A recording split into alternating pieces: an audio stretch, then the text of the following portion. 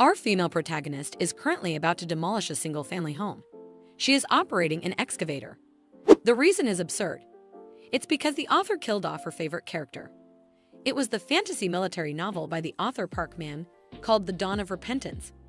It briefly became a hot topic in the early stages of serialization due to intense action scenes, churning out 10 episodes a day, as if it were a factory, but its remarkable readability.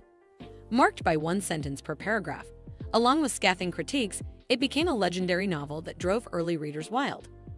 However, there were readers who couldn't let go of this trash novel, even up to episode 3504, including 30 or more people like herself. The reason they couldn't let go of the poorly written novel was simple. The settings and characters in this novel felt so real, as if they actually existed. The author was truly a killer when it came to creating settings. They were real otaku for it. She was such a passionate fan of the author to the point of even becoming the representative of the fan cafe, but she decides even that's over. After today, the author should not have sent her favorite character Cyan off like that. She got to herself, her prince doing such dirty deeds, surviving all the way to episode 3503, and they killed that poor kid off with just some measly disease. Yeah, she could understand Mitchell killing off Mitchell by a car, but what really got to her was the fact that the author teased a solo episode for her favorite Cyan in advance. More excited than usual, she checked the latest episode. However, she received an unexpected surprise gift in the form of her favorite character's death. To her, the author undoubtedly became a devil. And so, with gratitude in her heart, she is on her way to repay the author with the destruction of their house. Suddenly, a screen appears in front of her, causing her to be startled and wondering what is this. Why did the TV suddenly turn on? It shows the breaking news in the heart of the city. It is breaking news, and the breaking news says that in the heart of the city, a significant tremor has occurred, and with many more appearing. This irritates her because it's noisy and she starts banging on the excavator window. As the window splinters from the impact of her fists, she produces a piercing shriek of surprise, realizing in that moment of shock that she has borrowed the excavator from another party, and it is rightfully owned by someone else. She apologizes to the owner, whose expressions are contorted in pure fury. She thinks to herself, but since the owner has never experienced the absurd date of their favorite character, the owner may not understand. She snaps out of her thoughts when she hears the owner's voice apologizing, caught off guard by the unexpected gesture. She asks him, she is the one who should be sorry, so why is he apologizing? It is because he believes, since it's already too late to undo it, they should just go and receive some divine protection.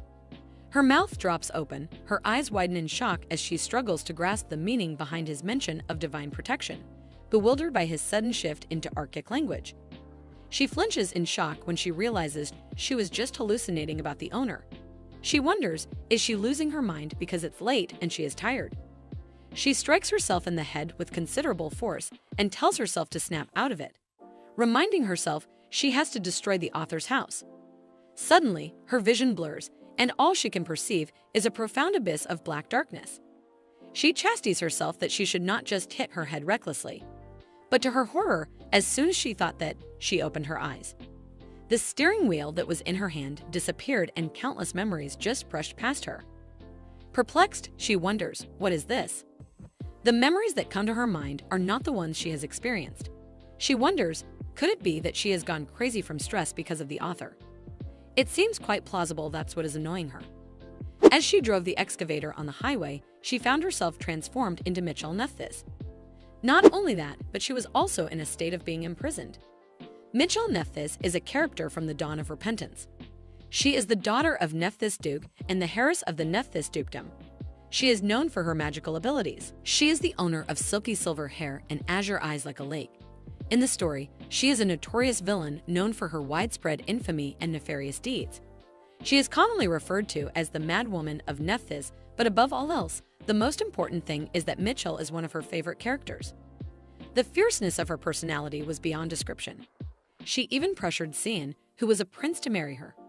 It then comes back to her vividly, as if it had just happened yesterday. Mitchell lured the drunken Cyan out of the palace banquet hall and into the bedroom.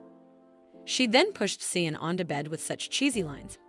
At that moment, Cyan, boasting his impressive 29-inch waistline, led down his long black hair, which cascaded down to his slim waist. Like a condemned prisoner, tears fell from his dark and deep eyes as he spoke. He silently whispered, "Wouldn't it be better if she just did as she pleased?" This confuses our female protagonist because, according to her, at that moment Cyan was supposed to reject Mitchell. She wonders why there is a discrepancy between the novel's content and Mitchell's memories. She cannot help but ask herself what on earth happened. She now realizes the author has left out something so important. And if the author wishes to give a surprise gift, he then at least should reveal this episode. Feeling unhappy that she could not destroy the house. Anyway, she sets her mind back to the present because she is now Mitchell. She thinks about her current situation, that she is currently imprisoned. Well, in reality, even in Sen, there's no job for orphans, so it's all the same. Her mind then ponders the perplexing question of why she suddenly found herself possessing another individual. She then recalls the last thing she heard from the owner, who said since it's already too late to undo it, she should just go and receive divine protection. She can't help but contemplate if the hallucination she heard before hitting her head sent her here. She sarcastically adds, "Well, thanks for transmigrating her into the novel." But why? At this moment, of all times, the fact that Mitchell is currently imprisoned means she's as good as death. Because in the original story, Mitchell taunts and pressures Cyan, and is sentenced to death for insulting the royal family, ultimately dying in episode 121. She thinks so the fact that Mitchell is still alive means it's right before facing the death penalty. But whoever's body she is possessing, she still considers herself a dedicated reader who endured this fallen novel for 3504 episodes. To her who knows every detail of the setting, this kind of crisis is nothing to her. The system shows the screen of Mitchell's status. The death row is currently under the protection of Ursh. Experience points are 0. She beams, thinking that is the status window they only get to see in novels. She wonders where she can see it. Having 2 uncommon attack skills is rare. She is surprised. She even has an ultra-rare skill. The skill name is Fusion. She ponders perhaps the reason why her memories and Mitchell's memories have got mixed up is because of the fusion. Her eyes then narrow at the death status. She wonders why is she on a death row. Her jaw clenches in frustration as she tries to find out why she's suddenly on a death row. At least that should be explained to her, right? Suddenly, the system updates and her execution date is announced. It's on D3. She realizes she is the death row inmate, so being on that row makes sense. She is aware right before death, it's natural for some abnormalities to appear in the status. She thinks although there are still 3 days left, if she just gives up like that, there might not be any miracles. She decides first. She can only politely pray for a miracle to happen. Since a while ago, she has been desperately trying to beg for help desperately, but she doesn't know why her tone is suddenly like a historical drama. The screen of the system appears in front of her again. It shows her the dignity of the noble. It states nobles did not bow to just anyone and as a member of the Nethis ducal family. One bows only to the nobility of the empire. She thinks to herself, what kind of thing is that? She then mumbles under her breath. Indeed, people are not suited for doing things that don't fit them. She decides from now on she will do things her way. She strikes her feet against the cell. She screams at them and questions, if those guys are deaf, can't they hear she's asking them to save her? She promises them she will do as they say, so please, they should get her out of here. Later in the carriage, she is beaming because she is successfully released after overcoming many hardships. Even though she was expelled from the noble list by imperial decree and rejected by both the family and the empire, she became stateless. Even that wasn't enough. After being whipped 5 times, she was finally set free. Her back felt like it was about to burst, and she felt like vomiting, but she was okay. Now that the death row status has been lifted, she has survived.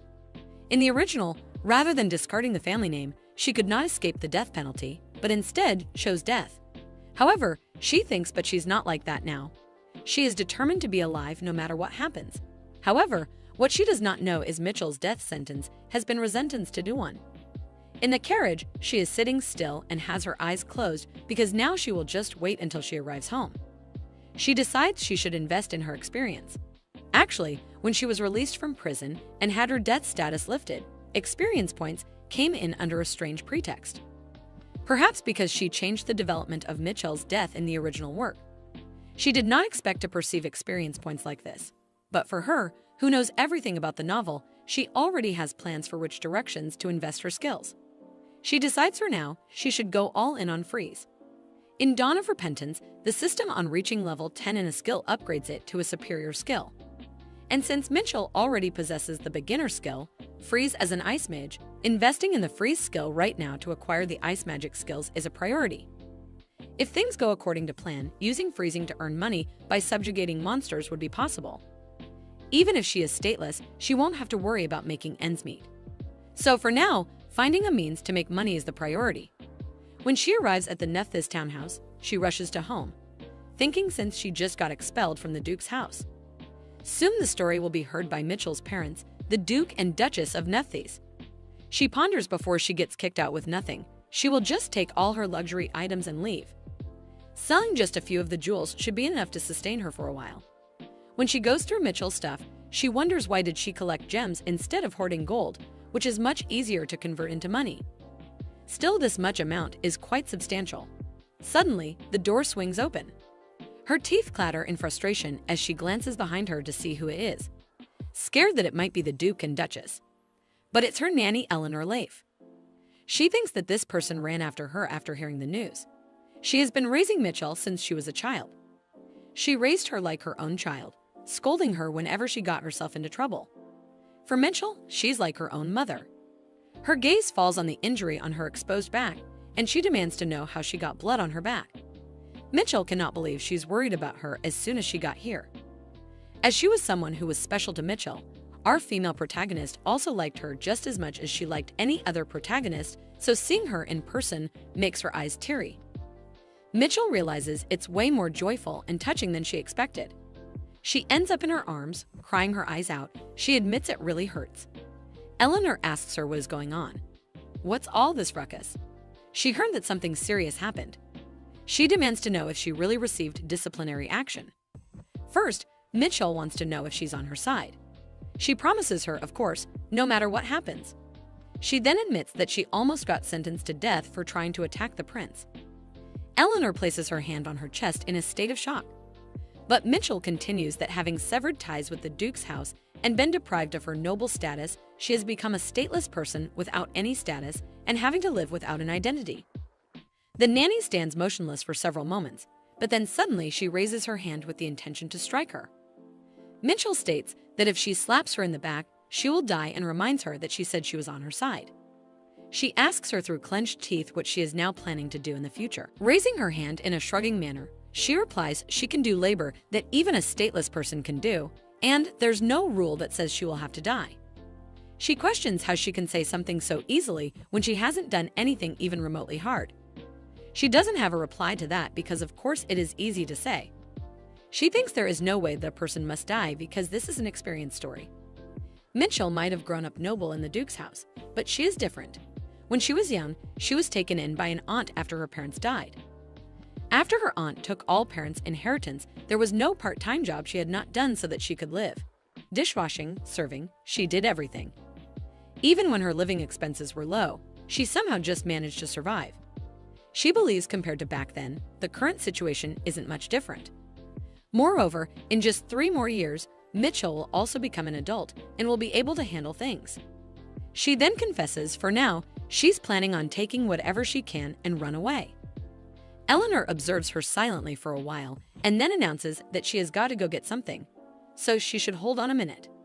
While waiting, she wonders what she is going to get. Is she trying to give her some money? And that even when she just has a mouse's tail of a salary, does she have any other belongings tucked away? But to her surprise, she brings her suitcase, announcing that if she leaves, then she will leave too. Mitchell freaks out thinking, so she just went to get her baggage. She tries to tell the nanny to calm down, but she interrupts her declaring that she will do whatever it takes to keep her alive. So they should go together, and when they get to her hometown, they can even stay at her sister's old empty house. Eleanor also reminds her she doesn't know what the world is like yet, so that's why she thinks she can survive alone. Mitchell narrows her eyes at her, unable to say she knows very well how to. She thinks to herself, no, it's actually her who does not know how the world is. To sweeten the deal, Eleanor adds that she has no idea how much pension she could receive as compensation for raising the Duke's child, and she herself cannot even estimate. Mitchell assures her she really doesn't have to, and claims she can live well on her own too. But once again, she is cut off by her nanny, who claims but she cannot live. If Mitchell dies, she dies too. Bursting out in tears, she screams at her why would she live without her. Mitchell is momentarily stunned by her affection for her. She then announces they should go, grabbing Mitchell's hand in haste. Mitchell tries for one last time for her to reconsider, but she stubbornly reminds her that no matter what she says, she will still follow her. Knowing she won't budge, Mitchell changes the topic and announces while they're at it, they should also visit the Savoy Hotel from Treasure Island and take the treasure map with them. Eleanor comments she was wondering if she had fixed her bad personality because she somehow survived, but she's still the same. While collecting the treasures, Mitchell thinks she even intimidated the Prince of the Empire. They can handle reading a treasure trove. Above all, she does have the key to the treasure trove, which only the legitimate heirs of Nethis can use. For her, this is a legitimate treasure hunt. She may have just been stripped off her status, but she can handle this much. Stepping out of the mansion, they find a carriage taxi. Once settled inside the carriage, Mitchell complains about her back, groaning in pain. She questions what kind of carriage shakes like this. Her back hurts so much. But Eleanor is not listening. She seems somewhere far away in her thoughts. But then she snaps out of it and addresses Mitchell, giving something to her. It's a child's biochip. She discloses with this chip, she can live again as a citizen of the Empire. She warns although it is inappropriate to say this, but she raised her as her own child. Although her child could not use it, she would like it if she uses it. Mitchell's gaze holds softness as she looks at her nanny. In the Kral Empire, once a person is registered as a citizen after birth, a biochip made of magic stones is implanted in the body to prove one's identity. And this chip must have been used by the nanny's child who died early on. Unable to dispose of it with her own hands, she kept it all this time. Mitchell realizes she gave her such a precious object. She expresses her gratitude to Nanny and promises her she will cherish it. She also declares that in that case, since she has become her daughter on paper, she will call her mom. Eleanor flinches in surprise and Dot asks how could a lowly person like her even dare. She blackmails her nanny that she won't take it and even threatens that she will throw it away. Bringing it closer to the window side, she asks if she should just throw it away. Eleanor yelps in surprise but reluctantly agrees that she can do as she pleases, but she will keep calling her Miss. Mitchell raises her fist in the air in victory and declares now she has a mom. Eleanor stays true to her words, referring to her as Miss and asking back for the biochip to keep it safe. Mitchell quickly agrees, addressing her as Mom. She then asks her, but to implant this, does she have to go to the city and find someone? And how much does it cost? Suddenly, a sharp pain shoots through her arm as the nanny strikes her. She demands the nanny that if she's going to do something like this, at least she should be given a warning. Eleanor counters that she has to do it unexpectedly so she doesn't get scared. She questions her nanny, can't she see she's screaming because she's scared? Mitchell Nethis is 1 hour before the retrial for death row. Mitchell grabs her arms as she mentions that her back hurts so bad, but now her arms hurt too. Eleanor tells her to verify if the biochip is functioning correctly. She states that her child's name was Even Leif. Mitchell ponders that it is not a bad name. She wonders what kind of skills does she have this time. The blue screen appears as she wonders if this is Mitchell's status. She wonders if there has been some kind of collision or conflict, although as she thinks about it, she is aware it is not mentioned in the original work. Having one person with 2 biochips is an interesting concept. She wonders could it be that it is just too old for her to recognize. Just in case, she decides to look in the direction where the chip is embedded. It appears as she mentions that Evan's biochip was newly implanted in her right arm and she was able to launch a 1 status window with her right arm and Mitchell's status window with her left arm. A 1 thinks that she's going back and forth again, and it seems like she's in a good mood. Mitchell wonders if Evan is excited because it feels like she's looking for a completely hidden setting. As she looks at Evan's scales, his status is time limited and his training level is 8 to 800 until next level up. Reading level is 8 to 800 until next level up, and can do anything for a living. She thinks about training and writing. To her, it seems like it is leaning towards a specific field, but she decides to skip over that for now. Another skill is that it quickly increases the experience required when leveling up. Mitchell wonders, what is this legendary skill, she thinks? Is not this a skill that nobles usually have? There is nothing one cannot do to make a living, and it makes acquiring skills relatively easy. She thinks even without attack skills, she is still have high-performance top-tier skills, and she's so amazing that Even Leif is awesome. She really thought there was no one else formidable as him. She looks at Evan's status as she wonders why is this attached. Eleanor asks her if it is still not recognized. Mitchell responds, "No, it popped up properly." Eleanor becomes surprised as she questions if that is really the case.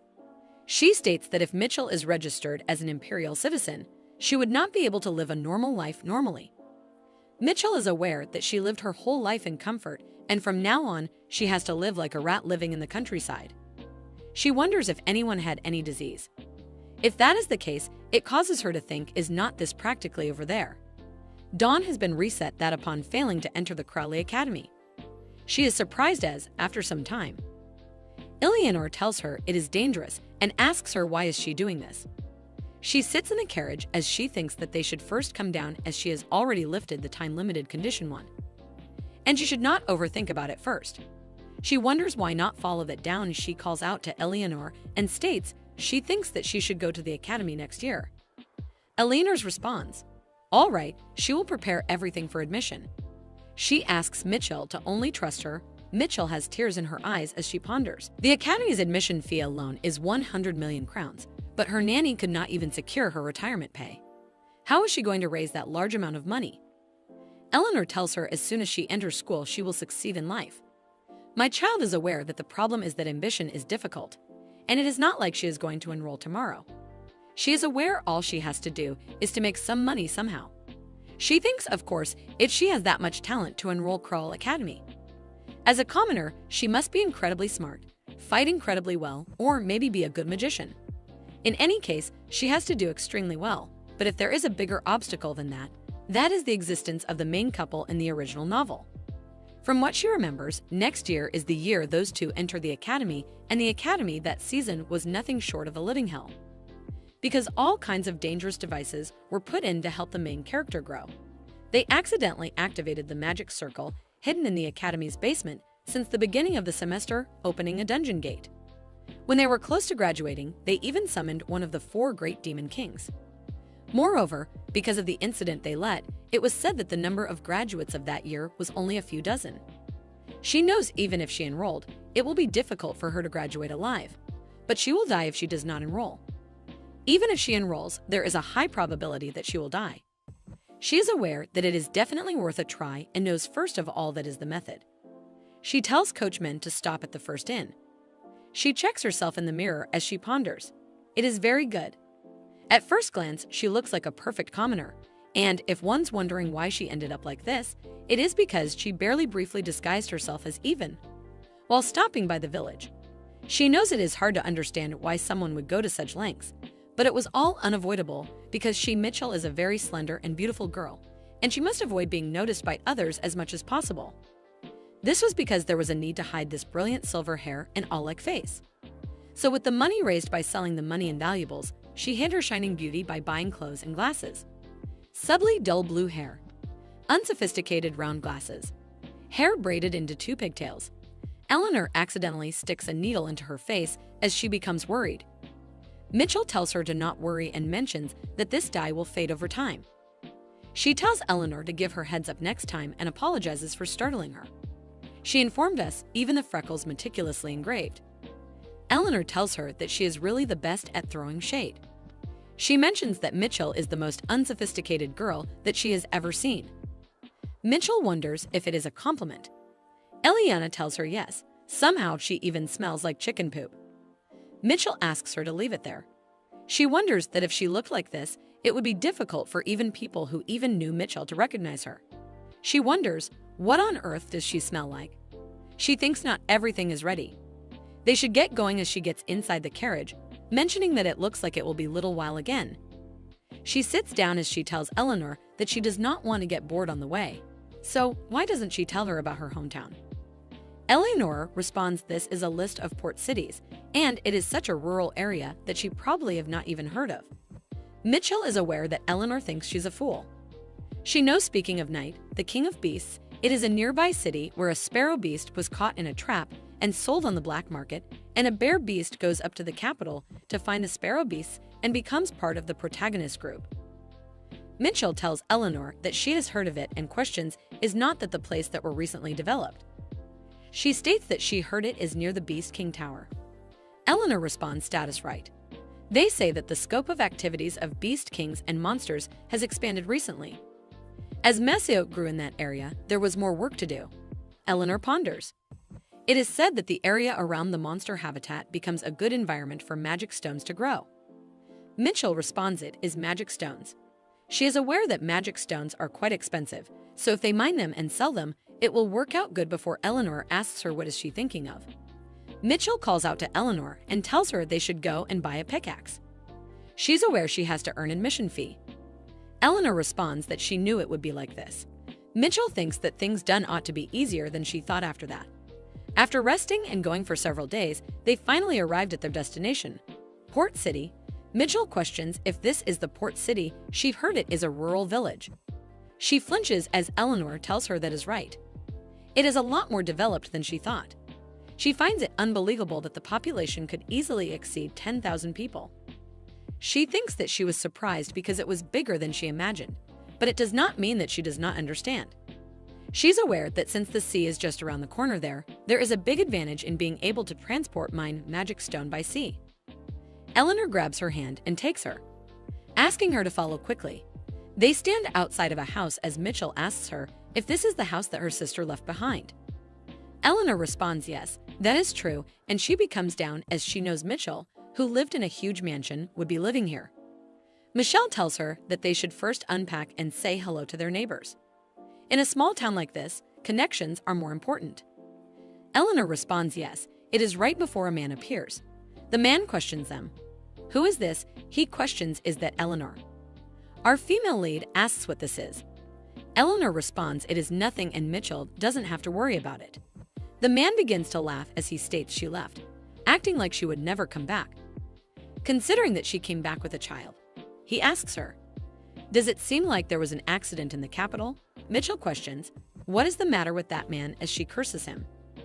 Eleanor tells her that they should just go in and that is how he has always been. Mitchell glances at him as he tells her to not be rude. She mentions, is he not scared of a twisted old house with no safety devices? He states if two women live alone and something bad happens, wouldn't it be sad? That night, Mitchell goes outside with an axe as she ponders. If one is a decent citizen of the Empire, they must have at least one big axe. She was born to us is not unusual for such a situation to arise so suddenly. She thinks it is a good night to get into trouble. And even though that man is unable, she does not particularly like she knows it is true that it is dangerous for two women to live alone, and she guesses that she should follow his advice and eliminate the risk factors. She is following that man as she thinks he's just the type of guy who starts an argument as soon as they meet, and they never know when or where they might pose a threat to them. She knows she cannot leave the guy who threatens the peace between her and her nanny alone. When Mitchell was young, she threw a tantrum to Duke Nethis and started to raise a drake, a subspecies of dragons, as a pet animal. Young Mitchell took care of the dragon wholeheartedly by limited, as well as providing it food to eat. However, after a year that Drake smashed and escaped from its cage due to Mitchell's negligence. It endured 20 people and was subjugated by the guards, and because of that incident, Mitchell was scolded harshly by the Duke.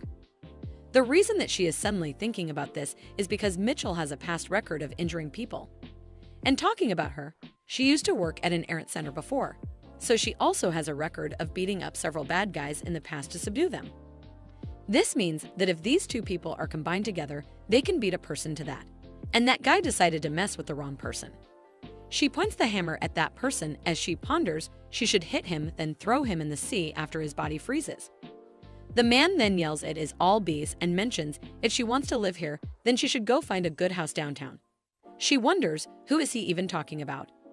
He really stands up and states he is certain that she was fooled by someone because of her personality and everything was stolen from her. Mitchell ponders that she was wondering if he is going towards her house with a suspicious item, but she knows he was just taking care of them. She realizes he was just a normal and decent guy. She thinks that she almost caused trouble here on her first day in this place. She wonders, but what if he is just a tsundere guy and she just wishes he would stop talking rudely? The next morning, he asked her how is she planning to live in such a shabby house with a child. And questions cannot she walk properly, Eleanor asks him to just shut up if he's here to help her. Mitchell wonders what. As she thinks that he was actually close with her nanny, she realizes that she almost caused a big problem. Eleanor calls out to Mitchell and questions if it is noisy. She apologizes to her as Mitchell ponders. They are so close they did not even care even after knowing her real identity, even though they introduced her as her daughter in front of other people. Calls out to the man as he asks her what. She apologizes to him, causing him to wonder what he is apologizing for. She does not tell him much but states she's just sorry to him. He tells her that she is ruining his mood. Eleanor introduces him as Thomas. She mentions that he ran away from his house to become a pirate, but rarely managed to get a ship and came back again. He is just a piece of human trash living as a fisherman. Musk becomes angry as he questions. What does she mean? Mitchell tells him it is nice to meet him and introduces herself also as a piece of trash who almost ruined someone's life. Eleanor becomes shocked as she questions. What does she mean that she's a piece of trash? She phoned us that she almost killed a person who did not do anything wrong. So she is trash and he is a fisherman who has a shape. So she is aware that if she does well, this might help her to earn some money. She tells him that she has throwing skills, so he asks her so what. She states she can catch the fish with the harpoon and mentions that he should let her in his ship. Eleanor opposes it. She tells her that she does not know how scary the sea can be. Tom also states that she is still too young to be a seafarer, so he also opposes it. She ponders, just as she expected. Both of them opposed it. She tells them that she already warned them. Eleanor tells her they have not even finished talking and questions where she is going. She knows that she's supposed to die, but before that happens, she plans on saving Tai Tai and changing the plot. Since she's inside the dawn of repentance, she has to earn points by changing the plot. If she earned points just by changing the plot, then this will give her an opportunity to acquire higher level skills and earn money just by changing the plot she knows. And with that money, she can enroll in the academy and get rid of this time-limiting condition. She's aware if she looks around carefully, she will find Tai Tai somewhere, but she realizes she still does not see him anywhere. She knows that she cannot find him just in one day, and thinks that she should take up the magic stones and earn money then. She begins to work at As and that night and the next day, and the day after that, she continues to work. She notices a person in this educated place and wonders if that is Tai Tai. She wonders if he has white hair. Before she realizes that is not him, she wonders who it is. She thinks about the shape of his pupils and he even has skills on his skin. So she realizes he definitely is not a human, so he does not care about her at all. She continues to stare at him as she wonders what he is doing. Right then, she notices some bees as she thinks he's feeding the wandering beasts and wonders if he's like a cat daddy. She also thinks what is he doing staring in the blank space this time. It's been a week now as she wonders what is going on as he steps towards her, causing her to wonder if he's really coming towards her. He asks her if she's a minor. She ponders that she heard his voice for the first time. She tells him no, she is not before he responds. All right. She cannot believe that he just came here to ask her that. And she was wondering what happened because he approached her so suddenly. She decides to continue digging the magical stones today as well. Mining skill level 1 has been created as she thinks she's not even a miner. So why is there such a kind of skill? She thinks she should correct it by saying that she's a miner. She can do everything to make a living. Acquiring such skills is comparatively easy. She wonders if this is Evan's extra skill effect. Acquiring such skills is comparatively easy, she wonders. Isn't this too easy? She thinks that she should test how well the skill works. The beast that was discovered while mining for stones. She said she was about to go to the King of Beasts territory, and now she knows he's threatening to kill her, as he has challenged her to a match. But this meaningless twaddling seems pretty familiar. She wonders, where have she heard this before? She suddenly remembers as this is how the King of Beasts talk. In the original novel, the King of Beasts was a white fox that seemed more like a supporting character, but he was fundamentally a gentle and generous person. His interactions with humans were clumsy, and he was known for his uniquely awkward way of speaking. Despite his short appearance, he was a popular character. It was to the point that there was an event in the fan cafe where people would imitate the way that he spoke. The first person who got first place during this event presented a congratulatory speech and wrote an analytical essay on the tone of the King of Beasts. He tells her he should kill her as she thinks she never knew that analytical essay would come to use for her. She questions by chance did he mean that since the King of Beasts ruthlessly kills anyone who enters his territory, so he would kill her instead so that at least her corpse can be collected. She asks if that is what he means. He flinches and questions. How does she know that? She wonders if it is a trend for the beasts to talk like their king. She thinks it seems he's not the king of beasts anyway, and he's only following his way of speaking, so he should quit it with the jokes now.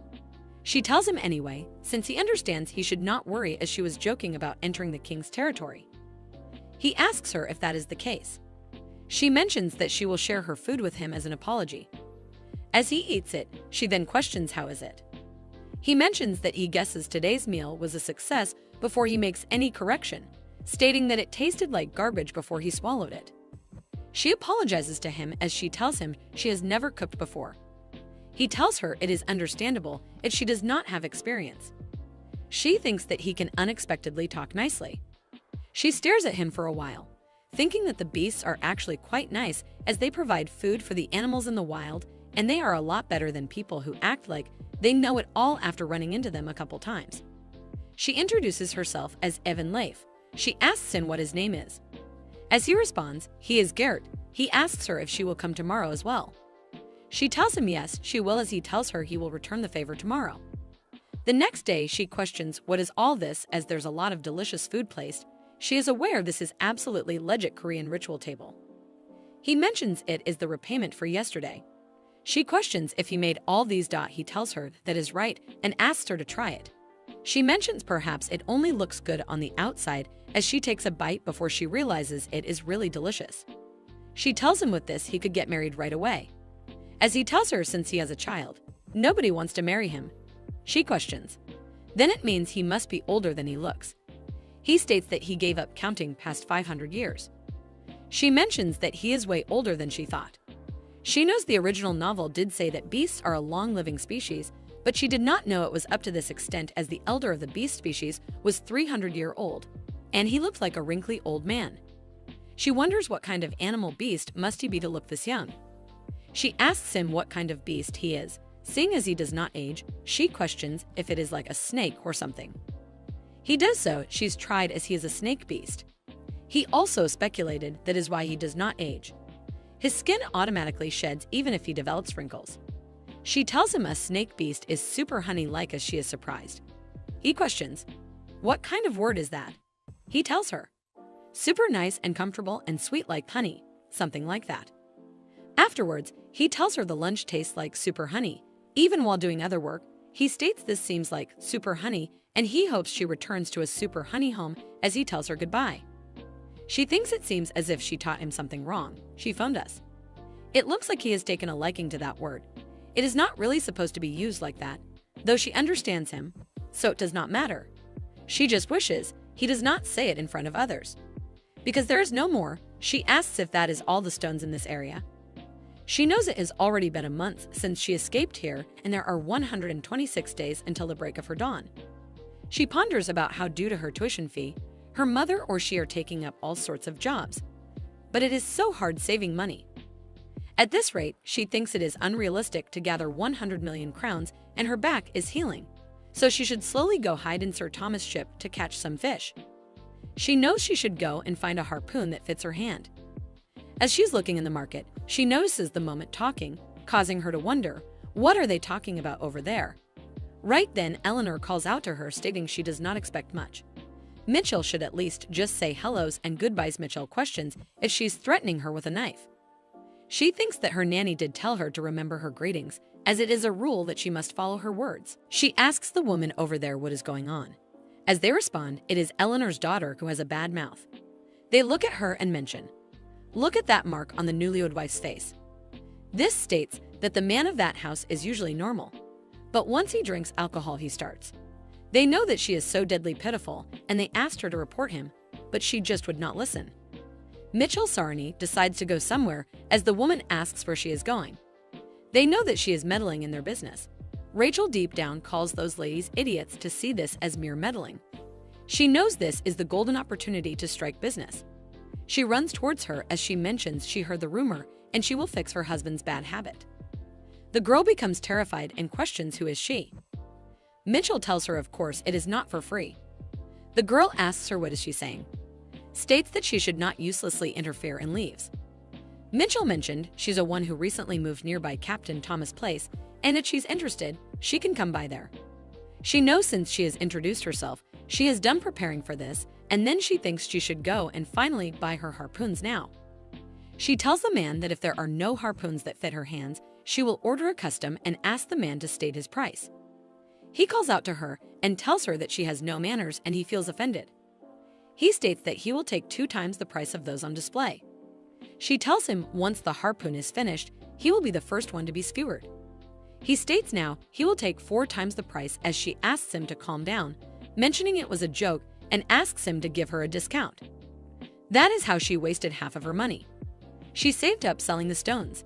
That night, someone knocked on the door as she questioned, "Who is it?" It is the girl from earlier, as she mentions they met in the afternoon in the city. She asked him to come as she thinks that she did not expect her to come so soon. She notices the girl came back with more marks than last time. The girl trembles in fear and asks her if she can really solve this for her. Mitchell responds of course she will accept payment greater than 1,000,000 crowns. It makes her angry looking at her marks. The girl states that she does not have that much money. She tells her that she can then pay in monthly installments. 100,000 crown amount for 10 months. She mentions she does not do this for everyone, but she made an exception for her. The girl recalls anxious and asks for her assistance. They decides to go now as the girl takes her to the place and questions if she can really fix his habit. With child response of course, as she will monitor him until he fixes it completely. She opens the door as she found her said when she used to work at the errand center. She saw these drunk men all the time. She knows that isn't. She is someone who has a lot of useful skills right now. He suddenly stands up and asks her who she is to barge into someone else's home. He calls out to her and asks her where does she live before she continues to ignore him and thinks and someone who resorts to violence this easily. She throws the chair at him and ponders it yields even harder when counted the same way. She knows she should just teach him a lesson as the wife is totally shocked. 6. Our female lead recollects about how she had received a request to help change the behavior of this husband. To do this, she decides to keep him in the sauna. After pulling him to the spot, she holds her hands up as ice starts to form. She thinks about how she must check the efficiency of the skill to be used in this request. She decides to test the limit of her skills by tormenting this dude with her freezing abilities. It is mentioned that when it comes to testing, using the skill consecutively can lead to bleeding. It is a 3-fold technique. While activating a skill, the first energy that gets consumed is the mental one. Once mental capacity has been used up, the body will send a warning by bleeding. If one decides to ignore that, then the next energy that gets drawn upon is stamina. If that gets used up, one will start coughing up blood. The last and final source of energy is the vital force. Even if one uses up all the life force, death will only occur after the final hemoptysis. Our female lead notes how she is using this theory and recalls how she has continuously used the freeze skill yet has not coughed once. This would mean her energy efficiency is not half bad. The wife watches as our female lead uses her Elsa abilities on the husband. The man holds up his hand as he starts to yell. He wonders what in the world this person is doing. Mitchell mentions how he seems unsober still and that they should get started for real now. The man questions what all that nonsense was earlier then, to which Mitchell smiles and tells him that he should have treated his wife well. He asks what he did wrong before then yelling out that he did nothing wrong at all and calls Mitchell an idiot. Mitchell then tells him he really hasn't sobered up yet before proceeding to go sicko mode on him. Within 10 minutes, we see the dude in tears as he mentions how he won't ever do it again and pleads to be spared. To this, Mitchell places a thumbs up and says everything is resolved now. She then calls for the wife and tells her that they should wrap things up here and that the payment due is 100,000 crowns. The wife in fear says that she will get that right away. Mitchell then continues to tell that man that he should know she will be around in this neighborhood. She mentions how if she hears he's being negligent again, then she will come back again. She mentions how if he messes around, she'll delete him. Our female lead is then paid by the wife, and Mitchell tells her to pay the rest when she can. Mitchell also says to feel free to come see her again if anything else is ever needed. To this, the wife smiles before thanking Mitchell and telling her to take care. A week would then pass. Rumors moved along rapidly and many requests were sent to the errand center. Our main character was able to solve many problems and earn up to 5 million. Her level also rose rapidly from using the early key and throw skills to help solve incidents. Her throw and freeze are both at level 6 now. As she then starts to stretch, she mentions how quite a bit of money has been earned and that she needs to start focusing on finding Tai Tai. Due to this, she has decided to invest in a health skill, which may look like it means nothing. As she runs, it is revealed that this skill is at level 7. While rapidly sprinting, she mentions how her speed is not half bad and that the health skill is even better than she thought. She smiles, thinking she'll find him in no time if things carry on like this. She then turns her head to find a report saying her detection skill has been started. She comes to a complete halt. She stands silently for a moment thinking about this skill before then wondering why it suddenly appeared. She wonders if it's because of Evan's extra skill and that just by trying it was already there. She moves her glasses up with a smile as she mentions how unbelievable this is. She raises her hand and yells detection as the skill activates. She mentions being able to see the topography and hearing even the slightest sounds. She even hears some birds chirping. Her eyes then turn as she wonders if it is over there. She mentions how she never thought she'd find Tai Tai this fast, but she is very lucky. She notes how this is all for experience, but that she is curious to see a beastman other than Gert. She mentions how Tai Tai is also an important character in the novel and really wants to see what he looks like. The bird continues to chirp. She stares blankly as she wonders if this is it. A bird stares back at her as she wonders if this is really him. The bird is actually stuck in a net as Mitchell wonders how it could be so stupid.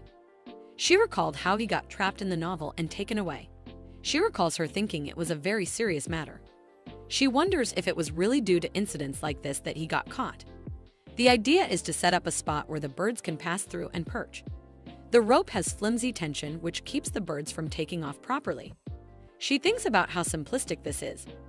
The way out really is to just let go of the net and fall down. Our female lead then wonders if bird persons started out as bird brains. She notes how the bird is holding onto that net for dear life right now. She does decide that this is very convenient and easy for her. She can gain experience like this by changing the plot.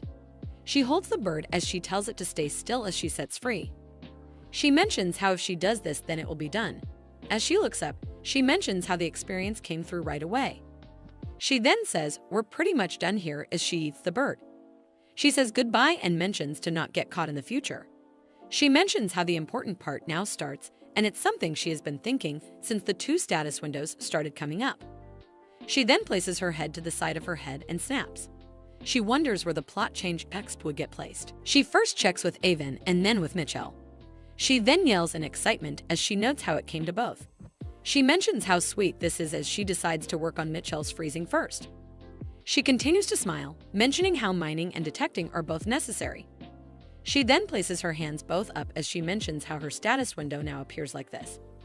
She recalls how she's getting closer to the freeze spell and that the plot needs to be changed a couple more times. The bird has walked right back up to her. She calls it weird as she asks why it's been on the ground since.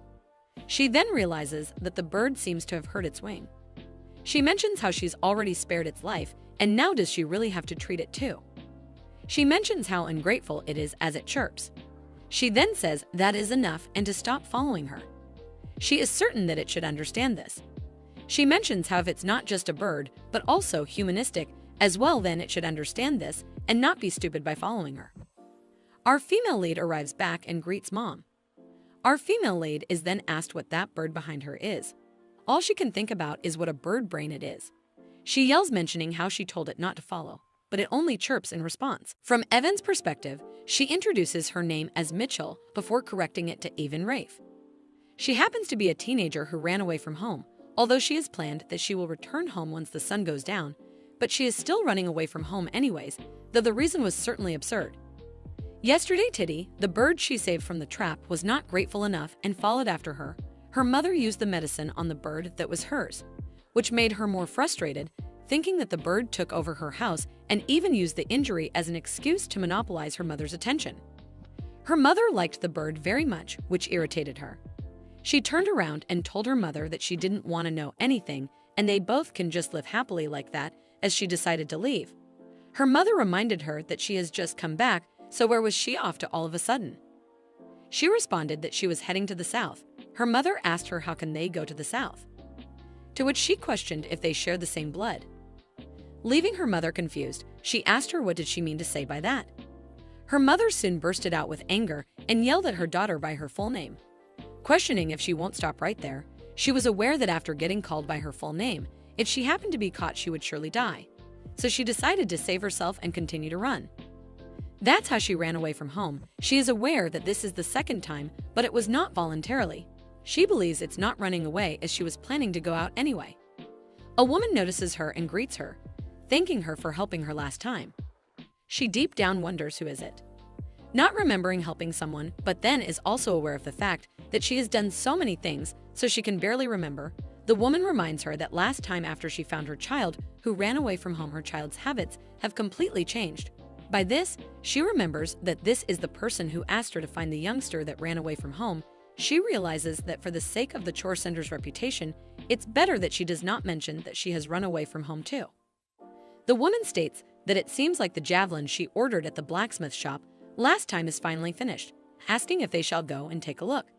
However, Mitchell thanks the woman for noticing her and waves her goodbye. She ponders that getting to know people in the village like this also has many good points and wonders if she shall head there and get the javelin that she had ordered. She reaches the place and takes a good look at the javelin. She tells the shop owner that his personality is completely nonsense, but his things sure are good. He responds that her personality is evil, but she does know how to check things properly. She thinks it's not bad, but if she can get a little discount, then it'll be perfect. Thinking that it seems he also liked her compliment, she tells him that she would like a little discount, questioning if that's possible. He smiles, to which she ponders if things keep going like this, then negotiating will be easy. However, he kicks her out of the store, yelling at her to never step foot here again. She is aware that she could not do it, wondering why is the shop owner so hot-tempered. As she walks, she thinks that she cannot go home like this as she has just received the javelin, so she has to go find a boat. She then realizes she has other work to do as well, thinking how busy she is. She is issuing a skill assessment certificate to prove that she is someone who will be beneficial to the ship, more like proving her skills. A man begs her to join their guild as an adventurer, as there will be no waste of her skills and talent. However, she tells him that she cannot be an adventurer. He questions her why is that the case. She responds it's because she will be a fisherman, causing her to be totally taken aback. She is aware that after all, if one wants adventures and has a strong desire, then there is nothing as tempted as the sea. She notices a boat and thinks of it as the most modern one. Thomas' perspective, he introduces himself as Thomas A. Lamb. The fisherman, he mentions that today he is going to die by Eleanor's hands, as Evan King sang to him that she is Eleanor's daughter, and secretly climbed onto his boat. He knows her mother warned him that if her daughter gets sunburned on the boat, he'll die. He curses at Mitchell and questions why is she on the boat, stating that if her mother knows this, he will be the one getting killed. She seems pretty invested as she has her eyes stuck on a place, mentioning that 15 degrees to the left, about 500 meters, there's a school of fish, and judging by its size, it's a mackerel. He questions what is that nonsense. Before she shows him a certificate, she questions how does she know it. Before answering to her own question that she has the detection skill. It's the skill certificate that belongs to her. He asks her if this is a skill that has been certified by the Adventurers Association.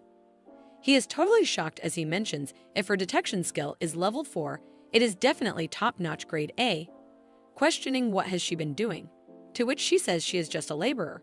He commands to quickly turn the boat to the direction she said. It turns out that there is really a pool of fish ahead.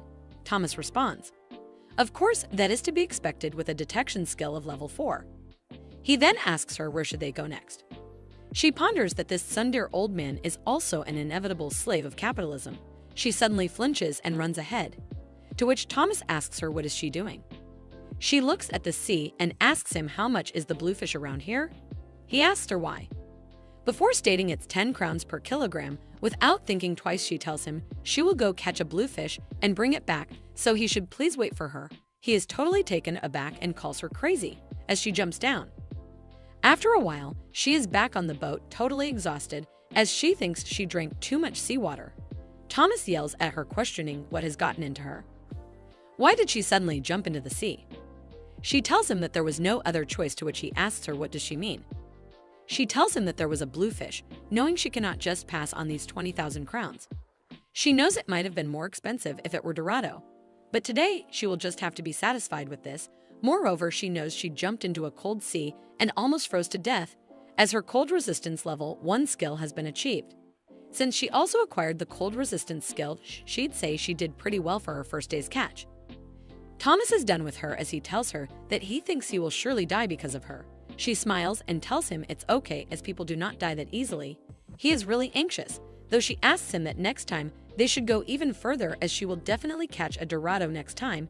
He yells at her, questioning if she just said next time, asking if she wishes to never see him ride on a boat again. After a while, they are in the market to sell the blue fish. It happens that today's fish harvest is worth a total large amount of crowns. After hearing that, Thomas tells Mitchell that they shall be together forever, but then thinks it was too much money for that.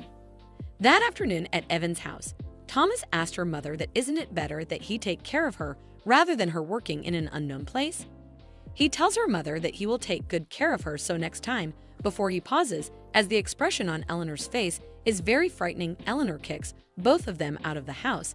That is how Mitchell became a regular crew member on Thomas's boat. She thinks that tomorrow she will definitely catch some mackerel. Eleanor's perspective, her name is Eleanor Leif. She is the former nanny of the Duke of Nethis. She is on my way back after giving the young lady a good smack on the back. She knows that fishing is ultimately just a means to get money for tuition fees, but Mitchell ran away from home, stating that today she must catch mackerel for sure. Eleanor thought, can't she do it a little moderately? Thinking, what on earth does she do to earn so much money, although she earns an enormous amount? Because of the constant visits from the townsfolk looking for Mitchell, her worries are not easy to contain. One day, even the branch manager of the Adventurers Guild came and begged, asking to please let her register as an adventurer.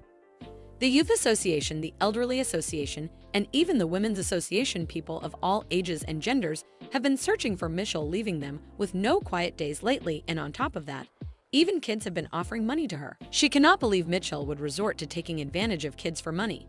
It turns out that among the parents in the directory there, Mitchell seems to be known as a babysitter.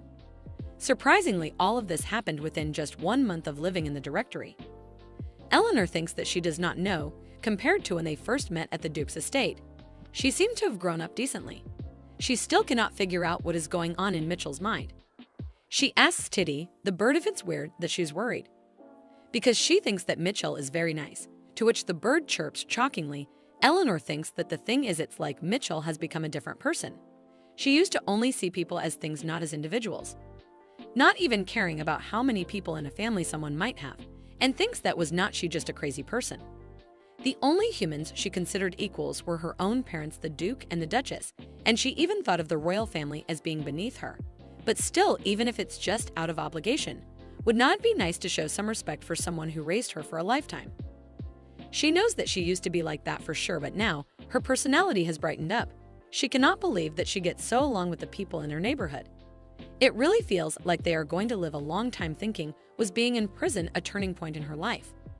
She never thought the day would come when Mitchell would become a decent person. Anyway, she is aware that now she has decided to live her own life, so she will not cause any more trouble, right? At the same time, at the distant sea, Mitchell throws something in the sea. Thomas asks her, what did she just throw? She smiles and tells him it's nothing. He seems taken aback as he questions if that is the case. He wonders, what is this? An unmistakable feeling of unease. It is really nothing special. Back then, when her mother told her to hurry up, she found something. She found a key and they could open the gate. Her mother had told her that if she has found it, she should come on out quickly. The last thing she brought when she left the house, it was the heirloom of Duke Nethis family, Magic Nethis, a long time ago. When water was precious, the Nethis family would create water. They were able to accumulate wealth by selling water in large quantities to the villages that were suffering from drought. This news even reached the ears of Emperor Cromwell. The Nethis family was appointed as the source of water for the empire and played a crucial role in supplying water to the capital. So far, this is the story known to the public, but the reality is this. In fact, while digging a well, the Nethis ancestor discovered a pair of ancient rings. One had the power to absorb anything, the other had the power to expel what was absorbed. The Nethis family actively utilized these artifacts.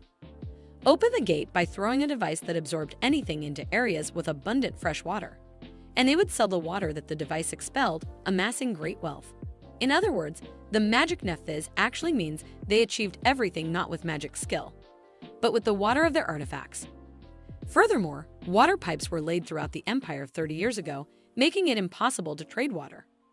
To continue the legacy of magic Nethis, they incorporated many wizards into the family.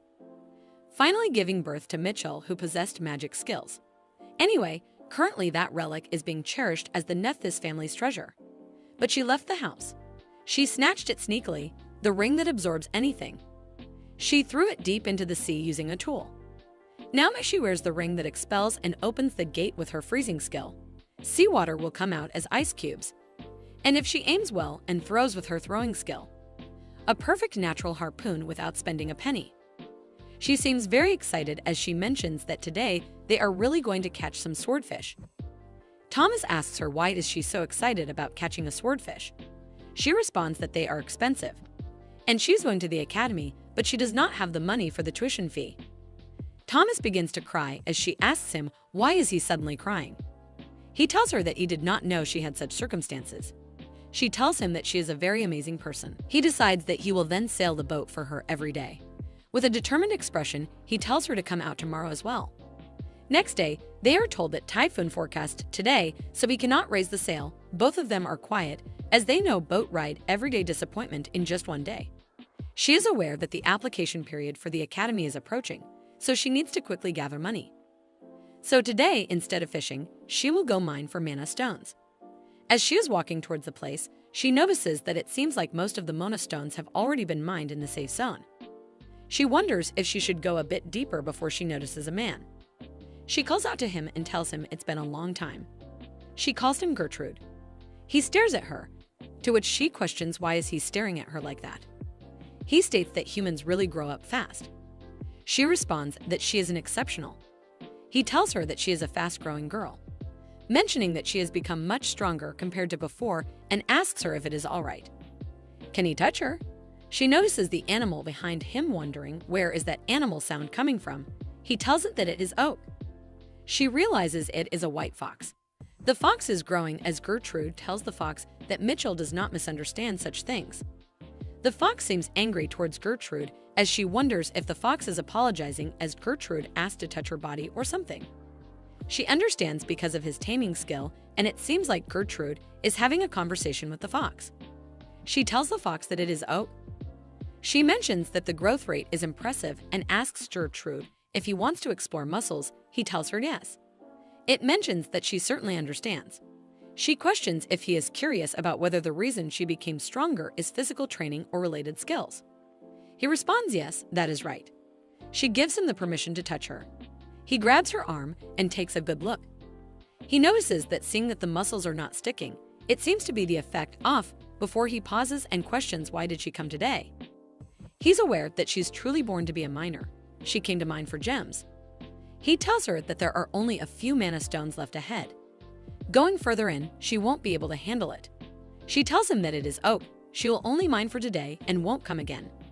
He questions what as he is taken aback before he tells her he understands.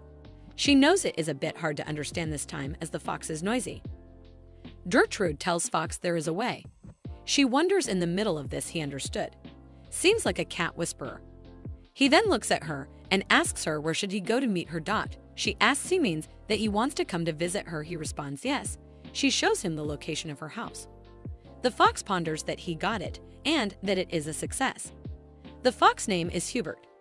He is the white fox envoy and the son of the regent and the representative of the 120th generation king. There is a long story behind why he is the regent's representative is here today with his father. A few days ago at the Beast King's Tower, his father mentioned that he is going to meet Mitchell again today. His father has been meeting a woman for several days. He has never seen such a thing in his 120 years of life. Perhaps for the first time in 500 years of his father's life. He thought that this is intriguing. He asked his father what kind of woman is her. His father responded that he met her when he went to feed the demon beasts. The human named Evan Rafe, that father mentioned, was an equally strange woman. She not only mined mana stones around the mine where demons crawled, but she also did not shrink back even in the presence of the dignified Beast King. They even shared lunch, and she immediately understood father's words. He thought that this is just unbelievable as father lacks eloquence, so mimicking his speech is difficult. Father complained about the trembling behavior of a village maiden, so if this woman values her life, she will avoid father from now on. Or so he thought. But last night, he called out to his father. As his father said, it has been days since Evan came to mine for mana stones. to which he wondered if that was the reason that he skipped his meal because of that woman. Now that it has come to this, no matter how pitiful the woman is, there is nothing that he can do. He decided that he will do whatever it takes to bring that woman and father together. He was just about to set out to catch Evan with father. But to his perspective, Mitchell seems pretty scary. He looks at her as she wonders what is with this pressure, and he cannot believe that this is a 17-year-old human woman. He knows that she is lying, as even a top-notch warrior would not exude such a sinister aura. At this point, it is mana stones that she is mining, not demon heads. It is a relief that she is not here for anything more. He guesses she has about 3 ultra-rare skills. Plus, there's a faint magical aura she emits. If she is like this at 17, how much stronger will she get as he grows? He knew, as expected, his father's eyes are accurate. This woman named Avon is the perfect companion for him. She is qualified to be the mother of 1,000,000 demon beasts. She tells Gertrude that is her home. The fox thinks to be able to recognize a potential mother at a glance. Father is truly a person to be respected. The humiliation and disgrace he has received for not having a mother is now over. He decides that he will support his father with all his power. Mitchell looks at the fox, wondering why is he giggling like that. She tells Gertrude that, by the way, he's not using the term honey anymore. He responds that he scolded his son for not feeling any physical pain. She pondered that he was like that at home too. That evening at Beast King's Tower, Hubert tells his father that here is his outfit. He asked his father to wear this when visiting Mitchell's house. His father mentions that is a ceremonial robe. Hubert states that he should at least try to look young and pretty. Hubert knows that Mitchell looked shabby but had an incredibly beautiful face. No matter how one looks at it, his father doesn't age according to human standards. But at this rate, it's impossible for her to be a stepmother, let alone a lover. Hubert tells his father to make sure he brings a gift. It should be something expensive. Gertrude questions why go to such lengths. Hubert asks his father if he has forgotten. He states that her mother is at that house, and in the human world such manners are important. His father then wonders if that is what is called manners. He has no information at all, wondering what should he prepare. But if she has a similar personality to Mitchell, Gertrude decides that he will bring something expensive. Hubert tells him that he will prepare something expensive. He knows that surely there cannot be another human like that in the world. Next day at Mitchell's house, her mother notices the weather. She tells Mitchell that it's a storm on the day of her appointment. It'll be difficult for her friend to come in such a weather. Mitchell responds no, he will come. She is aware that although it has only been 2 months since they have met, Gertrude does not seem to look like he is going to cancel the appointment. It's particularly because she had expectations for this first appointment with her first friend. She realizes that her friend has came. Mitchell asks him to step in as her mother thinks that she surely has gotten weird friends. Gertrude does not seem in a good mood as her mother asks him what's going on. Is he okay? Mitchell notices his clothes. Her mother asks her to get him inside. Mitchell tells him that he is dressed so fancy. Her mother knows that is not the issue here. Gertrude states that his son insisted that he wear this. Her mother says that there's the same type of nobles over there too. Eleanor questions how can a young nobleman like him already have a son. Mitchell tells her mother that Gertrude is a beast folk. Her mother realizes and says of course he is her friend, so he cannot be ordinary. He ponders that there is strangely insulting feeling about that. Eleanor invites him in. Mitchell looks at his clothes and wonders how come he is not soaked at all in this weather, wondering if it's related to his skills. After some time, Gertrude gives them the gift, mentioning that this is something his son told him to take as a gift. It's a fabric of strong defensive material. Eleanor mentions that he has bought so much. Mitchell sees that her mother seems very eager to receive this, isn't she? Gertrude hopes that she likes it. Eleanor mentions that the fabric is really pretty, it would be perfect for a school uniform. Mitchell mentions that she only wears clothes made in Lionel's workshop, Empire's top-class workshop. Eleanor then asks her what about the clothes that she is wearing right now. She responds that honestly she thinks it's more like rags than clothes. Her mother gets angry at her, telling her that someone sewed it. Gertrude ponders that her mother seems to have a similar personality to Mitchell. Eleanor tells him that it seems like he can sleep here since it's storming outside. He responds that he has to go back home since his son is waiting at home for him. Eleanor asks him if his son is still very young. He responds no, he just became an adult. Eleanor wonders, a literal adult? Eleanor mentions that the beast nobleman looks really young. Mitchell looks at the bird and questions, why did it come out again? Eleanor becomes excited, mentioning that Titty is here too. Gertrude questions Teddy. Eleanor mentions that this is the name of the sparrow and realizes that she forgot to introduce herself. She understands that she forgot to greet him properly and tells him that her name is Eleanor Leif. He tells her that he was late with the greetings too. He decides to introduce himself properly. He mentions that he is the Beast King Gertrude. Her mother is totally taken aback before she yells, "What does he mean?" Her mother takes the bird away as Mitchell asks him if he is saying that he is one of the 4 demon kings, the Beast King. He responds that is right.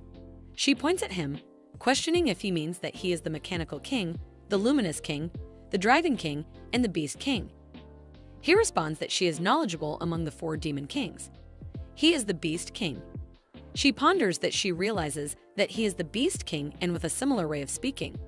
She thought it was a trend in the Beast Man world or something. But what if Gertrude is the best king? Then she wonders what happened to the original Beast King from the original story. She asks him, is not the Beast King supposed to be a fox? Suddenly, she's using a formal language. He tells her that is because his son is playing the role of the Beast King in public. She questions why would he do such a thing, mimicking even the way of speaking. That there is a reason for it, and he will not say it unless she changes that turtle-like tone of hers. She changes it and asks him to tell her. He states that it happened about 200 years ago. He asks her if she is aware about what kind of creature the Dragon King is like. She responds like a dragon giant reptile. He tells her exactly. She wonders what does he mean by exactly. She questions what does he mean before she thinks about it. She questions if he's complaining because he's a reptilian beast folk and he's similar to the Dragon King.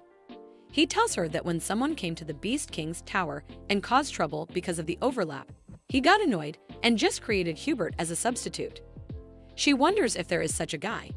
He asked to change the Beast King just for such a reason. Gertrude mentions that he said he wants the new Beast King to use the same unique tone as his. She questions, is that guy crazy? She feels like her head hurts, wondering why is not there a normal person here. Eleanor tells her it is not something she should be saying. Mitchell thinks that she should just forget it and let's just forget everything. Like if the characters overlap between the Dragon King and the Beast King. If the newly adult 100 fox imitated his father's tone and spoiled the concept, she did not hear anything. She knows that Gertrude is the beast man she met when she went to the quarry for the first time.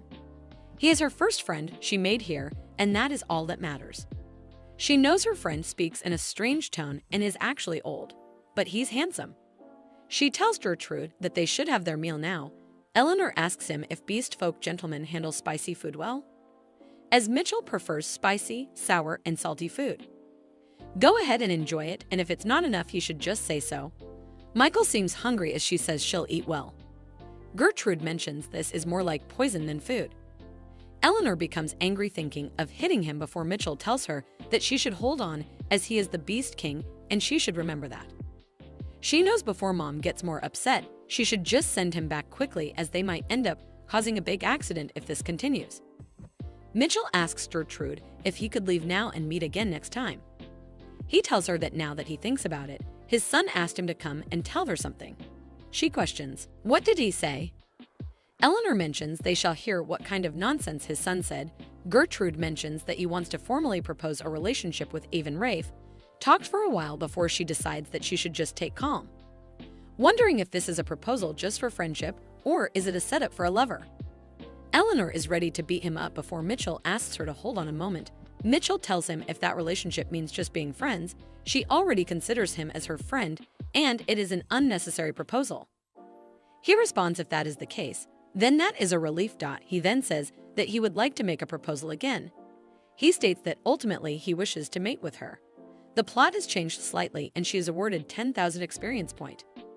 The king proposed mating, but the plot has changed slightly. The verdict is a bit salty, but who cares? Free is free. Mitchell tells her mom to just wait a moment as her mom is full of anger, wanting to beat him. Michelle glares at him, knowing that they should talk about this later and he should just leave quietly now. Thinking that he should at least have this much sense. He gets a connection error and tells her he will come back to play again later. To which Eleanor becomes really angry, questioning, did he just say that he will come back again? Asking him to get out of here right now. And so her mom repelled the king with a broom. She guessed that she should not tease mom anymore. It's the nighttime. Mitchell is thinking of changing the plot of the book in order to earn experience. But suddenly, she is getting 10,000 experience points at once. Eleanor yells at him, what does he mean he wants to be with Mitchell? She beats him as he tells her that he is not a jerk, but he is King Gertrude. Mitchell knows that Mom freaked out. Anyone would be upset if their beloved daughter-in-law was targeted by a pedophile. Mitchell thinks that I didn't think Gertrude's offer was bad. She didn't mean to say that she wanted to have sex with Gertrude. It's just that she gained experience from that bombshell announcement. Since both status windows only have normal skills, it's a lot, but let's use it all up before it turns to crap. Early kick level 10, detection level 10, taming level 10, rise and fall level 10, throw level 10. Health level 10, she is aware that she has used up all her experience points. She knows that she leveled up more skills than she thought. She notices something before she realizes that she is feeling dizzy, causing her to wonder why is it happening. She feels like ringing in her ears. She looks at the status window and wonders why is she getting so many notifications at once. She notices it is the level, and there are leveling skills options. Right then, the director of the Nethis Direct Information Gathering Agency steps in.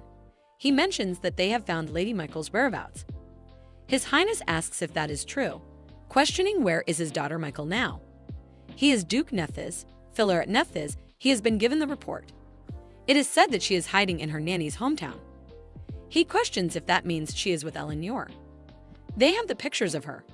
He looks at them as he questions if she is healthy, right? How can one tell that she is his daughter as he has never seen this country bumpkin before? So what is this last picture? The attendant tells him to take a closer look, as that country bumpkin is indeed her lady. He finds it ridiculous, questioning why would his elegant and beautiful daughter look like this. The attendant remains shells. Maybe she disguised herself on purpose to hide her identity. At the same time in Nethis Duchy, his duke mentions, by the way, no matter how capable their daughter is, it would be difficult for her to raise all the tuition money herself. If they support her with too much money, it might raise suspicions, so he should find a way to support her through the Adventurers Guild. The attendant states that, however, it happens that she has already raised half of the tuition money. And at this rate, it seems that she will be able to raise all of the tuition money soon. This makes the Duke taken aback. He questions, is not his daughter a genius? The attendant agrees with him. He becomes really happy, saying that her daughter is a genius at transformation as well.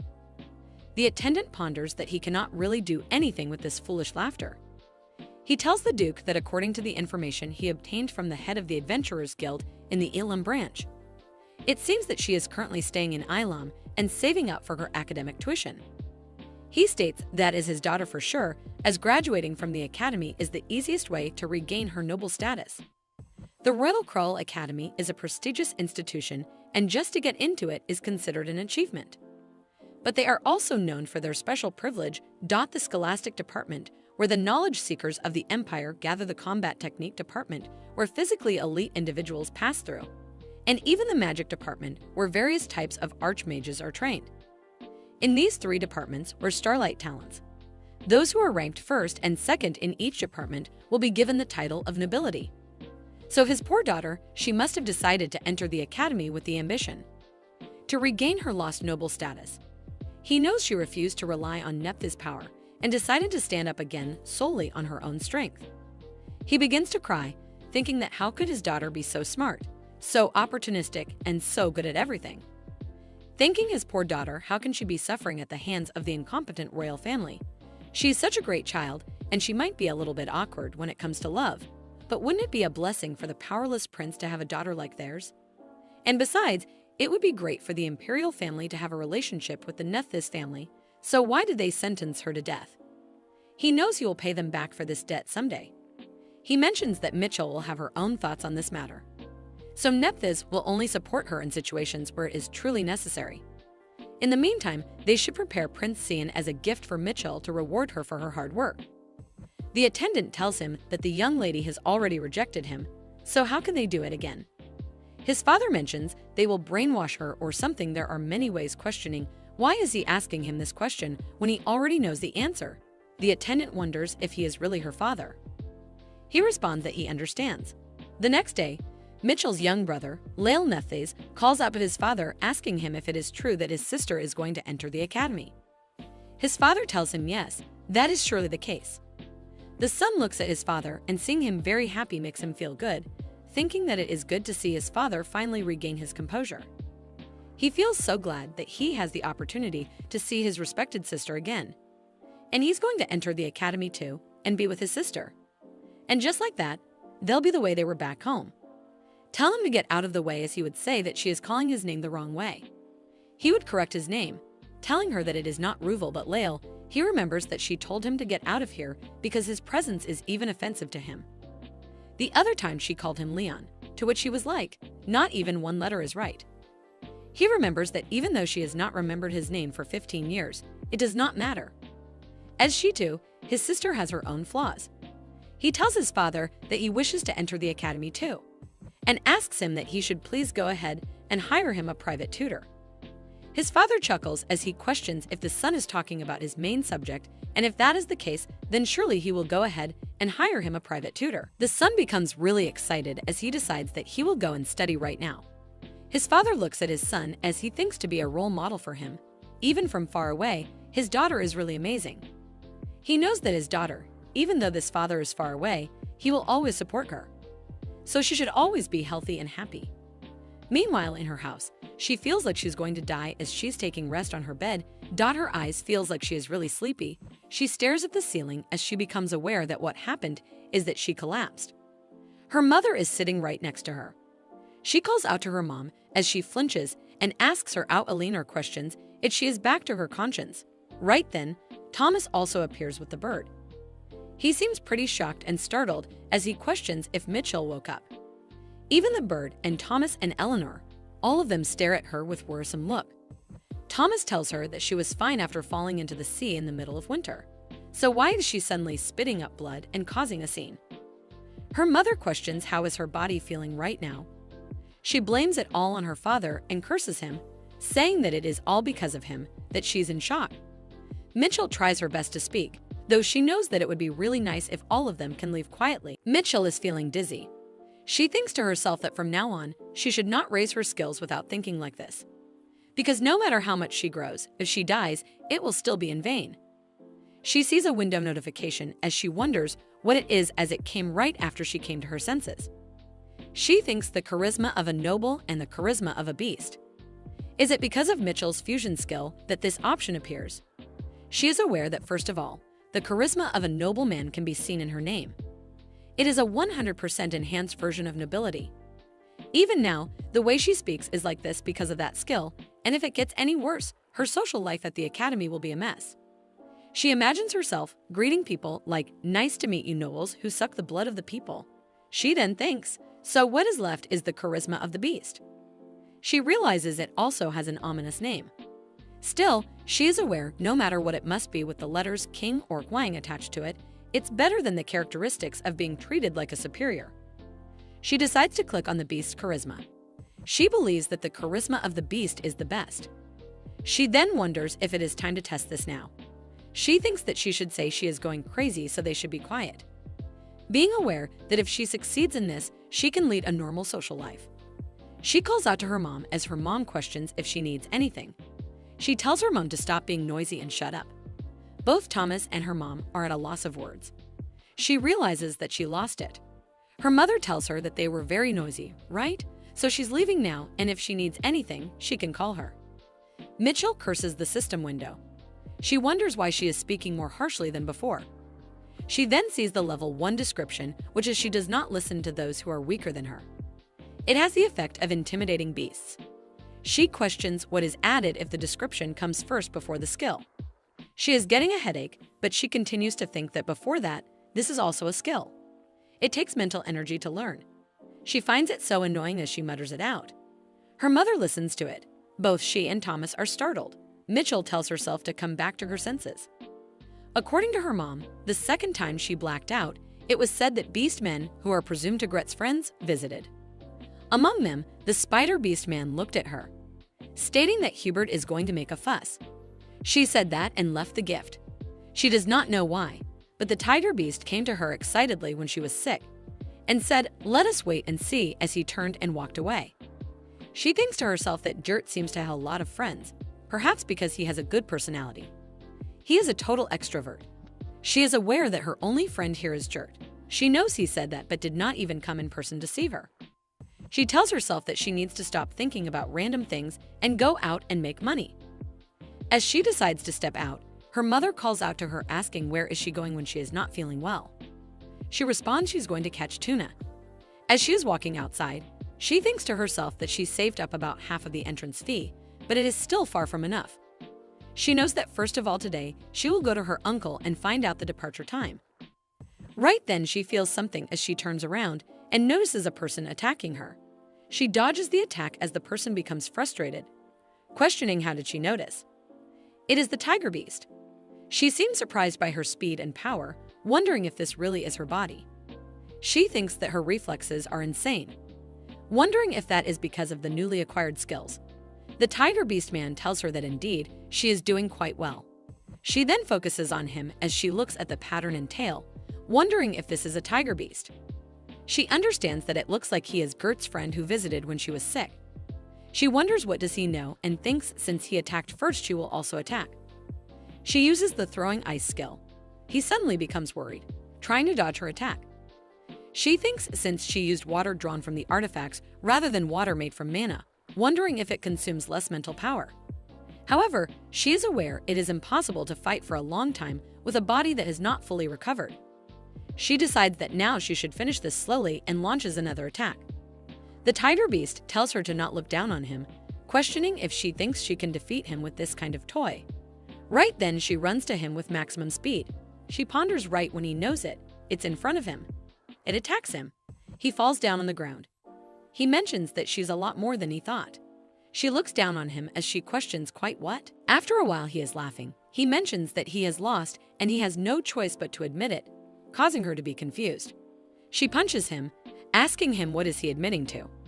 She also tells him to explain it properly. He apologizes to her, mentioning that since Hubert was making such a fuss about Her Majesty the Queen Mother, he came to see her out of curiosity. She asks him if by Hubert he means to say Gert's son. He responds yes, that is right. He also states if she's a queen who enjoys fighting like this, he also welcomes it. She makes it clear to him, stating that she doesn't know what he is talking about, but she is not the queen. He tells her no way as there is no one like their queen, Her Majesty the Queen. She again repeats that she is not the queen. He then gives her something mentioning this is a small but welcome gift and says he will see her later then. He still calls her the queen. Tells him that she is not the queen but he leaves. She looks at the gift as she seems really frustrated, questioning what on earth is that guy doing. She opens the gift and sees something like a crystal. After a while in the Adventurer Guild, the salesperson tells her it is the core of a demonic beast and he will give her 10 million crowns for it. As she thinks he was a very generous bastard, like that with the money earned from selling the demonic beast's core even after taking one step closer to achieving the entrance fees. As usual, she worked at the errand center. One day while fishing, she even ends up fainting. However, she finally got tuna, realizing that she made a fortune. Everyone becomes really happy that she sang a tuna song and ended up catching it. Thomas congratulates her and asks her if she can go to the academy now. She thinks to herself, just how much trouble did she have to go through to catch this one fish? She knows that if she sells this now, she can go to the academy. She has tears in her eyes as Thomas asks her why she is crying on this good day. She coughs up blood as Thomas is suddenly shocked. He is unable to take hold of the situation as he questions why is she vomiting blood again. She achieves the academy entrance fee in 3 months. She opens her eyes, noticing the ceiling. She ponders that the ceiling is so familiar. She remembers catching tuna on her uncle's boat. She guesses that she passed out right away because she overexerted herself. She wonders if they were the one who brought her here. She thinks to herself that the people of this village are so talkative and unnecessarily friendly. She finds it such a shame to leave. She really wants to live here with her mom forever, but the deadline for day and application submission deadline are just around the corner. Moreover, by this time, the rumor that she had a lot of money would have spread throughout the neighborhood. If this happens, her mother could be in danger too, so it would be better to pay the entrance fee quickly. She knows that she will still worry about her mom while she is away. Since she go fishing, there is no one to stay with her all the time. She then notices the bird sleeping as she wonders why is the bird sleeping. Her wings have already healed a long time ago, but it seems like she has no intention of going back. She then thinks about it, thinking that this bird is also a beast, right? She wonders why did not she think of this before. A beast man would be stronger than a middle-aged woman anyway. She knows it will be enough to protect her mom. She grabs the bird and tells it to stop crying and open her mouth. She tells the bird that she knows that the bird is aware that she knows about it being a beast man. She tells the bird that if she does not change within 5 seconds, she will kill her. She starts counting before the bird changes her form, asking her to not do that. It is a girl as she starts crying, saying that she's sorry for staying quiet for so long. She is not wearing any clothes as she asks her to please just cover her. Mitchell notices her thinking she looks like 10 years old. She covers her and tells her that there is nothing to be sorry about, as when she goes to the academy, she cannot come here except during vacation, so she'll have to take care of her mom in the meantime. She also tells her if she refuses, then she will break the seal of the human-friendly Beastman village, and because of that, she will write a poster on the bulletin board in her hometown saying that she ran away out of fear of being punished and was caught in a trap. This scares her as she questions how did she know it. She was from a human-friendly Beastman village near Alam. Even if they are friendly to humans, in the end the Beastman was just one of the members of the demon tribe. Most humans have ostracized and discriminated against beastmen. The Ilum people make sure that the nearby beasts don't harm them. She does not really care, but perhaps it is humans who reject beastmen who pass by as there was a barrier set up to prevent the beastman from attacking the village. That is how important the barrier is. She knows the brat who punched her while fooling around is none other than Titi, and who ran away from the village and was caught in a trap. The story about this warrior began known, so she remembers it vividly because it was around episode 290. Right before Titi died, Mitchell tells her that she will take care of the house while she's away, and she knows what will happen if her mom gets hurt, right? Titi agrees to it, and in her mind, she seems pretty happy.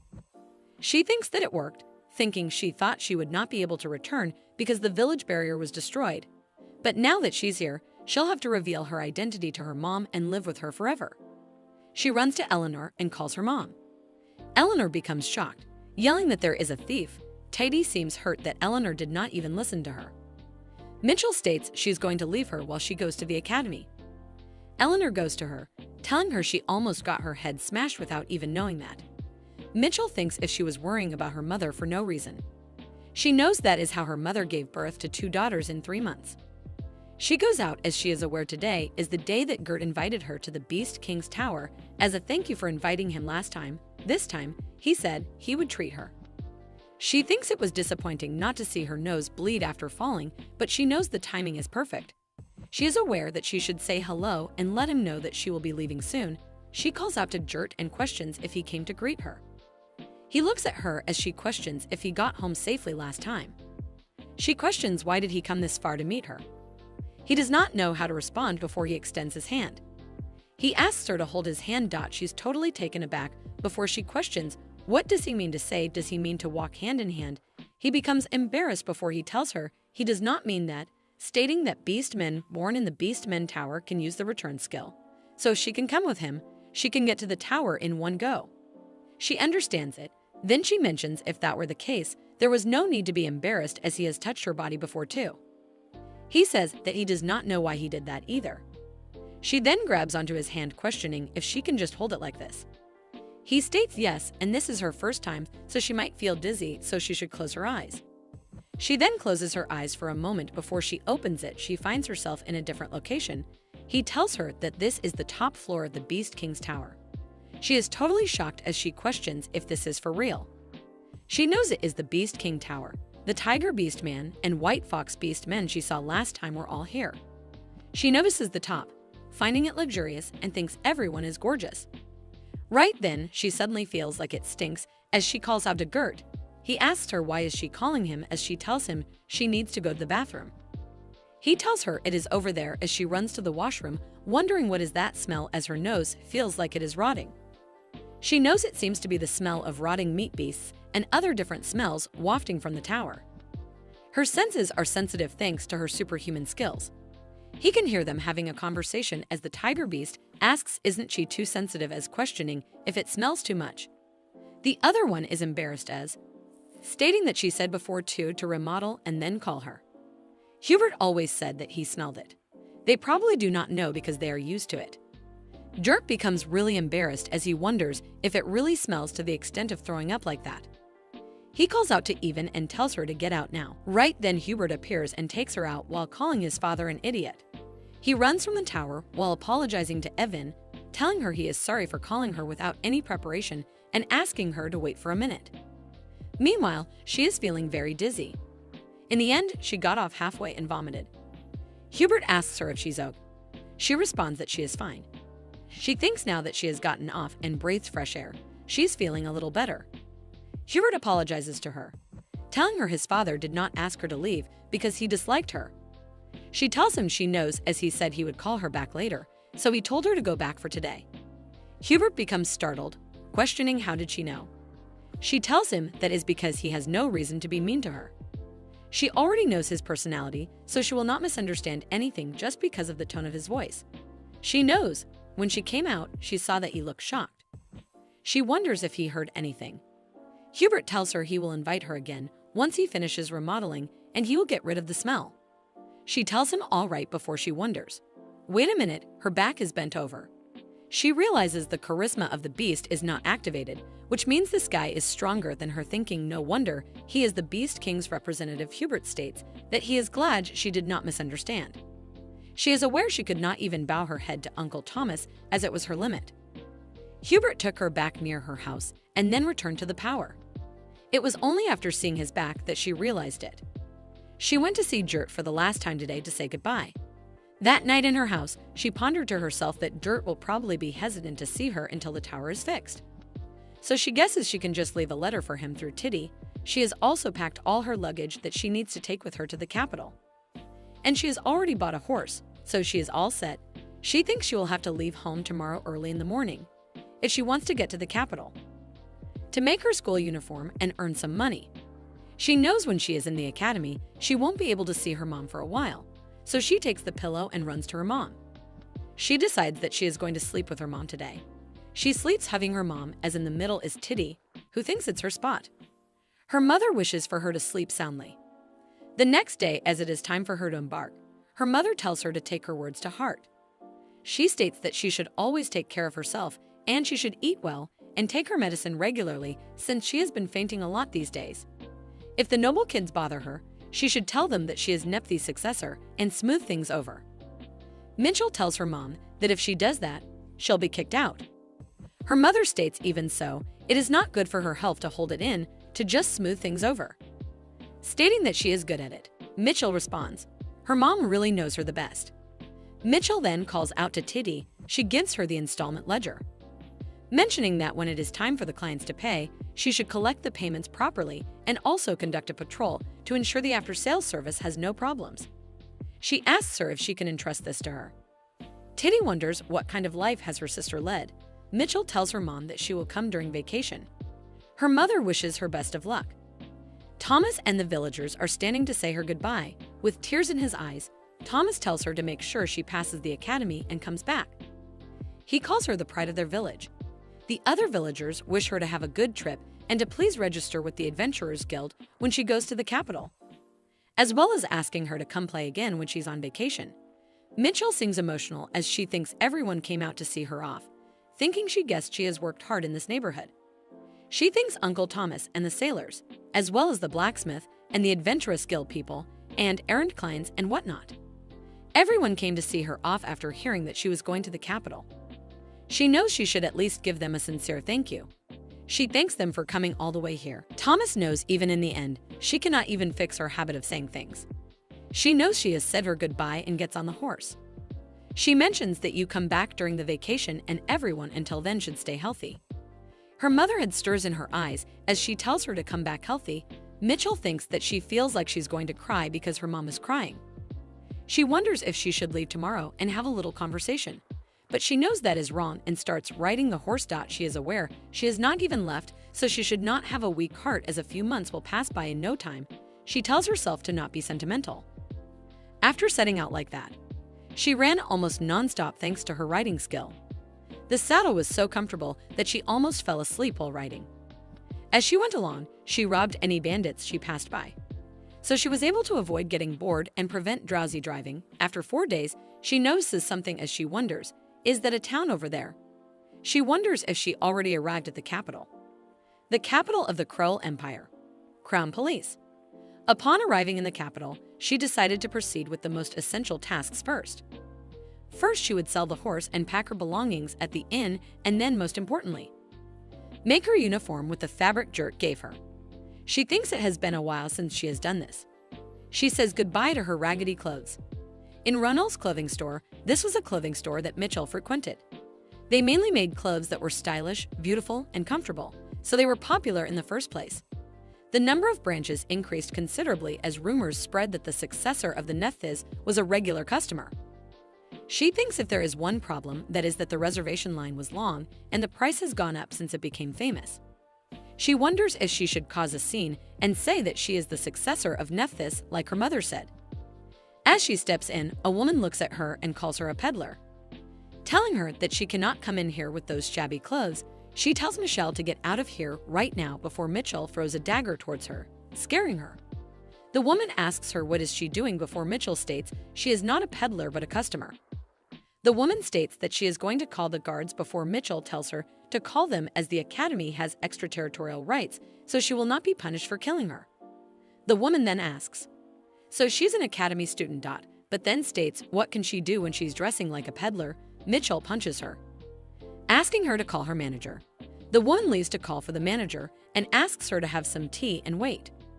Michelle knows she got a little angry and just threw her dagger, realizing that she has a bit of a temper. She knows that even though this place is always busy, she has to move her reservation up, but she accidentally caused a scene as soon as she came in.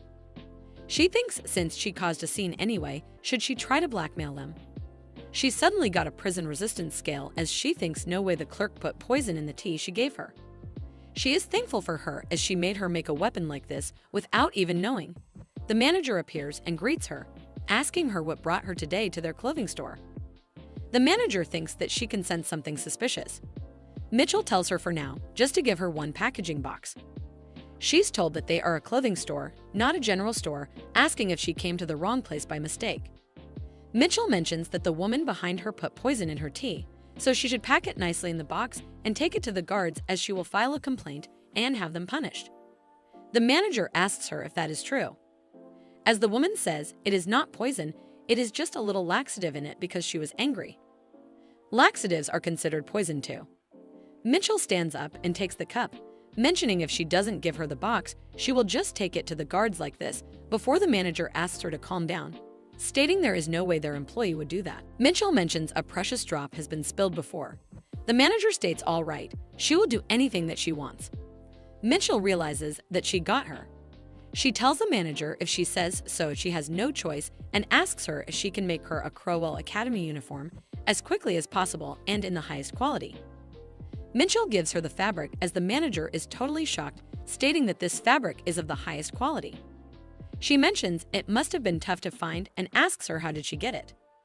Mitchell Bonders looked at how her attitude shifts. She thinks that all craftsmen are the same. She wonders if it is such a good fabric. Mitchell tells her that she got it as a gift from a friend near the Beast King's Tower. The manager tells her that she has got a good adventurer friend. It is such high-quality stuff and she could make it into clothes without using a blade. Mitchell asks her if that is the case. She wonders if the manager means to say it is that good of a fabric. The manager tells her, however, because the fabric is strong, the needle won't go in that easily. So they have to use an artifact, and it is a bit expensive, so the price will be a bit higher. As she said, she wants to get it quickly, right? Mitchell asks her how will it cost then. The manager questions how long has she been thinking about. Mitchell tells her to not be a rip-off and tell her directly. The manager states it is going to cost 10 million crowns. Mitchell thinks to herself that 10 million crowns is practically her life savings. They even ignore the reservation turn number and make clothes, so she guesses she'll have to endure this. She responds, all right then, she's going to pay in full. The manager states their customer is so generous. She also states she will consider that the store clerk's attempted poisoning never happened. The clerk thanks her before Mitchell tells the clerk that instead, she should drink it to destroy any evidence of poisoning that happened here. She has to drink all that is left in this teacup. The clerk looks at the manager, but the manager ignores her. She thinks to herself, this is the diarrhea medication. She just has to take it in one shot and is trembling as she looks at the cup, so the clerk drank the tea in one shot with diarrhea medicine in it. The clerk went straight to the bathroom. She did not see her until she left the shop. The manager said she would make the school uniform before the entrance ceremony. She told her that she had taken out 17 bandits on her way to the capital. She locked herself in the sewing room, promising to have it ready in a week. There is only a month and one half until the intern ceremony, but they made it so quickly, and as expected of the manager, she never disappoints. She steps out, knowing that she's leaving the school uniform in her hands, and now next is sorting out living expenses. In the Imperial Crowell Academy, the dean of Imperial Crowell Academy seems really frustrated. He is frustrated because of the Duke of Nethis, questioning what on earth did he send him. In the letter, it is written that it has been a while. And how has he been? It looks like they even appointed him as the dean. If we read the details he wrote in the letter, he is willing to make any amount of donation to help the academy. He is aware that there is nothing ordinary about the letters that the Duke sent him. Even just looking at this one looks suspicious. Besides, he wrote that first of this year he is enrolling a peerless beauty named Evan Rafe, and if he does not cooperate, he will kill him. The dean wonders that this is the first time he has heard of that name, wondering if she is some hidden daughter. He also thinks, how can this country kid be a peerless beauty? Thinking what is wrong with the dude who is so into looks that he is practically judging someone by their looks. He is aware that the dude he knows has not spared a glance for anyone less than 10 seconds since his school days. He picked his spouse based solely on looks, regardless of her magic skills. So, as the family had hoped, they got a magic-wielding child. They even had the good fortune of looking like the spitting image of their parents. Even if the child is magicless, the Duke would have loved his eldest daughter just as much as he does now. The dean wonders what has gotten into a guy like him. Has he gone crazy from the shock of losing his eldest daughter? Secondly, in the letter it is also written that if that child grows up and won't see people as people anymore, he will punish the professor for it, and he has to support him. If he does not, he will kill him. The dean wonders what kind of personality does this kid have. He knows if Duke is going as far as to say this, it means she's even worse than that. Mitchell. He was strangely quiet when his eldest daughter got sentenced to death for insulting the royals, thinking if he was just washing the hands of his ice-cold daughter. The dean is really exhausted as his head is spinning, thinking if he has a secret love child. The third thing in the letter is to make magic dormitory meals. And if he doesn't make it spicy, salty, and sour, he will kill him. The Department of Magic. It looks like the hidden child is a wizard. Moreover, if she has already entered the academy, she seems to be a higher-level wizard than Michelle. Now he understands why he gave up on his beloved eldest daughter. In the letter, the fourth thing is written that even if he tell anyone about this, he will kill him. The dean thinks he is really still the same guy. He's the same crazy guy he knows. More than that, he's worried about the future, wondering how crazy this person named Evan is. A week later, she thinks as expected, working at the errand center is very rewarding. She does not have to worry about pocket money at the academy. She already received a school uniform from Miss Ronald. Now she has to leave for the academy. Someone calls out to her as some people are telling her she will definitely pass the academy, and thanks to her, their store sales have increased tenfold. The other one thanks her for helping her dad escape from unemployment. Mitchell thinks about it, wondering what is this déjà vu. Johnny worked here and there for a while, but everyone came to see her off. Even the horses came with them to the capital. She thinks then she guessed she should say hello and leave. She thanks them and says to them to stay healthy. However, they tell her if she does not change her speaking habits, she will be ostracized. One of them tells her that if nobles behave badly, he will take care of them, so she should just come and tell him. To receive support like this, she feels like she is traveling to the academy again, but then she thinks she should hurry before it is too late to the academy entrance examination center. Examine number 3504. It is Ivan Rafe. She steps in her uniform as she thinks it is not as big of a deal as she thought. A person stares at her. This is she's wearing the school uniform even though her admission is not decided, thinking if that Nethis is herself. He tells her that to show off her skills, if she kills the demon beast in front of her to the best of her ability, she will pass the test. She responds that she does not kill animals. It is pitiful. The dean notices her as he thinks they say she is vicious, but it is a little different from what the Duke said. He knows this child has a heart that knows how to feel sorry for others. She really has a kind heart. Mitchell looks at them and mentions instead she'll kill them. The examiner. That should be enough to prove her skills. The dean finds her absolutely insane. knowing that this girl with her Nethis bloodline is brimming with confidence. She uses the skill throwing eyes with before they become scared, asking if she was serious. They make a barrier to stop her. They ask her to stop, otherwise they will kick her out of the exam room right away. Tells her to stop, but she does not before they say she has been passed. They tell her there's still about a month left until the entrance ceremony, so in the meantime before she turns around and runs away, stating that she has to go to the dorm and grab lunch first. The examiners are done for before they call out for the next student. The student looks around asking if there was an ice wizard among the enrolled students. Questioning who is that ice wizard and asks that they should please introduce her to that ice wizard right away. The next student asks the name of the ice wizard who just left. The dean knows the girl's lineage is renowned for producing fire wizards generation after generation. She is the daughter of Count Lethem, part of the Flame Counts, and he wonders if it is true that they are scouting for a wizard with equal skill but the opposite element. The dean tells her that the personal information of academy students is secure and cannot be shared with outsiders. Like a friend with a solution for every excuse, she hurriedly asks them to pass her then. The examiners explain the procedure to pass the exams, but she cheerfully exclaims, "Magic time?" and questions if she should simply blast ice wherever there is ice. The examiners scream at her to stop, calling for the dean, but the dean, visibly exhausted, remains seated, watching the chaos unfold. Meanwhile, one of the examiners, whose clothes have caught fire, pleads desperately for her life. The dean finally warns everyone to prepare themselves as things are about to get wild. At Crawl Academy's cafeteria, Mitchell savors her meal. It's been forever since she has indulged in food this delicious, and it suits her taste so perfectly that she feels joining the academy was a great decision. Full for her meal, Mitchell begins to ponder the rumor that the academy is scouting for a wizard with equal skill but the opposite element. She soon walks to room 203, which is supposed to be her home for the next 4 years. On top of that, it's a single room. Unlike other facilities, wizards generally require single rooms because the academy believes it's safer given the occasional volatile personalities of its students. However, Mitchell, with her top-notch social skills and personality, doesn't see that as a problem. Still, the idea of a single room is absolutely welcome. The room is bigger than she imagined. Upon entering further, she notices a girl resting on the bed. Mitchell questions who the girl is and what she's doing in her room. The girl introduces herself as Reina Lethem, further explaining that the room is hers too. Mitchell freezes. Reina Lethem, one of the main characters in the original work. A phrase always comes to mind when describing Reina in the original, a quietly burning flame. Although cynical on the outside, it perfectly reflects her inner explosive passion. Mitchell recalls a particular episode where Reina fought the Dragon King, refusing to kneel even in the face of death.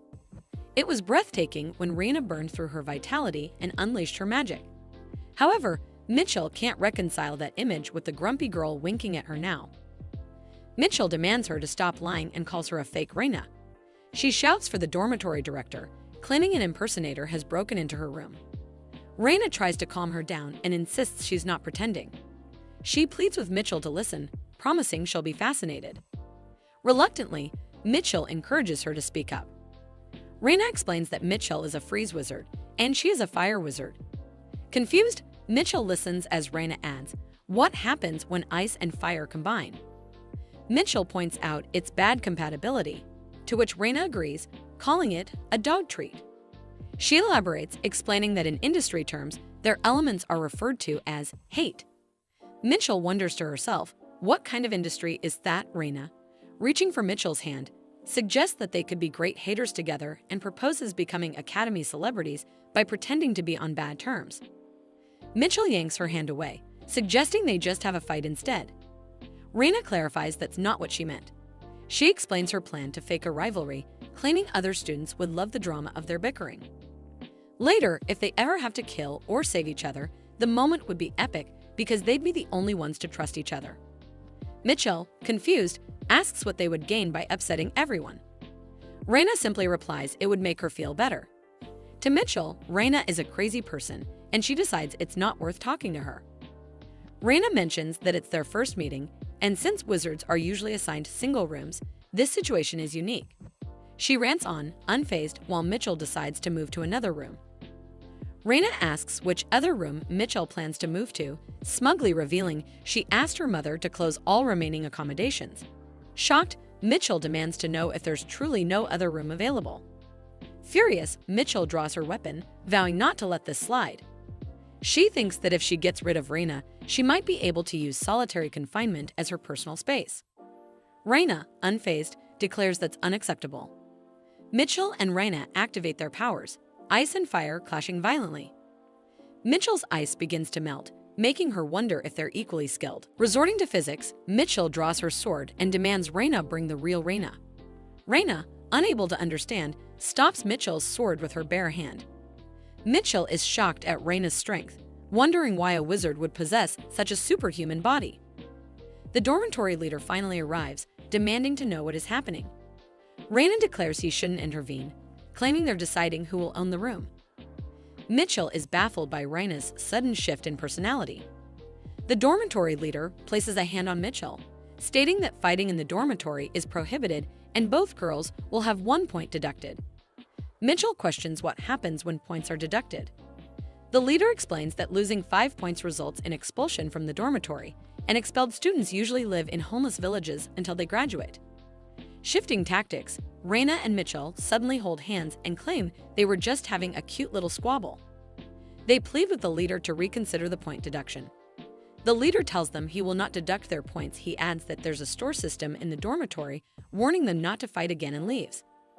The girls stare at each other for a moment before Mitchell suddenly launches her fist at Reina. Reina deflects the attack, pointing out that Mitchell started the fight in the first place. Reina makes it clear she's not leaving the room, forcing Mitchell to accept sharing the space. Reina smugly declares that everything is settled and suggests they have a good 4 years together. Mitchell storms off, ordering Reina not to follow her. Reina, cheerful as ever, insists they're going the same way and suggests walking together.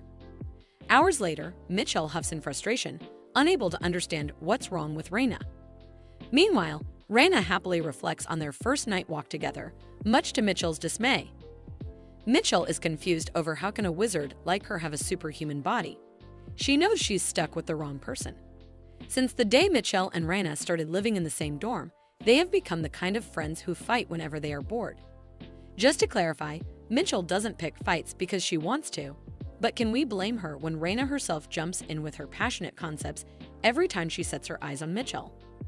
As a result, even before the entrance ceremony, everyone at the academy has started paying attention to them. Time passes, and the day of the entrance ceremony finally arrives. In the hall, Mitchell notices Reina is nowhere to be seen and wishes to spend the day peacefully. The announcer begins speaking, drawing Mitchell's attention. The ceremony is long and tedious, and Mitchell finds herself dying of boredom. Eventually, the announcer introduces the freshman representative, Atten Pollard, prompting Mitchell to look up in amusement. Atten, the original protagonist of this world, stands before the crowd. A genius who enrolled in the academic department as the top student despite his exceptional magical skills, he is destined to become the companion of the female protagonist, the third princess of the empire. The princess herself gave him the nickname Companion Bird because of the harmony between his brown hair and green eyes. Seeing him in person, Mitchell has to admit that his coloration really does resemble that of a companion bird. It is during this very ceremony that the princess takes a liking to Atten. A sudden thought strikes Mitchell. She has been so distracted by Reina lately that she completely forgot something important. Snapping her fingers, she summons a status window. A screen appears before her, showing that the abnormal status effect has disappeared from both sides. She is furious. The system should have sent a notification about this in a timely manner instead of bombarding her with useless expiration alerts. Mitchell wonders about the ominous timing of the notification. It's only now that the expiration has been removed. Could it be, suddenly, a pop-up appears? It declares that the dawn has been changed for the top seat of the midterm exam in the first semester of the School of Magic. If the seat is missed, death will occur. Mitchell is even more infuriated. What do they mean by the top seat? It clearly refers to being the top student in the department, not an actual stone seat. Worse, it's referring to Atten Pollard, the companion bird. The system window is maddening. While previous expiration statuses like escaping from death row or getting into the academy were somewhat manageable, this time the task is to become the top student in the department. And, to emphasize her despair, there's even a written exam. Mitchell is a self-proclaimed blockhead, making this mission feel absolutely impossible. Finally, the ceremony concludes. Just when Mitchell thinks she's free from the expiration status, her new predicament looms over her. Muttering to herself in frustration, she wonders if this is how she's going to die. Raina appears behind her, greeting her with a playful kick. What a way to say hello! Mitchell falls to the ground, and Raina mocks her, calling her a disappointment before walking away. But as soon as Raina steps away, she turns back, worried, and asks Mitchell if she's okay or if she needs to go to the infirmary. Mitchell, lying on the ground, grumbles, wondering why Raina bothers with the act if she's just going to get worried afterward. Raina pulls her back up, concerned about Mitchell's condition, and starts fussing over her. Mitchell, fed up with everything, murmurs, timetable, repeatedly. Raina, deciding Mitchell is unwell, insists on taking her to the nurse's office. At the nurse's office, Raina gives Mitchell a timetable and asks if she's feeling better. Taking the timetable, Mitchell thanks her, though Raina seems curious about Mitchell's sudden interest in it. Of course, Mitchell needs to see the timetable if she wants to secure the top spot. Maybe there's an easy subject she can excel in. In the School of Magic, each grade has set courses, especially for freshmen who are given schedules without registering for classes. That means Mitchell has a slim chance if she focuses on practical skills. Looking at the timetable, she notes the courses: practical magic, combat practice, ethics and etiquette, criminal law, and, to her core, college math. Mitchell asks Raina if they calculate the volume of a cylinder using integrals. Raina replies that it's basic and something they learned when they were young. Mitchell is stunned. The education level in this world is ridiculously high. For someone who gave up on elementary math, this is a catastrophe. Raina, sensing Mitchell's despair, hands her some candy and medicine, urging her to rest and attend the first class since attendance is mandatory. She also advises Mitchell to stay away from her during the lesson. Raina praises Mitchell for intentionally avoiding her during the entrance ceremony, believing she has matured. Mitchell stares at Raina, realizing she noticed. If not for her peculiar concepts, Raina might actually seem like a nice person. Mitchell wonders why there's such a vast difference between the real Raina and the novel's Raina. Could it be because of her? Shaking off the thought, she decides it's impossible and heads to her first class. In class, Mitchell contemplates her chances. Even though she's a blockhead, if she studies like crazy, there might be hope. Since it's the first day, she prays for a simple lesson. The teacher begins with, "As the saying goes, a good start is like winning half the battle." Keeping up with the lesson, Mitchell panics. None of this makes sense. Escaping her fate seems impossible, but she resolves to focus on preventing others from outperforming her. Summoning the system window, she hatches a devious plan to give everyone sleeping pills so she can be the only one taking the exam. That way, she'll secure the top spot. Leaving the classroom, Mitchell is delighted by her cleverness, praising herself for not giving up. The next class, Ethics and Etiquette, offers an unexpected advantage. It's taught by Professor Hemrick. In the novel, Professor Hemrick was nobleman to the core, despising commoners to the point of causing troubles as a result. Although he was mostly confined to the academic department, dominated by noble families, he was compelled to teach high-level manners and etiquette to students in the Department of Magic due to principal directive. Reluctantly, he was attending classes in the Department of Magic for promotion, and that's where the tragedy began. Students began tormenting and disappearing the professor, and the professor's mental health started to deterioration. Without expressing any complaints before the start of the second semester, he took his own life, a victim of a clearly understood cause and effect. Maybe this time too, she may be able to change the course of the original story. Mitchell decides to observe him carefully, hoping to use her knowledge to change the original storyline while also ensuring her survival. Are they wizards because they have gone crazy, or have they gone crazy because they are wizards? Their insanity is so extreme that there's even a saying that insanity is part of being a wizard. The Academy not only aims to develop students' abilities, but also their morality. That's why the administrators had to implement measures within the Department of Magic, including the exchange qualification system. If students achieve high results in all subjects, they are classified as capable of leading a normal social life, which allows them to interact with other departments of the school. Mitchell thinks to herself how clueless wizards must be to resort to such methods. It's evident in the ethics and etiquette class currently in progress. The teacher is explaining the proper way to tame a rabbit. At the back of the class, one student whispers, asking if rabbits aren't the creatures hanging in butcher shops. His friend replies that he has never caught a rabbit before, so he doesn't know. Mitchell is annoyed by their irrelevant conversation. Raina stands up, ready to answer the teacher's question. The teacher praises her, and as expected, Raina, the main character, stands out from the others. Excitedly, Raina says she knows how to catch a rabbit and explains that if she ever caught one, she'd grab its ears because rabbits have so many nerves there that they won't move. Mitchell realizes the teacher meant subdue the rabbit, not just catch it. Mitchell, however, regrets expecting too much from her. On the other hand, the rest of the class begins praising Raina. Mitchell wonders why the students are admiring her yet again. The teacher, clearly frustrated with Raina, decides to call on Mitchell instead, leaving her contemplating why she's suddenly being asked to answer. Nevertheless, Mitchell responds that if it's a pet rabbit, it should be hugged like in picture 4. The teacher commends her answer, confirming it's the correct one. An ominous atmosphere fills the classroom as the students begin murmuring, questioning if picture 4 was truly the right answer. Mitchell wonders how the class could really be this clueless. The teacher then states that the lecture is on ethics and etiquette, and from now on, he will teach the standards of ethics accepted in society. In reality, this class is designed to instill basic common sense into the students over the next 4 years.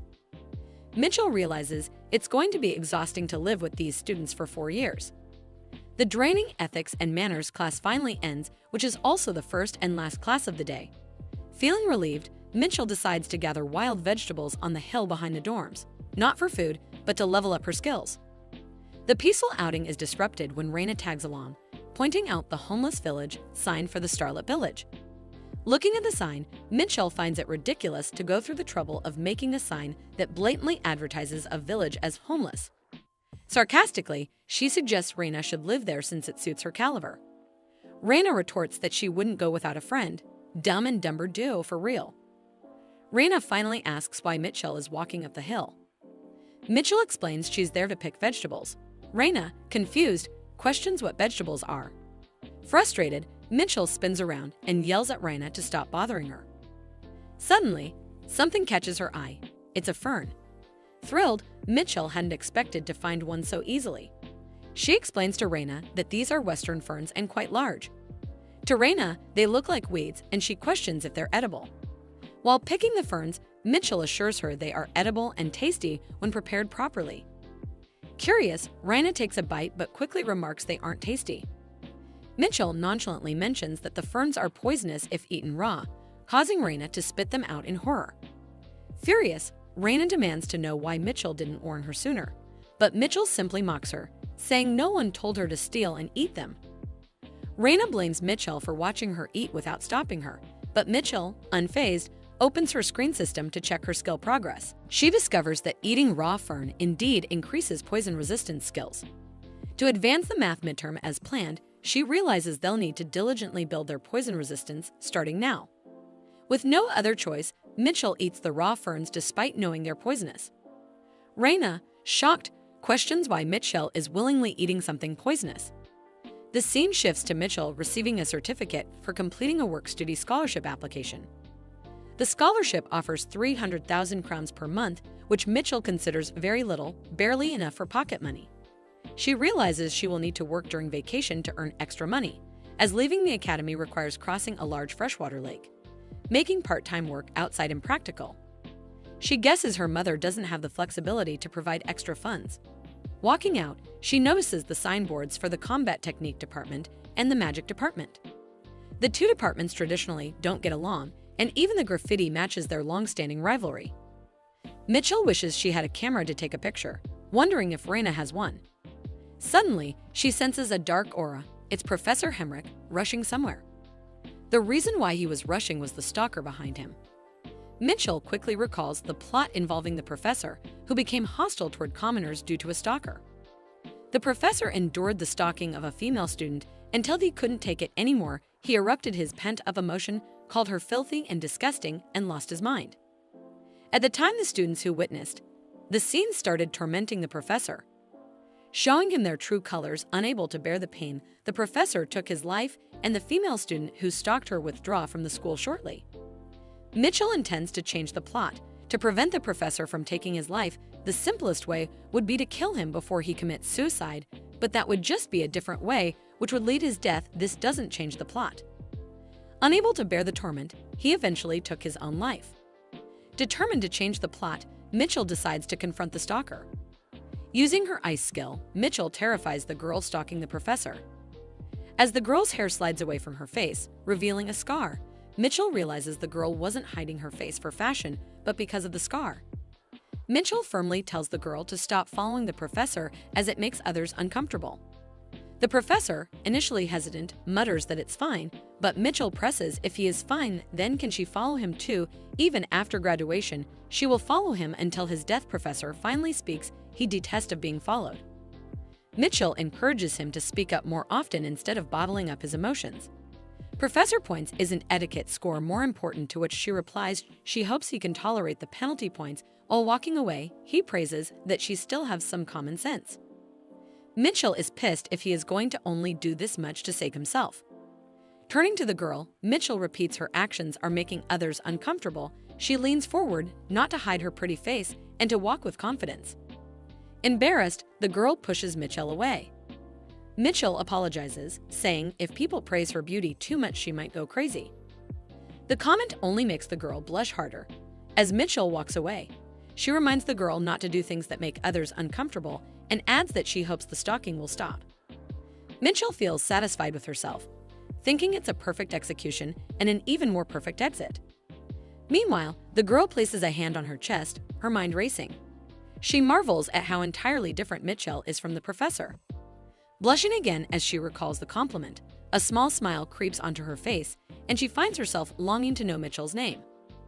Mitchell is cleaning, but there isn't much to clean. The weather is nice, and with Raina not around, there's no better place for Mitchell to be. To understand how she manages to ditch Raina, who sticks to Mitchell like gum, one must go back to the story of Mitchell's first real combat class. A real combat class is a time set aside for assessing and training individual abilities in preparation for actual combat. Everyone brings whatever skills they have, but the class often descends into chaos. When the professor announces that he will be selecting a class representative during the first lesson, the attack magicians, including Raina, go wild. Eventually, the first class is abruptly halted. The teacher shouts at the 3 students who attack and imposes disciplinary action. They are prohibited from leaving the dormitory except during class hours. That's how Mitchell gains some peace without lifting a finger. Not only that, but her calm demeanor during the chaos catches her teacher's eye. The teacher approaches her, stating that she is the only one who remains composed. He says there is no one else but her who can handle the responsibility and offers her the position of class representative. Unfazed, Mitchell replies that if she is to kill the rest of the class, then she will consider taking on the role of first class representative. But Mitchell doesn't like the idea, nor does she want the position, even if it means death. She despises the very thought of being the class representative. Frustrated, the teacher walks away, calling her a hopeless magician. Mitchell finds the situation amusing. Why is he acting this way when she declines politely? Later, to earn some pocket money, Mitchell faces another crisis when she applies for a work scholarship. The head questions whether she, as a magician, can handle the paperwork tasks. Mitchell admits that she might be a blockhead who can't even calculate the volume of a cylinder through integration, but she promises to do her best if given the chance. The teacher, overhearing, whispers that paperwork can be tough and wonders just how much of a blockhead she is. Despite the dragged-out situation, Mitchell manages to secure the position. Now, with Raina currently banned from going out, there is no one to disturb Mitchell's work. She dances while sweeping the floor, happy with her peaceful academy life. Suddenly, a thought crosses her mind. If she keeps sweeping along this path, it will lead to the academy department grounds. Like a ninja, she walks along the wall. It might be unintentional, but she wonders if, by any chance, she can meet her favorite prince, Cyan. She blushes after seeing him. She starts fangirling over him. His tall stature, jet black hair, and a face filled with excellence mesmerize her. Meanwhile, Cyan, somewhere nearby, feels chills for no apparent reason. He is even more handsome than she imagines. After that fateful day when they first meet, she thinks he would be shocked and hide in his room. But he acts intentionally calm, as if nothing has happened, and confidently attends school. She finds it quite impressive. Mitchell wants to talk to him, but she knows he might not recognize her. So she plans to sneak a peek instead. Suddenly, a gust of wind blows Cyan's bookmark, and it falls beside Mitchell. In reality, this is part of Mitchell's wicked plan. She knows she must keep her distance, but she can't help herself. Cyan walks toward Mitchell, sure that his bookmark has flown in that direction. However, he flinches upon seeing her. He notices her staring at him, and Mitchell ponders, what if he discovers her identity? After all, they have shared a bed once. Up close, Cyan looks even more angelic. He calls her country chicken. Mitchell looks around, wondering if he is truly calling her that. He assures her that he is and demands that she bring him his bookmark. Saddened that Cyan doesn't recognize her, Mitchell thinks about giving him the bookmark from the bottom of her heart. But if she takes one more step, she'll enter the academic department premises, and doing so without permission will result in penalties. She states that if he truly wants the bookmark, he should crawl on all fours to get it.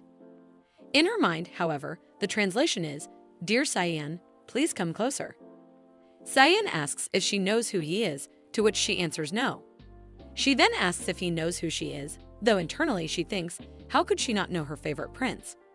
Cyan grows angry, wondering how she dares to act this way toward him. Mitchell finds his red, flustered face cute. Normally, members of the royal family have guards with them at the academy to avoid dealing with commoners. But Cyan appears to be a destitute prince without a guard. Mitchell surmises that nobles must mock him behind his back, leaving him full of inferiority complexes. Cyan moves forward and slaps her across the face. Mitchell is stunned but quickly realizes the slap doesn't hurt at all. Instead, it tickles. She wonders if he is some kind of baby kitten. How can he be so weak and insignificant? Cyan stutters, saying he will let her go this time. Mitchell finds his embarrassment adorable and thinks she might die from how cute he is. Cyan, however, demands that she return his bookmark. Just a little bit longer, Mitchell thinks she wants to tease him more. She puts the bookmark back in her pocket. There is a speechless silence before Cyan asks what nonsense she is trying to pull. He reminds her that he has mentioned he is from the royal family. Before he can finish, Mitchell mocks him, asking if he is going to run to his daddy because he is royalty. That comment is kinda personal, but I like it. She points out that she has heard that the Majesty doesn't acknowledge princes unless it's a special occasion. This flusters Cyan even more. Jumping away, Mitchell mentions that she will keep the bookmark as a souvenir. If he still wants it, he can find her in the School of Magic. Cyan shouts after her, calling her an insane girl. Meeting Cyan and looting his bookmark is her favorite thing of the day. She feels like she can even take a hit from Reina now. Mitchell returns to her room, calling out to Reina. Reina fires her magic, annoyed at being disturbed in her depressed state. Reina asks what Mitchell is doing there. Mitchell tells her she has just finished her work as a working student. Reina expresses her desire to do that too, but Mitchell informs her that the deadline has already passed. Mitchell has applied secretly, knowing Reina would try to compete if she had told her earlier. Reina throws a tantrum over this, and Mitchell calls her a bourgeois noble. There is a knock at the door. A boy asks if Mitchell is there. She opens the door, curious about what has happened. The boy informs her that the dean is looking for her because she has stolen something from Prince Cyan. Mitchell is confused about how Cyan even knows her name. The boy explains that Cyan has described her as a magic department student with split ends, freckles, glasses, and a strange way of speaking. Even Reina can tell it's her. It looks like Reina has to accompany Mitchell to the dean's office now. At the dean's office, Cyan sits, ready to make Mitchell face the consequences of her actions. However, Mitchell is happily dancing, seemingly carefree, having met Cyan twice already. The dean points out that he should listen to Mitchell's side of the story as well, which flusters Cyan. He questions if he is doubting him, adding that if they don't want to ignore the words of the royal family, they should punish her immediately. Although he is a powerless prince, Mitchell still finds him cute. The dean looks at Mitchell for a while before questioning if she really stole the prince's bookmark. The dean, being the head professor of Krull Academy, listens intently as Cyan points at the bookmark Mitchell is holding. Mitchell raises the bookmark, wondering aloud if this is what they are talking about. Cyan is certain it is his bookmark and immediately calls Mitchell a thief. In response, Mitchell chomps the bookmark with her teeth, leaving Cyan to scream in disbelief at the kind of person she is. A human with one brain cell, I can tell. Mitchell laughs, declaring that with this act, Cyan's bookmark will stay with her forever. She cheekily adds that human cells renew every 3 months, so it's perfectly fine to devour Cyan's things every 3 months. Cyan abruptly turns to the dean, questioning if he still doubts him after witnessing this. The dean, however, turns back to Mitchell, wanting an explanation. Mitchell confidently states that she didn't steal anything, but rather obtained it from a fight with Cyan. Cyan angrily denies this, insisting that she stole it by force. The dean stands there, unable to process the situation. Finally, the dean speaks, stating that if it was obtained as loot, then there's nothing they can do about it. This flusters Cyan even more, while Mitchell can't believe the excuse actually worked. Even the dean appears unable to take action. Suddenly, someone rushes into the office, asking if Mitchell is still there. Mitchell wonders why the second dean has shown up. The second dean goes straight to the prince, offering polite words and insisting that Cyan didn't need to come in person since he could handle the disciplinary matters himself. Mitchell is confused about how the situation escalated more than she anticipated when Cyan doesn't seem to hold significant influence. The second dean adds that if any further issues arise, Cyan should call him directly, as there's no need to intervene personally. This pleases Cyan, who responds that if the second dean insists so much, he can't refuse. Meanwhile, Mitchell observes that the academy dean doesn't seem particularly upset about being called to handle the situation, which she finds unusual. The second dean approaches Mitchell and whispers that he has heard everything from the Duke and will handle the prince, so she doesn't need to worry. Mitchell processes the situation, realizing that by Duke, he must mean Duke Nethis, her father. She feels confused by the turn of events but understands the implications. The dean comments that it seems she has landed herself a powerful ally. Mitchell herself isn't sure about this, but the dean seems amused by her improved manners. She only displays them because he is her teacher. She greets him formally, feeling as if her spine is straightening. The dean remarks that those with good instincts tend to live long lives. He adds that if she survives until her 4th year, she can come to him, as he will be her advisor after graduation. Mitchell wonders what he means by this but declines the offer, explaining that he seems like someone who would be a pain to deal with. The dean chuckles and assures her that she will find out naturally. Among the 4th-year professors, he will be the most comfortable for her to work with. Mitchell notices his smiling expression, even through his mask, and feels reluctant. Suddenly, a screen appears, announcing that the plot has changed. Mitchell is confused as she didn't do anything. She wonders if it's because of her contact with Cyan. However, the timing seems off. If the plot were to change, it should have done so when she ate the bookmark. The only other possibility is the dean's claim to be her professor, which is strange since the dean wasn't mentioned in the original work. She looks here and there, as there's no way an extra can have this much influence on the plot, but it's possible that it's not the dean but mentioned by name, and if she managed to find out the name, she might be able to figure out who is it. She looks around, hoping to find a clue, but there's no nameplate on his desk. The only option left is to check his business card to learn his name. The dean notices her actions and questions what she's doing. Mitchell replies that she would like his business card. The dean moves to retrieve it from his locker. Meanwhile, Mitchell grows more anxious, wondering why her waist keeps sinking.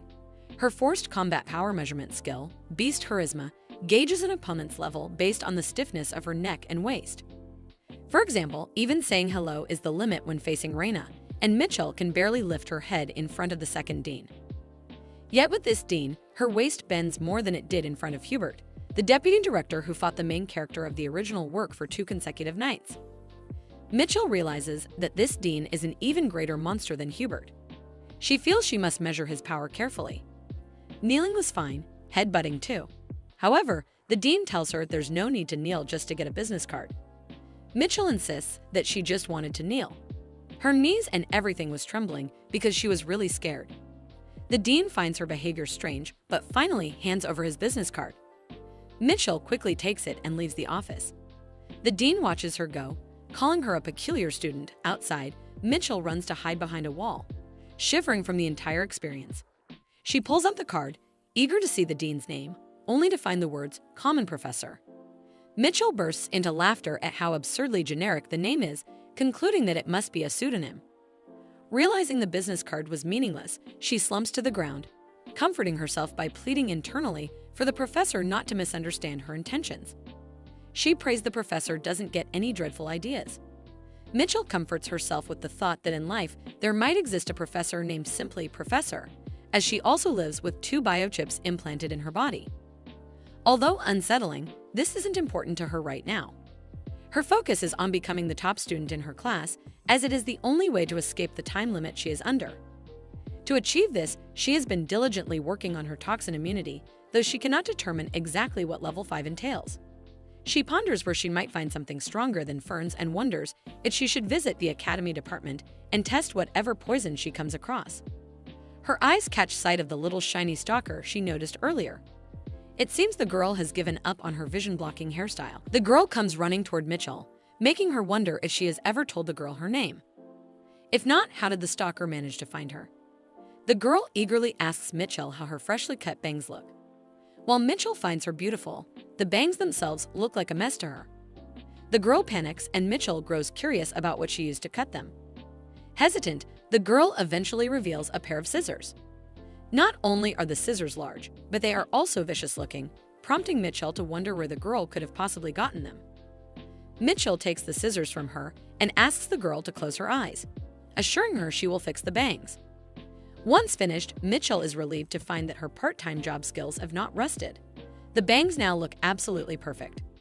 As expected, she thinks when the model is stunning, the act of cutting becomes enjoyable. Mitchell calls the girl her customer and adds that from now on, she will be the one cutting her bangs. Raina, standing nearby, casts her flame skill toward them, prompting Mitchell to call her a crazy girl for almost ruining her masterpiece. Raina, however, blames Mitchell for standing in that direction. Declaring that they will settle things once and for all, Raina prepares to fight. However, the commotion is interrupted by a loud bang on the classroom door.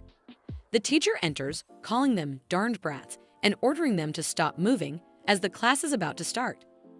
As expected from the magic department, even the professors have terrible personalities. Before starting the lesson, the teacher introduces a guest. The dean of the academy has come to observe, stating he was bored and assuring them there's no need to worry about his presence. The dean introduces himself as both the dean and a common professor. Mitchell feels uneasy, wondering why he is there while the time limit on her status window continues ticking. She grows irritated, muttering internally about how ridiculous the dean's title is. Determined to avoid trouble, she hadn't expected to run into such problems here. Before the class begins, the teacher makes an announcement. Many students had entered the academy expecting priest career counseling, but this will only be offered at the end of the first year. The teacher warns them to avoid expulsion until then. Mitchell reflects on how many students, desperate for career counseling, stand out in their efforts to succeed. The teacher explains that at the end of the year, the academy invites priests to conduct career assessments to evaluate the students' growth. In this world, called the Dawn of Repentance, serving the one true God is central. This God is believed to be the creator of all things and the absolute being who governs all destinies.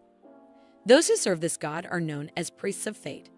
They are said to predict a person's destiny, not by seeing the future, but by consulting the God to determine the flowering or growth potential of a skill. Biochips, made using mana stones, are considered a link to the God of fate. Priests can use their abilities to evaluate an individual's potential through these stones. Students endure the hardships of academy life, which feels like imprisonment, for the chance to undergo these assessments. Returning to the lesson, the teacher mentions that overusing magic will cause students to bleed. Mitchell recalls her earlier plans as the teacher distributes one counter meter to each student. Confused about its purpose, Mitchell listens as the teacher explains that the meters will monitor their magic usage and continue until they vomit blood. The room falls silent as everyone wonders at the absurdity. Mitchell notices the oddly red soil in the field and suspects it might be stained with the blood of students who collapsed here. While she understands the intention of testing limits, the method seems extreme. The stalker girl raises her hand, asking about individuals with 2 magic skills. Mitchell turns to her in awe, surprised that the girl possesses not 1 but 2 rare abilities. According to the student records, only one of her skills is listed. Mitchell, remembering the sharp scissors, ponders if her skill is to sharp objects. Hesitant, the stalker girl reveals her skills: Sharpener and Poison combination.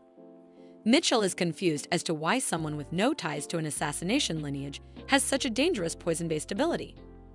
Suddenly, she realizes that this poison combination might help her test her toxin immunity. Placing a hand on the stalker girl's shoulder, Mitchell asks for her name. Reluctantly, the girl introduces herself as Canna. Mitchell praises her name and beauty. At that moment, Raina fires another flame attack at Mitchell, who counters it with an ice throw. Though the moment is critical for Mitchell, Raina continues to be a nuisance. Raina justifies her actions by reminding Mitchell that the teacher had instructed them to use magic, without specifying a target. Mitchell gladly accepts the challenge. Mitchell then decides to end it all today for the better. They begin dueling, exchanging magic attacks. After a heated battle, Mitchell emerges victorious. Raina, visibly frustrated, cannot understand the vast skill gap. The reason was that Raina started with just fanning the flames. It's absurd as it can't beat Mitchell in a volume shadow because she was using tricks. Mitchell mocks Raina, advising her to better analyze her opponent next time. Mitchell was able to win the battle because she was drawing water from Nethis' heirloom. The dean interrupts and orders Mitchell to take out the heirloom she used. Silence falls as Mitchell grows frustrated, wondering how the dean could have known about the heirloom. Mitchell is amused, wondering if there's truly a power strong enough to detect this magic, or if it's simply an ability to sense the heirloom's power, or perhaps just a trick. Despite his inner doubts, Mitchell maintains a polite attitude and questions how the dean found out. He begins to speak, but then stops and states that it must be due to the dean's magic emotion skill. Mitchell, visibly irritated, he adds that practicing is essential to knowing one's limits and that tricks won't help anyone grow. The dean's words are mostly correct. Furthermore, there's no guarantee the heirloom's power will last forever. However, as Mitchell has already used a significant amount of power, she wonders if it will work. She attempts to cast her skill but ends up coughing blood. Seeing this, the dean knows she needs to be assessed separately. Mitchell anticipates this outcome but is still annoyed, as other kids were fine after using their magic. Why was she the only one to collapse? Suddenly, someone is seen rushing toward the infirmary. It's Canna, who is going to visit Mitchell. For the first time in her life, Mitchell called her a friend. Canna was supposed to visit with some fruits Mitchell likes, but unwelcome guests are intervening. Raina, one of the guests, tells Canna that Mitchell wouldn't like it if Canna came along, adding that Mitchell wouldn't want to see her gloomy face while suffering in pain. Canna counters by saying Mitchell doesn't like noisy things either.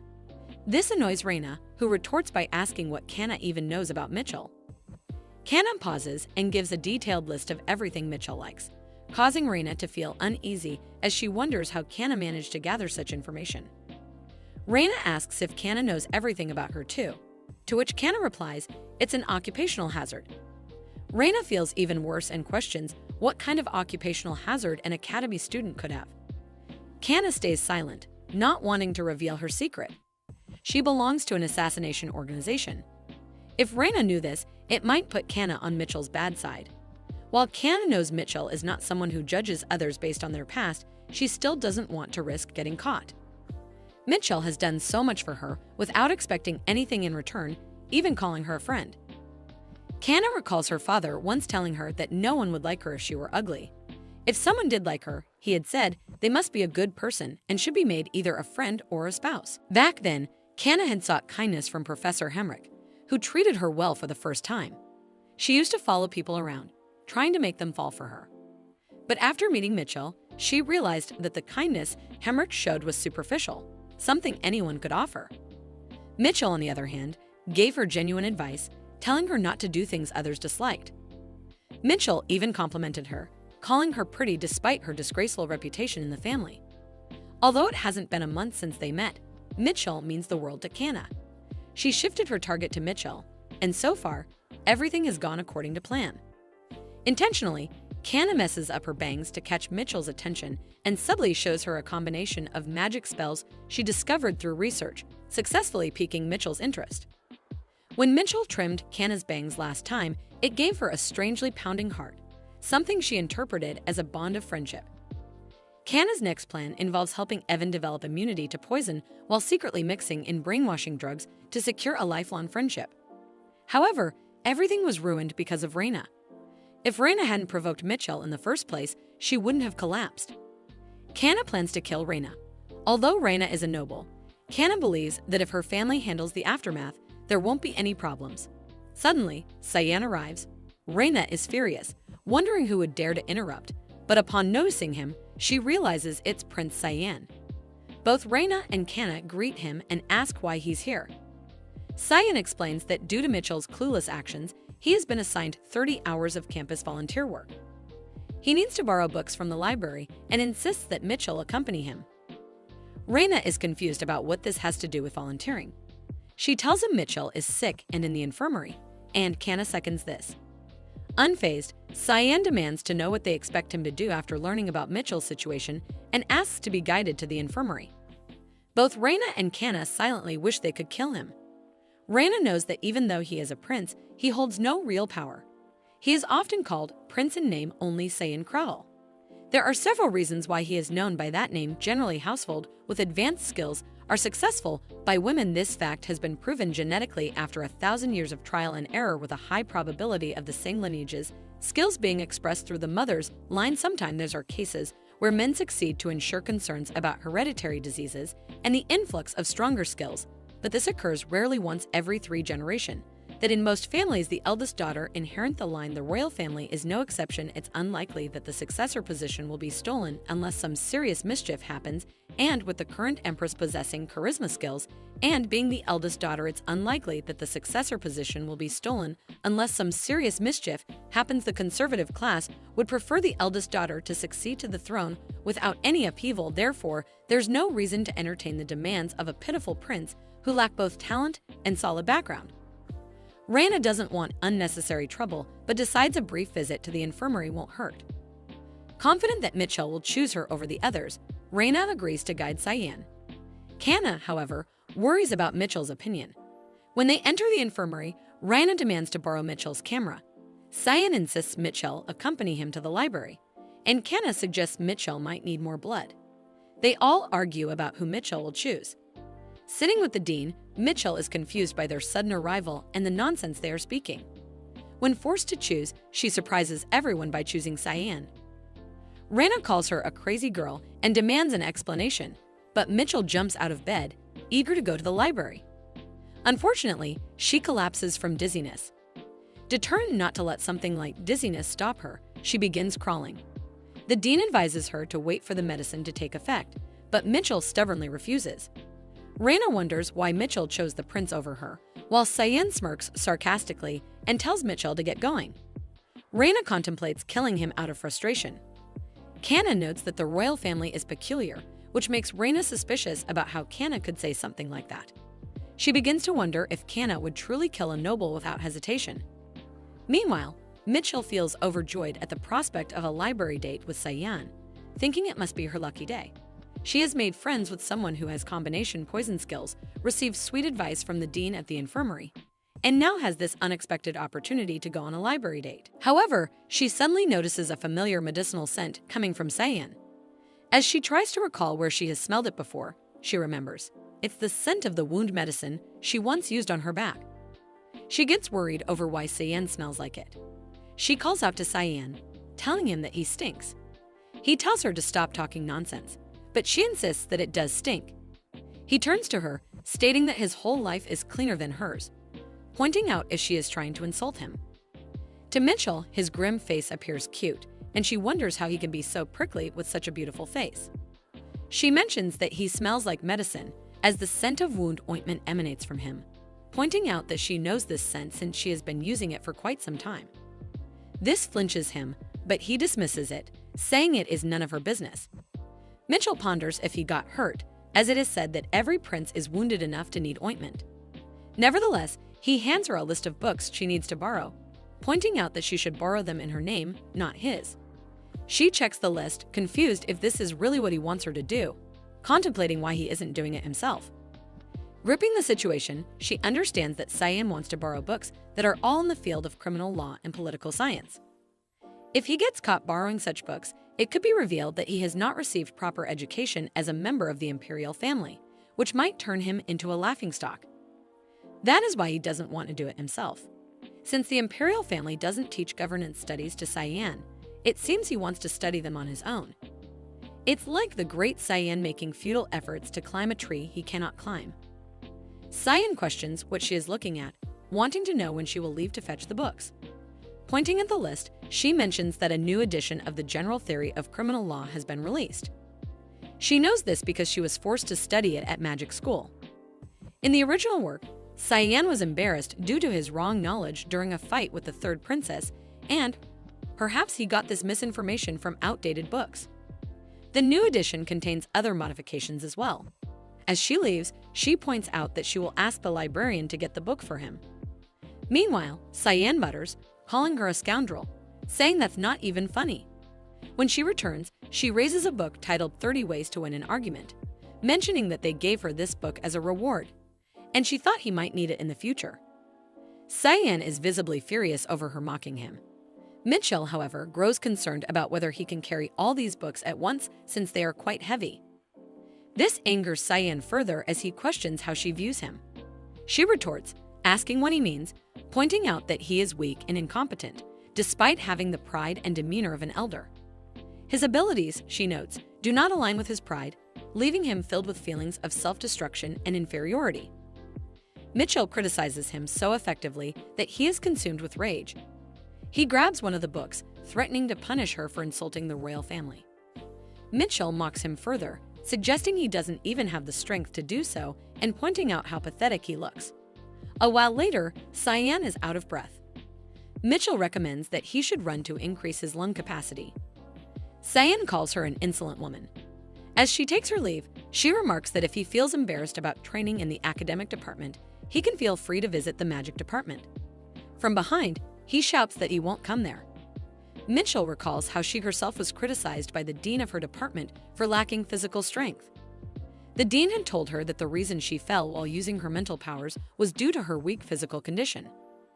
Mitchell had no choice but to increase her physical strength and consume more calories. The dean had compared her condition to trying to run a windmill with a fan. He had warned her that there were only 2 windows of opportunity to fix this condition and gain several key skills. Determined, Mitchell decides to work on her poison resistance and gain weight first. The scene shifts to the cafeteria, where Mitchell takes a lot of fatty food. She feels nauseated trying to eat so much, but she pushes through, knowing it is necessary to build endurance. Meanwhile, Canna catches her and approaches. Mitchell questions if something has happened. Canna tells her that there is no one in her room tonight. Of course, there wouldn't be when she is living in a single-person room. Canna then offers to help her, surprising Mitchell. Curious, Mitchell asks what makes her feel she needs help. Canna points out that she knows Mitchell needs to build her endurance and adds that she can help her with that. However, Mitchell counters by asking why Canna wants to help her. Embarrassed, Canna states that they are friends, and that's why. Mitchell ponders if they are really that close, as she doesn't know, but decides to move on to the next stage. She agrees to Canna's offer. Before leaving, Canna tells her to come to her room after dinner, saying she will get everything prepared. Mitchell nods. Even though she is uneasy, she nodded on purpose as it won't kill her. Canna's skills seem like those of a famous assassin to her. If something goes wrong, Mitchell plans to slap her and run away. She finishes her food quickly to go to Canna's room later that night. When Mitchell arrives, Canna offers her a drink. To Mitchell, it seems highly suspicious, making her wonder what Canna could have put in it. Planning to drink while checking her status window, Mitchell notices her poison resistance drop by 10 points. Furious, she realizes Canna has given her poison. Contemplating if Canna is really an assassin, Canna tells her to stop as drinking this much would be enough. Mitchell questions what this all is about. However, Canna laughs it off as if nothing happened.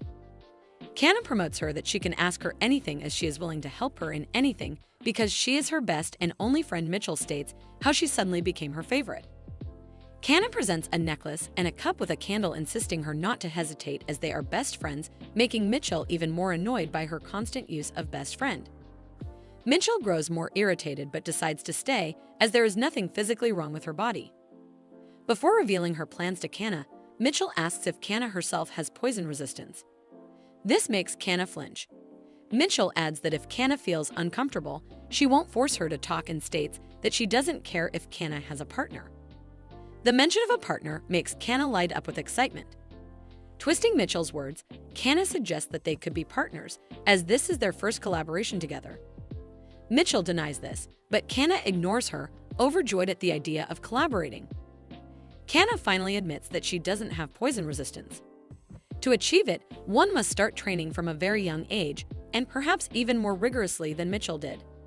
Mitchell feels overwhelmed, realizing how intense such training must be. Mitchell then directly calls Kana's name, questioning if she is a member of an assassin group. Kana vehemently denies it, repeating twice that she has nothing to do with them. Mitchell sarcastically remarks that she doesn't need to say it twice. Based on Kana's skills and training, Mitchell had thought she was part of the region's best assassin group. However, seeing this strong denial, she begins to doubt her own assumptions. Mitchell sighs, reasoning that if Kana were truly a member of the assassin group, her future would already be bright, leaving no reason to attend the academy. To Mitchell, what matters is Kana's abilities, not her identity. Finally, Mitchell reveals her hard plan for the midterm math exam at the college. The plan is to use poison to leave everyone critically ill except herself, allowing her to take the exam alone. Extending her hand toward Kana, she asks if she is going to help her. Placing her hand on her chest, Kana agrees to help Mitchell. She tells her that she will make a poison that causes death by vomiting blood from the 7 holes. However, Mitchell immediately stops her, saying there is no need to kill anyone. It would be sufficient if everyone just fell asleep on the day of the exam. Kana questions if Mitchell is talking about sedative pills. She adds that even if they can't make the pills, there is a way they can obtain them. Mitchell ponders, exasperated, wondering what a way even means. She is now convinced that Kana must truly be a favorite in the assassin family. Despite this, Mitchell thinks it's fine as long as Kana says she'll help and decides to stay cautious for now. Giving Kana a thumbs up, she tells her to proceed. Kana promises that she will have everything ready before the midterm exam. Finally, Kana brings forward a box of medicine she has prepared for Mitchell. She explains that she tried to create the medicine gradually, so as not to put too much strain on Mitchell's body. If Mitchell takes it, Kana assures her that it will help her develop toxic resistance. Mitchell knows she must be careful, as there is always a risk. Before she leaves, Kana stops her, saying there is one last thing. She brings out the necklace and candle cup again, her smile bright and lively. Kana starts repeating that they are best friends. Mitchell grows increasingly annoyed, wondering why Kana keeps repeating the words best friend over and over again. Kana then cheerfully asks Mitchell if she is her best friend. Realizing that Kana won't stop until she agrees, Mitchell sighs and reluctantly says, "Yes, we are friends." Kana beams with pride and declares that she is Mitchell's best friend, prompting Mitchell to call her a best friend too. "Long live our friendship," Kana exclaims. She seems absolutely delighted, as if she has achieved something great. Turning her back, Kana giggles quietly. As expected, the drug she prepared must have worked. Mitchell, clueless about what Kana is so happy about, feels she should congratulate her regardless. Now that this strange exchange is over, Mitchell desperately wants to leave. She doesn't want to get involved with Kana any further. The next day, the students gather on the grounds as the department head calls for the morning exercise. Every morning at exactly 6, the College of Magic holds morning exercises at the stadium. When anyone participates in gymnastics, they receive a stamp that can later be exchanged at the store. Most of the participants are homeless mages who live in Star Village. These individuals have been troublemakers for a long time. Mitchell notes that her skills are still developing, so participating might actually help her improve. Additionally, if she gets an attendance stamp, she will receive a store voucher, which is an added incentive. Mitchell is excited about the many benefits of gymnastics and plans to take full advantage of them. While she is working out, someone comments that it's amusing to see a first grader participating in gymnastics. Mitchell is visibly puzzled and wonders who this strange person is. The man introduces himself as the head of the star team, but Mitchell finds it odd that he sounds like an old man despite not looking older than 20. The man, seeing Mitchell for the first time, asks if this is her first time participating. When she confirms, he assumes she doesn't even know the origin of the songs used in their routines. He explains that the song they are using is a historical piece with lyrics and melodies written by the president of the university faculty. He adds that it's called magical aerobics. He excitedly warns her that it's a bit challenging, so she'll need to keep up. Mitchell is shocked, wondering why this morning exercise is so cheerful, and questions the meaning of the direct lyrics. The man explains further that the song was written by a former university president who was sent to the battlefield by order of the former emperor. In frustration, the man adds that the song is now played in an academy with judicial authority across regional boundaries. He mentions that the dean of the department at the time was imprisoned after his term ended. As Mitchell is about to comment on the lyrics, she hears someone shout, "Destroy the cruel empire." To her astonishment, everyone around her echoes the same words while continuing the warm-up. The man encourages her to join in and try to keep up. Though shocked, Mitchell joins them, wondering if this is really acceptable, despite crossing regional boundaries. Still, she finds her heartbeat quickening, feeling strangely excited. The man, addressing Mitchell as a newcomer, assists her and instructs her to point her finger to the sky in the next segment. She agrees to follow along. Memories flashed in her mind of her school days when they were taught that killing someone would lead to punishment. Yet now, everyone hails her as a hero for supposedly killing 1,000 people during a war. With a final dramatic blast, the morning exercise ends. Mitchell remarks to the man that the exercise was exciting. The man, impressed, calls her promising and tells her the star teen welcomes her anytime. She jokes that she refuses to be homeless. He clarifies that they're not homeless, they've built a tent with a roof. Later, another person seals Mitchell's card, and she realizes she needs to collect 100 seals from one store. She wonders where the store is and whether she'll have to go out every day until the break. She also ponders whether she can reduce her current penalty points. Mitchell devises a plan, thinking that if she falls into Raina's traps but manages to lose only a point or two, Raina will become homeless, allowing her to stay in the dormitory alone. She dreams of getting a big room to herself. Knowing that she needs to build stamina to continue participating in gymnastics, Mitchell decides to eat a high-calorie meal for training purposes. A high-calorie meal for training her body, she also examined the skills she couldn't do last time and also participated in gymnastics every day. She had been busy all the time and before she knew it. Mitchell is seen sweeping the floor when she notices the cherry blossoms have completely disappeared. She wonders if it's already midterms. It is said that many things happen in other departments before exams begin. She recalls attending the OT, orientation, the general opening meeting, and MT, membership training. She reflects that nothing out of the ordinary has occurred in the Magic Academy. It's normal here, though, because when people gather without a reason, they might end up killing each other. Mitchell questions whether this place is truly a university or a prison. She knows that with an exit permit, she could freely visit other colleges. Suddenly, she spots Professor Henrich, who looks very old. Despite the disappearance of former persecutors, it seems difficult to instill ethics in wizards. With exams approaching, Mitchell knows the professor must already be overwhelmed. Henrich suffers from a condition that causes seizures when touched by ordinary people, making it even harder for him to manage without assistance. Thinking aloud, Mitchell remarks that someone skilled could earn money with a part-time job helping him. She recognizes that his issue is psychological and cannot be helped easily. Determined to assist, Mitchell knocks on the professor's office door. When there's no response, she wonders if he'll ignore her entirely. Without hesitation, she kicks the door open, startling the professor. Henrich, shocked by her audacity, calls her actions improper. Mitchell defends herself, claiming no one told her not to enter. The professor scolds her, saying she still needs permission, even if no one is inside. Mitchell brushes him off, explaining that she has work to do. Henrich, visibly frightened, warns her that he might cancel her exam if she continues to behave recklessly. Unfazed, Mitchell walks up to him and questions why he doesn't delegate tasks to his teaching assistants. The professor wonders how, and Mitchell replies that she will help him. The professor protests how will she even do that. Without waiting, Mitchell removes his gloves and grabs his hand. Henrich screams and trembles. Mitchell wonders if his issue is truly psychological.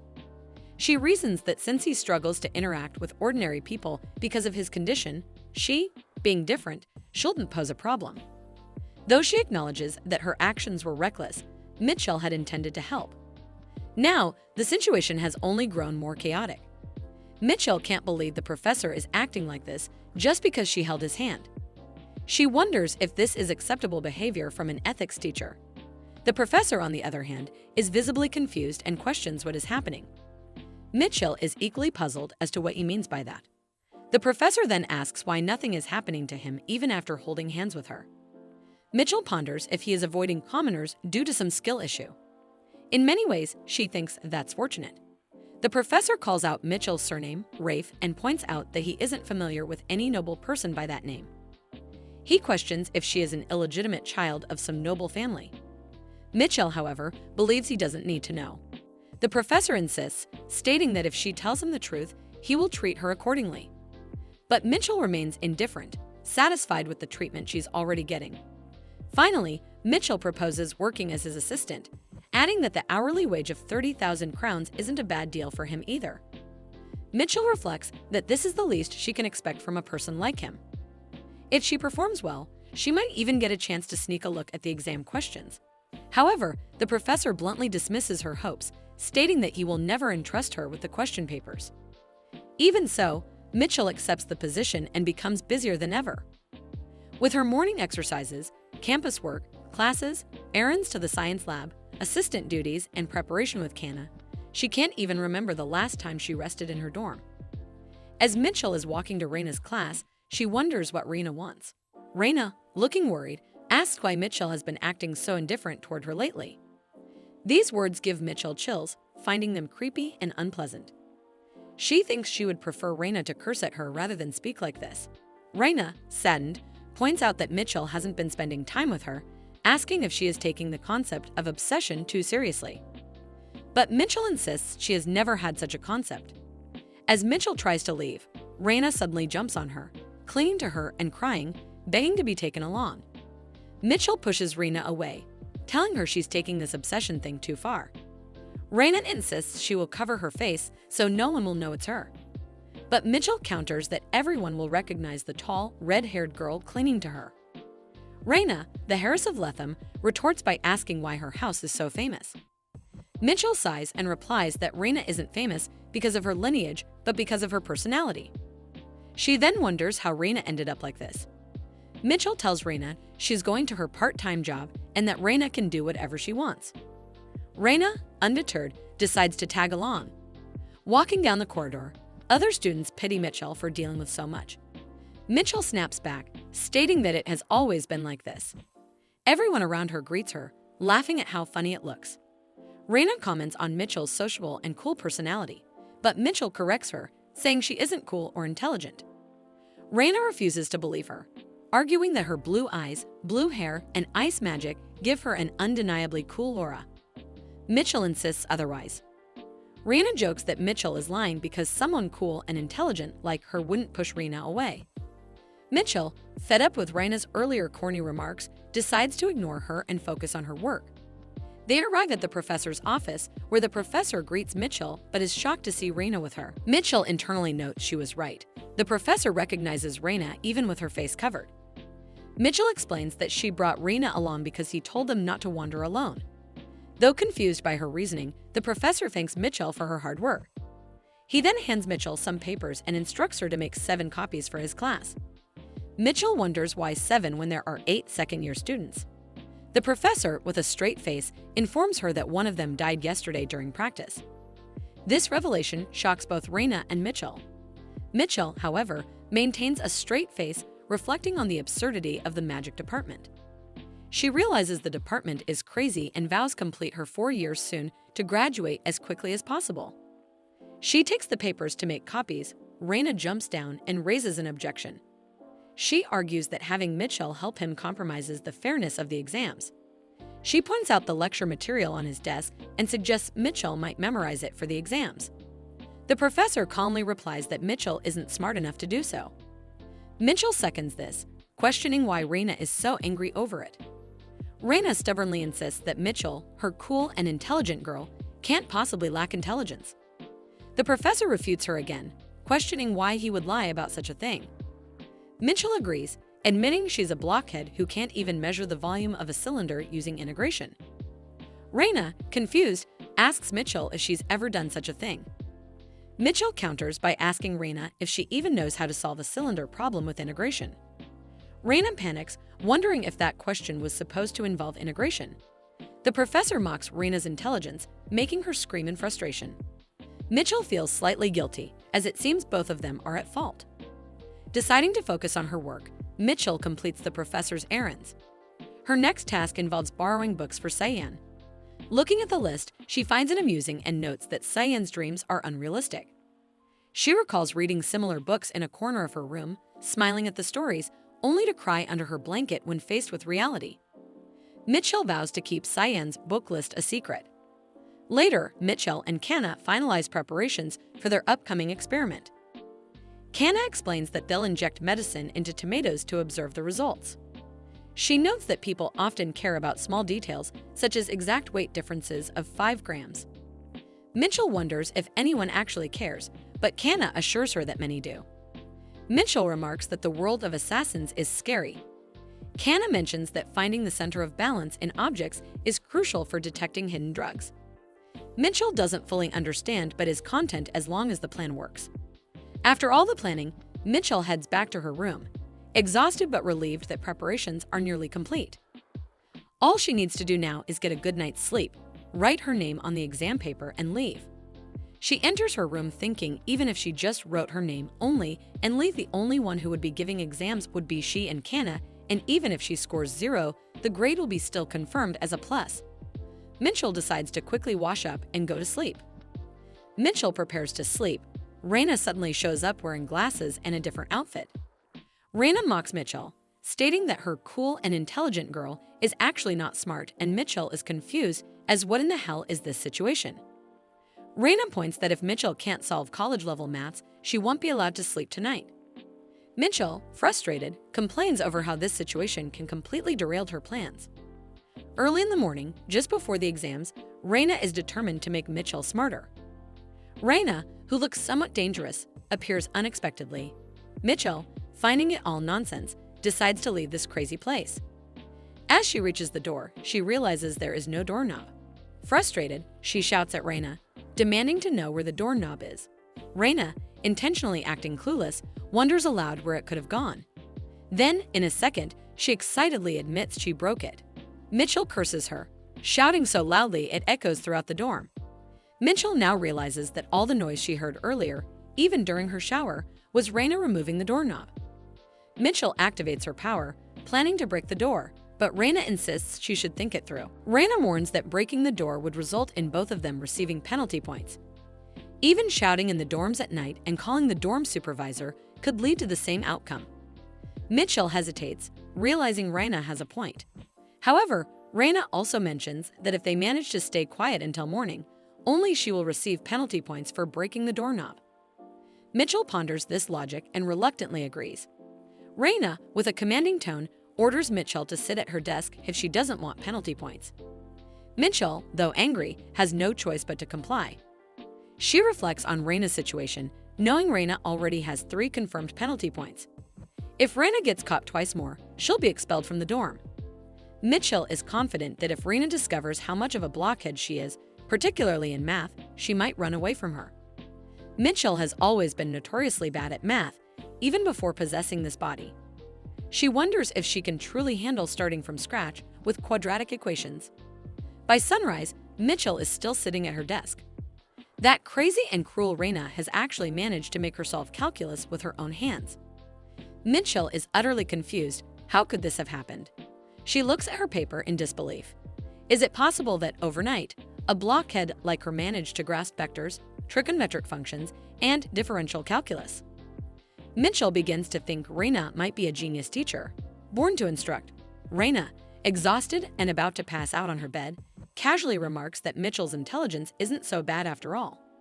Raina falls asleep almost instantly, and Mitchell checks her pulse to confirm she's truly asleep. She is sure that Raina might sleep all day without sleeping pills. Originally, she had planned to let Raina take the penalty points alone, but now after receiving Raina's gratitude, now she wonders if they should share the blame. Acting on impulse, Mitchell breaks the door herself. The head of the dorm storms in, screaming about the noise. As a result, Raina's penalty points increase to 3 and Mitchell's climb to 2. Outside, Mitchell looks at the sky, unconcerned about the door she just broke, and heads to the exam room. Walking through the corridor, she notices that everyone who prepared breakfast is already asleep. Her plan seems to be going smoothly. Mitchell enters the exam room, expecting only Kanna to be present. However, she sees a guy there as well. Still, she concludes it's fine. She wonders if he also has a high resistance to poison. considering how awake he seems. Then, she remembers that he's a carnivore who won't even touch vegetables. She figures this won't affect his grades anyway, but it feels like a small setback on her side. The examiner enters, confused as to why only 3 people are present. However, he was easily convinced as he states it looks like magicians are weird by nature and instructs them to write their names and start the exam. Mitchell looks at the question paper, utterly amused, and starts crying, startling the professor. He's worried about why she's crying, but Mitchell's tears are of relief. The questions are all problems she knows how to solve. She vividly recalls Reina teaching her one function, one integral, one extreme value, one integer, and one particularly challenging problem. All now burning brightly in her mind, Reina showed her this problem. She also warned Mitchell that it's a trap since it's just a matter of hard work. She decides to do it. Mitchell flips through the pages and realizes she's already done with the paper, with 20 minutes still left. It feels like a miracle. Teacher Reina has created a miracle for her. Mitchell finally understands the grace of a good teacher, comparing it to heaven. The scene shifts to Mitchell preparing for another challenge, a practical exam, a battle. She brings her sword forward, declaring that this is entirely separate from the earlier math exam. Reina appears with her own sword, ready to fight, claiming she'll defeat Mitchell and gain the right to eat snacks on her bed. Mitchell counters, stating that if she wins, she'll put up a partition in the room. Reina swings her sword, dismissing the idea of a partition. Her heavy axe swings like a toy, forcing Mitchell to defend herself. Mitchell thinks Reina is a reckless guerrilla, wielding her weapon with no strategy. Normally, with a weapon as heavy as a warhammer, one would aim for openings, but Reina gives Mitchell no such chance. Mitchell decides she'll need a different strategy. She charges head-on, which Reina mocks as reckless. Reina swings her axe toward Mitchell, warning there's no way to dodge. However, Mitchell has a plan. She endures minimal damage and closes the distance. Using a rope, she wraps it around Reina's neck, pulls her closer, and knees her in the stomach. Reina falls to the ground, defeated. The teacher announces Mitchell as the winner, awarding her an A+. Unfazed by the result, Mitchell hits Reina for multiple reasons: for making her drag her around the campus, for making her study math all night, and for the sorrow of losing her comfortable single room. The teacher intervenes, warning Mitchell to stop, as if she hit more than this, she will have to face sanctions. Reluctantly, Mitchell lets it go for now. She ranks first in the practical exam, securing high scores in all subjects. Afterward, the teacher tells Mitchell someone has come to visit her, asking her to go to the visiting room. She's confused, and the teacher adds that it's her younger brother waiting in the visiting room. At the academy's visiting hours, Mitchell's brother calls her out, demanding to know what is going on with the strange cotton thread and the dazzling clothes. Mitchell is just as confused as Chirp and asks what he means by all this. Chirp questions if Mitchell had been lying about attending the Magic Academy. Mitchell counters by asking if this isn't the university, but she guesses it's because he is still a first-year student in the School of Magic. The place looks less like a visiting room and more like a prisoner's waiting area. Mitchell then asks why Chirp is there, and he replies that there was a delivery of a living creature. Mitchell wonders what living creature he's talking about. Chirp opens the cage, revealing a lizard. Mitchell ponders where this lizard could have come from. At first glance, it seems to be a venomous snake with distinct stripes on its skin. However, upon closer inspection, Mitchell finds the lace monitor lizard to be very cute. The security personnel shout at Mitchell to stay back, but eventually, they hand over the lizard to her. Mitchell finds it even cuter when she sees it up close. Chirp thinks he might know the reason why Mitchell received a mating proposal from the Water King. Mitchell is confused about why a lizard is involved all of a sudden, but Chirp replies that it will be a long story. At the Tower of the Beast King, someone approaches Gret, the Beast King's father, and asks him to stand in the middle for a picture. All 3 of them, Gret, Hubert, and the other person, stand together for a congratulatory ceremony celebrating the remodeling of the Tower of the Beast King. Looking at the picture, Hubert states that the remodeling work is finally finished and wonders if it took a month. He remarks that although there were many complaints about the smell coming from the lower floors, he's glad the work was completed safely. He tells Gret that there were some areas that received extra focus during the remodeling process. Gret grows curious about these parts. Hubert explains that in the corpse disposal facility, they now dry and age the bodies thoroughly so they can be used as fertilizer for farmland. Gret, amused by this innovation, comments that it's environmentally friendly and that this year's rice harvest will be abundant. Hubert adds that they also cleaned up and reorganized the garbage dump and planted birch trees to give the area a Nordic feel. Gret points out that everyone these days seems to be obsessed with Nordic trends. Gret recalls that he was told everything would be completely remodeled, along with postponed cleaning, but it seems they've made changes here and there. He admits the tower looks much more refined compared to before. Hubert grows excited to leave and suggests going to Mitchell's house to deliver an invitation. Gret, so focused on the remodeling, has lost track of time and can't believe it's been a month. He wonders if a month is considered a long time by human standards. Gret remembers how, back when the driving king took a nap, he cried because his close human friend had died. He wonders if this could happen again. Before he can dwell on this thought, Hubert runs to him, claiming there's a big problem. Gret becomes worried, asking if something has happened to Mitchell or if she might have died within the month. Hubert explains that Mitchell has entered the capital's academy and won't return until the vacation. Holding Chirp, who is trembling, Gret comments that for a human to attend school means they have a long time left to live, so it shouldn't be a problem. Hubert insists that it is a problem, explaining that Mitchell has entered Crowell Academy, one of the most prestigious schools on the continent. Hubert prompts his father to think about how many cool people she might meet there.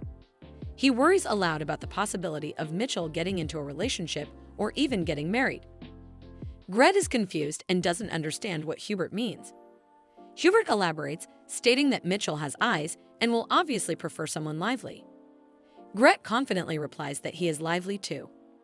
Hubert shouts back that no, the person who is lively is him. Realizing his point, Hubert explains that Mitchell might enjoy spending time with people her age more. Gret thinks it over and concedes that friends of the same age are indeed important, but he reasons that it's okay because she will return during the vacation. Hubert, however, is still concerned, wondering what will happen if she decides to settle down with someone in the capital and never comes back. This thought troubles Gret, who had never considered the possibility of Mitchell not returning. Meanwhile, Mitchell finally speaks up, stating that she's heard Gret wants to marry her. The Beast King, Gret, replies that Mitchell will not marry him. Chirp chimes in, claiming that Gret himself said he would mate with Mitchell. Gret confidently replies that he does consider mating with Mitchell in the future. Chirp, stunned, calls him a scoundrel. The shock causes Chirp to revert to his human form. He accuses Gret of being ungrateful to his benefactor and asks how he can talk about mating without taking responsibility. Gret, confused, wonders since when not taking responsibility made someone a scoundrel.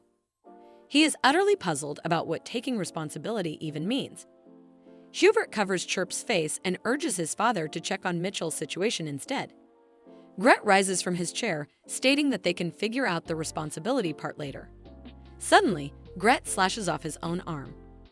Chirp watches in horror, believing the crazy Beast King has finally lost it. Hubert runs to his father, insisting that cutting off one of his tails would have been enough for surveillance purposes, but Gret insists that the arm is more effective. Hubert grows teary, worried about his father's injury, and thinks that Gret might recreate his arm using the mechanical limbs he developed while making Hubert. As they watch, the severed arm transforms into a lizard. Hubert observes that the lizard is too large for surveillance purposes. Chirp is utterly confused, wondering how Gret can create life like this. Even if he is the Beast King, one of the 4 great demon kings, creating life should be a power reserved for the gods, not an alter ego. However, this lizard is not like an alter ego. It acts independently, with its own consciousness, and seems completely separate from the Beast King. Chirp wonders who on earth Gret truly is. Gret orders Chirp to take the lizard to Mitchell. Chirp questions how he's supposed to carry something so heavy, but Gret provides the costs for a round-trip carriage and living expenses. Both Gret and Hubert bid him farewell. Chirp tells Mitchell the story, but with a version that's slightly different from reality. Mitchell is happy that Gret went to such lengths for her to enter the academy. She mentions that, according to Chirp, she can randomly share visions or convey messages with Gret. Chirp confirms this but silently wonders if Mitchell truly doesn't know anything about the surveillance. He states that now the delivery is complete, he will take his leave, but Mitchell tells him to stop. Narrowing her eyes, she accuses Chirp of rushing off suspiciously fast and wonders if he is hiding something from her. Chirp looks back and flinches. Mitchell demands Chirp to tell her the truth. She states that she knows Chirp not only received transportation fare, but also pocket money from Gert. This shocks Chirp, leaving him to wonder how she knows this. Mitchell questions how much she received, but Chirp, believing it's not much, states that it's 50,000 crowns. However, Mitchell points out that he must have received 100,000. Mitchell demands that he hand it over, and Chirp cries, asking why, as it is the pocket money he was given. Mitchell clarifies that she isn't trying to take it away. Instead, she explains that if he just carries it around, he will lose it, pointing out how many pickpockets are in the city. Chirp grows worried about the possibility of being pickpocketed. Mitchell suggests that if he gives it to her, except for the fare to get back, she will keep it safe and return it to him when he goes home for vacation. She adds that if he doesn't trust her, they can write a contract. Chirp becomes excited at the idea of writing a contract. He raises his hand and agrees, stating that she must return it to him during vacation. Mitchell promises, but internally, she thinks what a foolish boy he is for truly believing she will return it. Instead, she plans to spend it all and never return it, with no intention of denying it. Mitchell believes it's wonderful to have younger siblings. As Mitchell walks, she thinks about naming the little lizard she has. Since it's white, she considers calling it Whitey. Just then, someone calls out to her.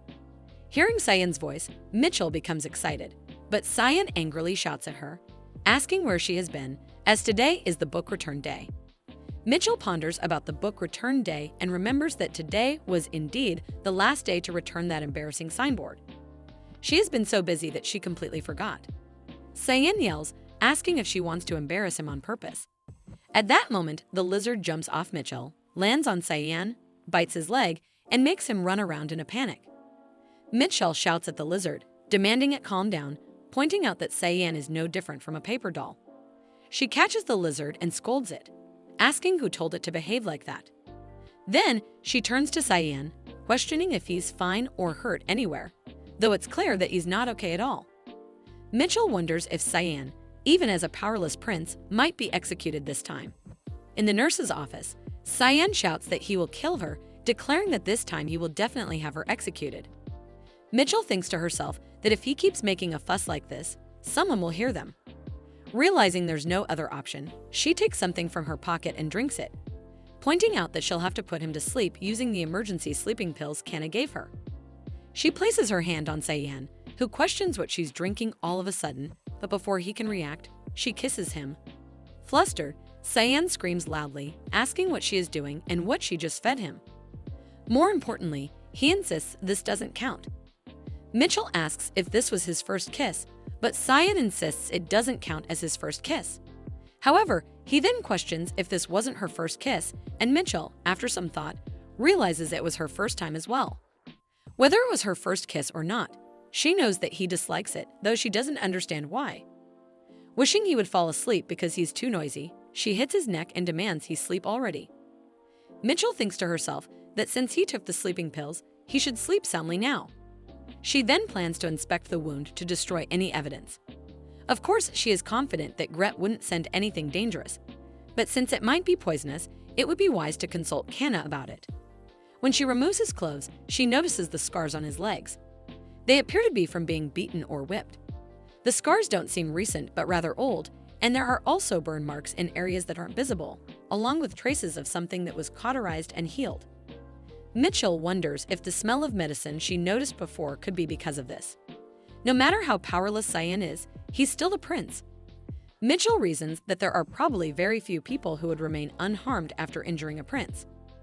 This means the person who made these scars must hold a position so high that Cyan can't even speak out against them. For example, it could be the emperor, the empress, or maybe even the crown princess. Though Mitchell couldn't solve the mystery of Cyan's scars, she is relieved to learn from Kana, an expert in poisons, that the wound from the lizard bite was no problem. It seems the lizard bit him with its gums, hiding its venomous teeth. As expected, the lizard has a good nature, just like after all Jurt gave it as a gift. Mitchell concludes that her Whitey is truly kind. Now that Cyan's issue is resolved, Mitchell focuses on the long-awaited garden announcement. She looks at the board and laughs, declaring that she did it. She is in first place, and with this, her terminally ill life is over. It's clear that the status abnormality has disappeared from the status window. Of course, there were several crises, like the sleeping pills incident and injuries to the royal family, but she overcame them all and lifted the abnormal status. Moreover, thanks to the evaluation that their class is unusually calm for the magic department, all first-year students were given magic needle exchange permits. Mitchell is thrilled, knowing that now she can enjoy her free campus life. Just as she is leaving, someone calls out to her. She looks back to see a girl with black hair and black eyes, undoubtedly of the Crowell royal bloodline. It's the third princess, Sarah Crowell. Sarah demands that Mitchell become her comrade. Mitchell declares boldly that she is the female lead of Repentance of the Dawn. Mitchell remembers that during this time, she is usually with Raina, but then she thinks about switching her focus from Raina to herself because she has taken the top spot. However, she wonders why, in the first place, the third princess was hanging out with the top students in the original story. As far as Mitchell remembers, the princess had no interest in the throne. Someone else suddenly squeezes in. The boy states that he knows this might be confusing but requests her to please listen to what Princess Sarah has to say for a moment. This is the same Princess Sarah, the Eastern Warbler, that Mitchell saw at the entrance ceremony. It is nice that they offered Mitchell a companion since she is the top student, different from the original story. But staying near them would only get her involved and lead her to death. So Mitchell knows it is better to refuse. She blandly states that she has no intention of becoming Sarah's companion. Suddenly, blood starts coming from her mouth. Sarah rushes to her, asking if she is all right, and the boy rushes to find a doctor. Mitchell wonders why this is happening, as the terminal condition status should have disappeared. Then, she notices the terminal again on the screen and wonders what the number 5 even means. At the end, she thinks it might be a countdown pattern, going from 5 to 4. She is indeed right. Mitchell calls out to Sarah, who asks if she is in a lot of pain. Mitchell loudly screams that she will join the club and think about what to do next. All excited, Sarah states that it's a name club, so Mitchell must have been interested in the club she created. Sarah eagerly writes Mitchell's name on the membership form. The Warbler offers Mitchell a napkin to clean herself and apologizes, saying the princess can be a bit insistent. Mitchell can tell just by looking at her. However, the boy tells her that Sarah is really a nice person. Mitchell can see that he is completely bewitched by her. Sniffing the napkin, Mitchell remarks that she will wash it and return it to Sarah. Shocked, the Warbler points out that she can keep it as it's a cheap one. Mitchell is confused as to why the Warbler is bowing to her, but it makes sense. In the original novel, the Warbler was able to use transportation magic, but he was considered non-combat and never participated in fights. The princess always protected him. When Mitchell bows to reject Sarah's offer, she is unable to bow properly. Still, Mitchell is confused as to why she is bowing to this common Eastern Warbler. She looks at him, determined to know what kind of creature he is.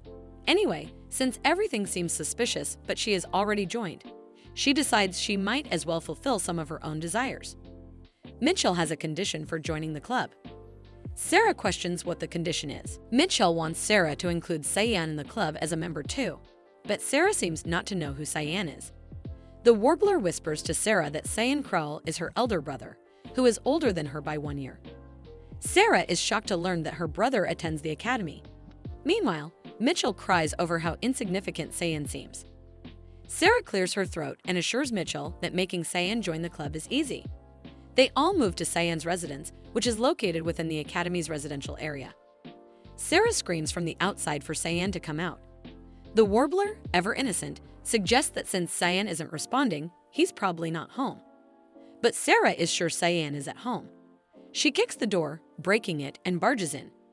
As expected from the princess, famously called the back alley princess in fan cafes, the Warbler innocently advises her that breaking the door was unnecessary. Cyan appears, coughing, and demands an explanation. He asks Sarah what she thinks she's doing and reminds her of how much the front door cost to fix. Sarah dismisses his concerns and bluntly tells Cyan to join her club. Cyan angrily questions her intentions. The Warbler, acting as a peacemaker, asks both the prince and princess to calm down. However, Cyan furiously snaps at him, questioning how a low person like him dares to interrupt. This makes Sarah twitch with anger. Mitchell, clearly enjoying the scene, thinks that at this rate, it might end up as a bloodbath. She calls Cyan stupid for daring to tease the Warbler in front of Sarah. Sarah suddenly turns away and walks toward Mitchell, making her wonder why.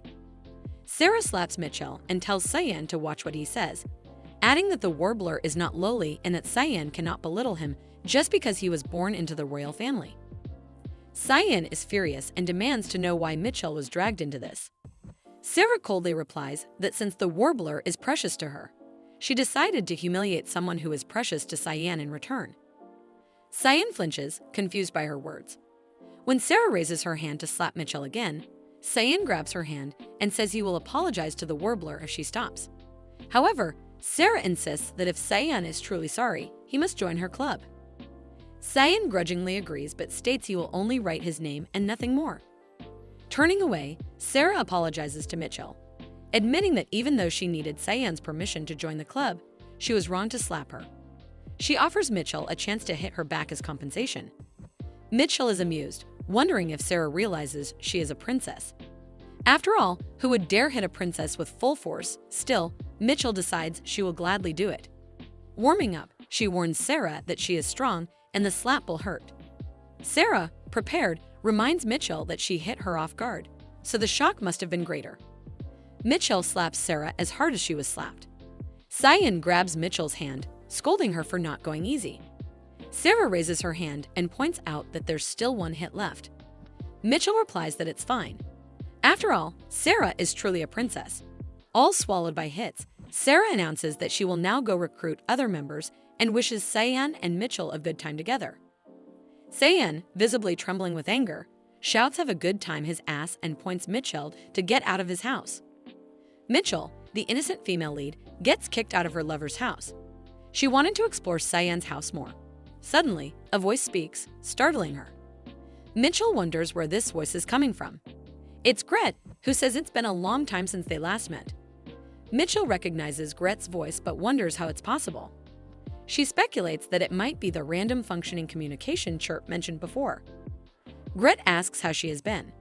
She replies that she is doing well, has entered the magic department safely, and has become the top student. As expected, Gret informs her that the remodeling of the Beast Tower has been completed and asks her to make sure to visit. She agrees, saying she will come during vacation.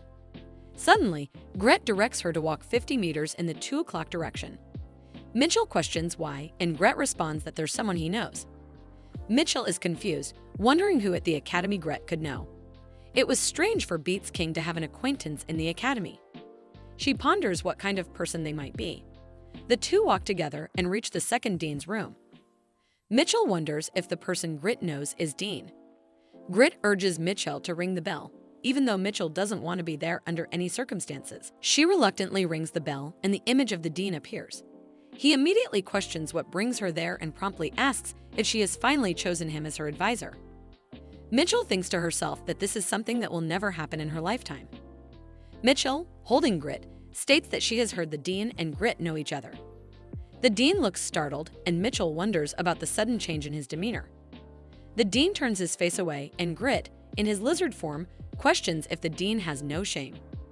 The reaction reminds Mitchell of how the dean acted when they first met. The lizard jumps to the ground and tells Mitchell he will chat with the dean for a while. Mitchell grows concerned about whether she will be able to return home.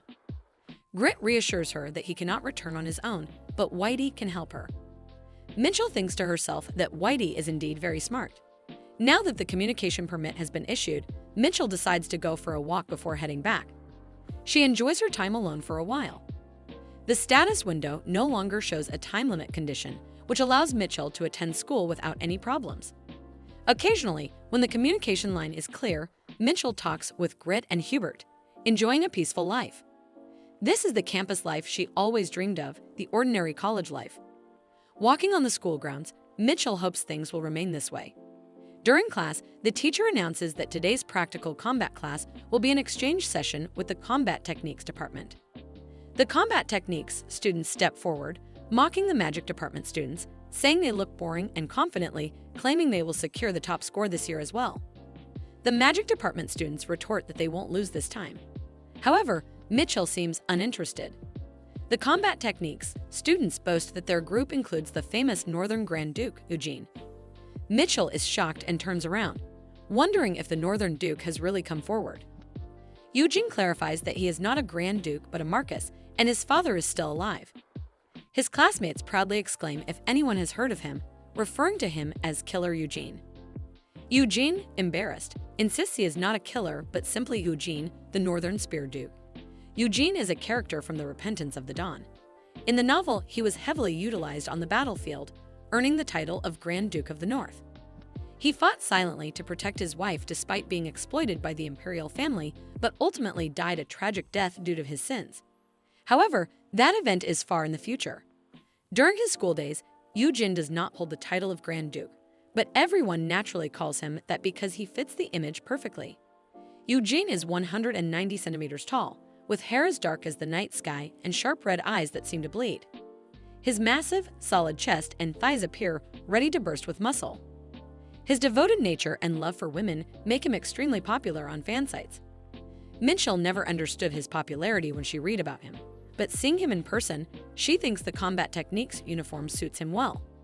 The way it clings to his sharp collarbones makes Mitchell involuntarily whistle. Grit, irritated, asks what is making Mitchell so excited. Startled, she replies aloud that it's fun to watch. Grit questions if she likes looking at fat men. Mitchell corrects him, saying it's not fat but muscles. Grit retorts that he has muscles too. Mitchell explains that while Grit's muscles are natural, Eugene's are built through hard work, making them completely different. Grit, feeling sad, mutters his disappointment. Mitchell wonders if Grit's mood is due to being suddenly summoned for communication and advises him to get some rest. Grit takes his leave and Mitchell tells Whitey they need to work on their timing. But Whitey seems disinterested. Frustrated, Mitchell reminds him that she feeds and takes care of him, yet he always sides with his father. Someone from the combat techniques department steps forward, proposing a challenge. Whoever beats their Grand Duke will earn the glorious coat. Mitchell thinks she wouldn't take that ugly coat even if they begged her. They ask who is the strongest in the magic department and who ranked first in the practical combat midterms. Mitchell points to Raina, stating she got first place. Raina, confused, wonders if Mitchell has finally accepted her as a rival or as a comrade in times of crisis. But Mitchell's reason is far simpler. She finds the situation embarrassing and annoying. Raina, excited, declares she will win. With everything seemingly resolved, Mitchell decides to watch from a distance. Suddenly, the teacher calls out to Mitchell, informing her that the combat department professor is looking for her. Mitchell is introduced to the professor as the student who ranked first in the midterms. The professor opens a briefcase and reveals a prototype gun from the magic workshop, boasting that it could sell for millions. She asks Mitchell to imbue the bullets with magic. Mitchell refuses, explaining that doing so would leave her coughing blood for an entire week. The professor sighs and says if it's that difficult, there's no helping it. However, as the professor prepares to leave, she casually mentions that the gun is worth $100 million. Swayed by the money, Mitchell reluctantly agrees, even if it means coughing blood. She locks the deal and starts the task, soon coughing blood as predicted. She regrets her decision, thinking she will die at this rate, but consoles herself that the money was too good to pass up. More importantly, Mitchell is relieved there's no news from Sarah. She was worried about joining a club full of incidents, but it seems Princess Sarah and her aide are attending school without issues. In the original story, they would have been caught up in a dangerous dungeon by now. Suddenly, Mitchell hears a familiar sound. She believes it can't be happening and scolds herself for thinking something bad would happen, calling it too cliché. However, the status screen updates, showing Dawn has updated. Dr. Bruno's secret dungeon must be cleared or she will die. Trembling with anger, Mitchell screams in frustration, wondering if she will ever get a moment to rest. Dr. Bruno's secret dungeon in the original story is first encountered by the princess and her party while searching for the club room. In their attempt to locate the secret laboratory inside, they face death multiple times. One might assume, as with any dungeon, that they must battle monsters.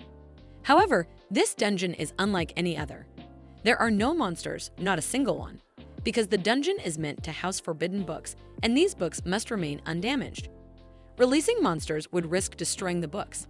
So the real question arises, how does this dungeon protect the books from intruders? The answer lies in the countless traps and the maze that lines the path. Artifacts cause confusion while interfering with skills, and the environment itself is inhospitable, offering not even a drop of water. It is truly a setting designed for survival battles. The main characters consider these episodes more dreadful than the scene where they fought the Demon King. Voluntarily entering such a dungeon seems unbearable. Yet, here we are. Mitchell, having meticulously packed bottled water, food, antibodies, and other essentials, is perfectly prepared for the challenge. She has successfully completed the professor's assignment and decides that the weekend is the perfect time to enter the dungeon. Since there was no mention of needing multiple people to conquer it, Mitchell resolves to go alone, clear the dungeon, and return. At the former School of Magic Dean's laboratory, Mitchell stands at the entrance. She knows the lab has been abandoned for over 10 years since the previous dean was imprisoned as a political criminal. Just looking at it gives the impression that ghosts might appear. There is a reason this sinister place hasn't been demolished and remains untouched. Whenever attempts were made to demolish the building, people went missing. It's believed they were warped into the dungeon while inspecting the dean's office. If the disappearances were the only problem, that would be one thing. However, the real issue is that those who vanished returned alive but completely changed. Once, an entire demolition crew disappeared as a group, only to return suddenly as radical social activists. These sudden disappearances and drastic personality changes have led to the lab being abandoned and considered haunted. Mitchell, fully aware of the whole story, steps into the dean's office. She suspects the princess may have accidentally triggered an artifact, leading to this whole ordeal. Frustrated, Mitchell breaks a window and demands for it to come forward. In a fit of stress relief, she decides to smash everything, muttering to herself about where the artifact might be and what she should break next. Suddenly, Mitchell hears a voice. Someone from the other side yells. Confused, Mitchell wonders who could be there. Sarah, on the other side, slams the door and demands to know what's happening. Mitchell is baffled as to why the princess is here. She hadn't expected anyone to come looking for a clubroom until now, and of all times, why today? Frustrated, Mitchell yells at the princess not to come any closer, but it's too late. Sarah has already punched through the wall. A piece from the wall falls behind Mitchell and lands on a hidden button. Mitchell screams, wondering why the button had to be there of all places. Regardless, it doesn't help now. She hopes only those inside the room are affected, but the entire building begins to warp. Mitchell sits cross-legged, fuming with anger, while Sarah sits trembling in front of her. Mitchell scolds her for coming when she was clearly told not to. Sarah apologizes, but Mitchell snaps, questioning if Sarah thinks that's enough. Wargler steps forward to defend Sarah, explaining that she didn't mean any harm. However, before he can finish, Mitchell growls angrily, brings out her rod, and hits him. Mitchell calls Warbler a stubborn brat and scolds him for hiding his strength even in this situation, despite being stronger than the princess. She sneers, calling him a useless chickadee, and mocks that while copperhead birds are pretty and cute, creatures like him are utterly useless. Sarah mentions that Mitchell's statement can be overlooked as she protests, saying Warbler is lovely and cute, but Mitchell snaps back, saying that's only in the princess's eyes. Objectively, she declares their albino much cuter, calling the princess a nuisance. Sarah, shocked at being called a nuisance, protests that she always tries her best. Mitchell retorts that Sarah has never experienced hardships, so what could she possibly know about the people's livelihoods? Sarcastically, she suggests that if Sarah loves commoners so much, she should try living on 1 million crowns for a month. Sarah is appalled, explaining that's only enough for her 2-day snack money. Mitchell continues, asking if Sarah even knows the cost of renting a carriage for a day or the price of a piece of jade bread, the national snack. Sarah, visibly flustered, asks Mitchell to refrain from these kinds of questions. Before Sarah can say more, Cyan starts mocking her for acting so proud earlier and now looking ridiculous. Mitchell glares at Cyan and tells him to shut up. Cyan, shocked, questions what she just said. He accuses her of being arrogant, saying he's been trying hard to put up with her and she doesn't appreciate it. Mitchell twitches with anger as what did he just said and grabs him and throws him to the ground, scolding him. She sarcastically calls him a rascal and says she only finds him cute, nothing more. Looking around for her next victim, Mitchell spots Raina, who is trembling. Raina insists she hasn't done anything wrong, but Mitchell snaps, saying she just hates her and doesn't even want to share a small space with her, calling her a trash gorilla. When she turns to Eugene, she pauses, pleased. She notes Eugene has strong survivability and doesn't rely solely on skills, which could be useful against skill-blocking artifacts. She pats him and declares he might be useful, leaving Eugene wondering if she's serious.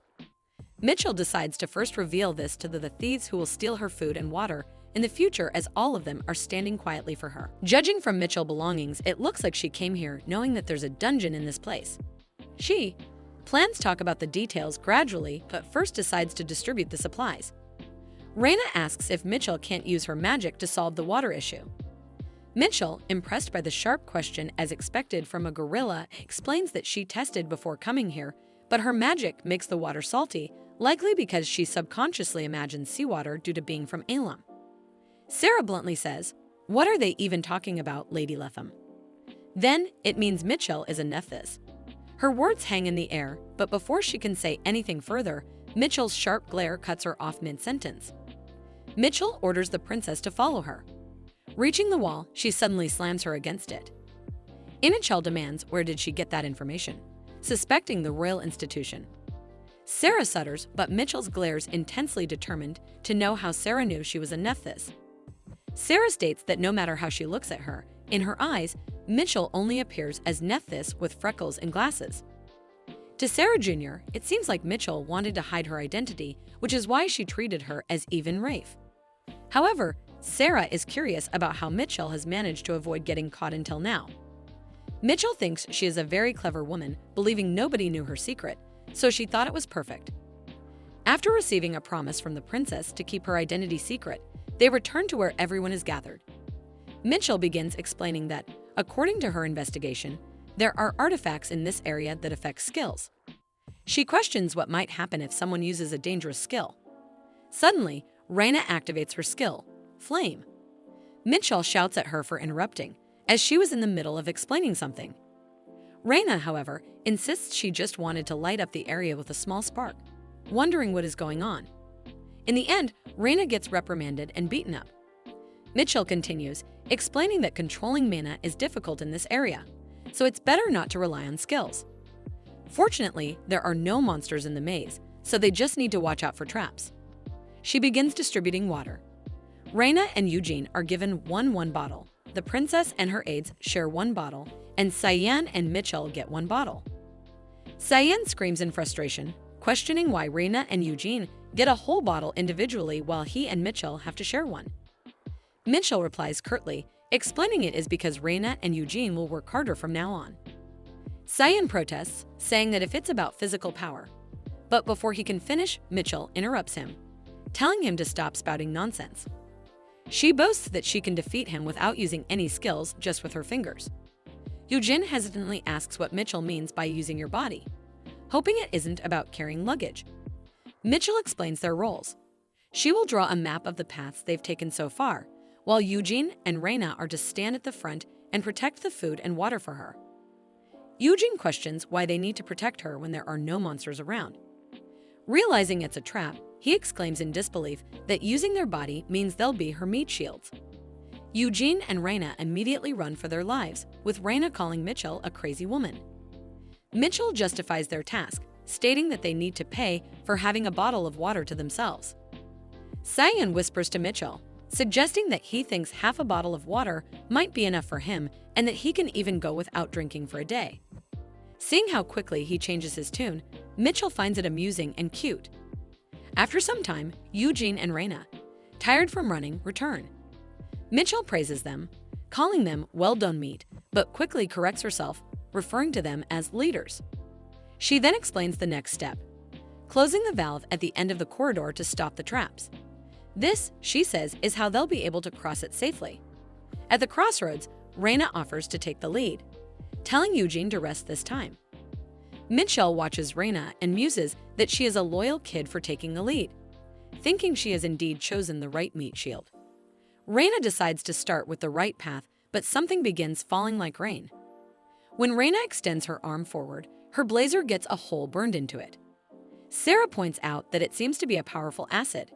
Her aide believes they won't be able to proceed. Mitchell notices they are saying the same thing as described in the novel she read. The corridor reacts to impacts on the walls and floors, releasing sulfuric acid rain. Because of this, the original team had no choice but to take the left path and wander for over a day before discovering that the valve controlling the acid rain was at the end of the right passage. This made the right path the shortest route to the destination. Determined, Mitchell decides to move forward. Reina shouts at her, asking what she thinks she's doing. Mitchell knows that Arachine fabric won't dissolve immediately from the acid, it will melt if it accumulates. Reina, concerned, questions her plan. Mitchell covers her head with her blazer, explaining that she's preparing to run. Instead of wasting time taking a longer path, she plans to charge ahead at full speed and reach the valve. Despite the warnings, Mitchell starts running, with others calling her a reckless, crazy woman from behind. Mitchell thinks to herself that if she can hold out until she reaches the valve, she'll be fine. Sarah calls out, pointing to something on her left, but Mitchell keeps going. Finally, reaching the valve, Mitchell discovers it's a trap. She debates using her gun as magic is too risky. She had planned to sell the gun without registering it to save money, but a notification pops up, confirming that the gun is now registered to Mitchell and one other person. Frustrated but determined, she reloads the gun, aims carefully, and hits the target, praising her accuracy. Luckily, the magic stored in the bullets isn't affected by the artifact. However, something is wrong. She screams in pain as the acid rain begins to take its toll. On the other side, the others notice Mitchell's worsening condition. Despite this, she manages to turn the wheel on the wall, stopping all the traps. She calls out to the group, telling them it's safe to come over now. Upon reaching her, they all question her recklessness. Noticing her clothes full of holes, Cyan covers his face in embarrassment, wondering what she's doing. He quickly offers her his coat to put on. Eugene also tries to give her his jacket, but Reina steps in, insisting that Mitchell wear her clothes instead. Reina begins to take off her clothes, causing Mitchell to scream in disbelief, questioning if Reina has lost her mind. Mitchell demands to know why Reina has taken off her skirt, wondering aloud if Reina possesses some sort of exposure certificate. Reina, however, calmly replies, asking what Mitchell means by an exposure certificate when she is still wearing underwear. Mitchell, flustered, calls Reina dirty. Water is being poured over Mitchell's burnt hand. Eugene quickly covers her hand with a cloth, knowing that this is the only treatment they can provide for now. He insists that they should go back before the injury worsens. However, Mitchell reassures him that there is no need to worry. She is prepared for situations like this and brought antibodies with her. Without hesitation, she consumes them, confident that even in a world of magic, antibodies remain the best treatment for inflammation. Sarah praises Mitchell's foresight, impressed by her thorough preparations. Mitchell then recalls an incident from her childhood when she suffered from a high fever for 10 days after being scratched by a tree branch. Sarah laughs, commenting that she must have been through a lot. Before she can say anything further, Mitchell tries to stop her by signaling, tightly gripping the bottle in her hand. Cyan immediately yells at her for wasting their precious supply, while Sarah, panicked, gives a thumbs up, calling Mitchell their ace member. Miktel thinks to herself that Sarah was just about to call her Nethis mad dog. They all continue moving further into the cave. After some time, Mitchell turns around, noting that they have traveled quite a distance. Deciding to take a break, she questions Eugene about his injury. Eugene dismisses her concern, stating that he is used to getting hurt. However, Mitchell finds it hard to believe that he was struck by an arrow in the leg and is still acting so composed. She acknowledges that it is expected from the Northern Duke, who has spent his entire life on the battlefield. Mitchell brings out food, knowing that everyone must be hungry. Eugene looks displeased as he points out that they are eating military rations. It is not surprising, considering his background, that he recognizes it at first glance. He then angrily states that taking military food out of the base is against the law. Mitchell casually replies that she is not the one who violated the law. Eugene insists on knowing who did. She tells him that he will find out once they return to the academy. Narrowing his eyes, he thanks her for such an honest report.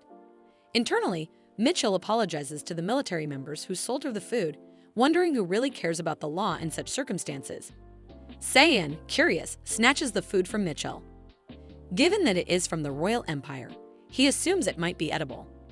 Upon opening the bag, he finds bread, chocolate, and pieces of meat. Mitchell confidently declares it a perfect meal as it contains all the necessary nutrients.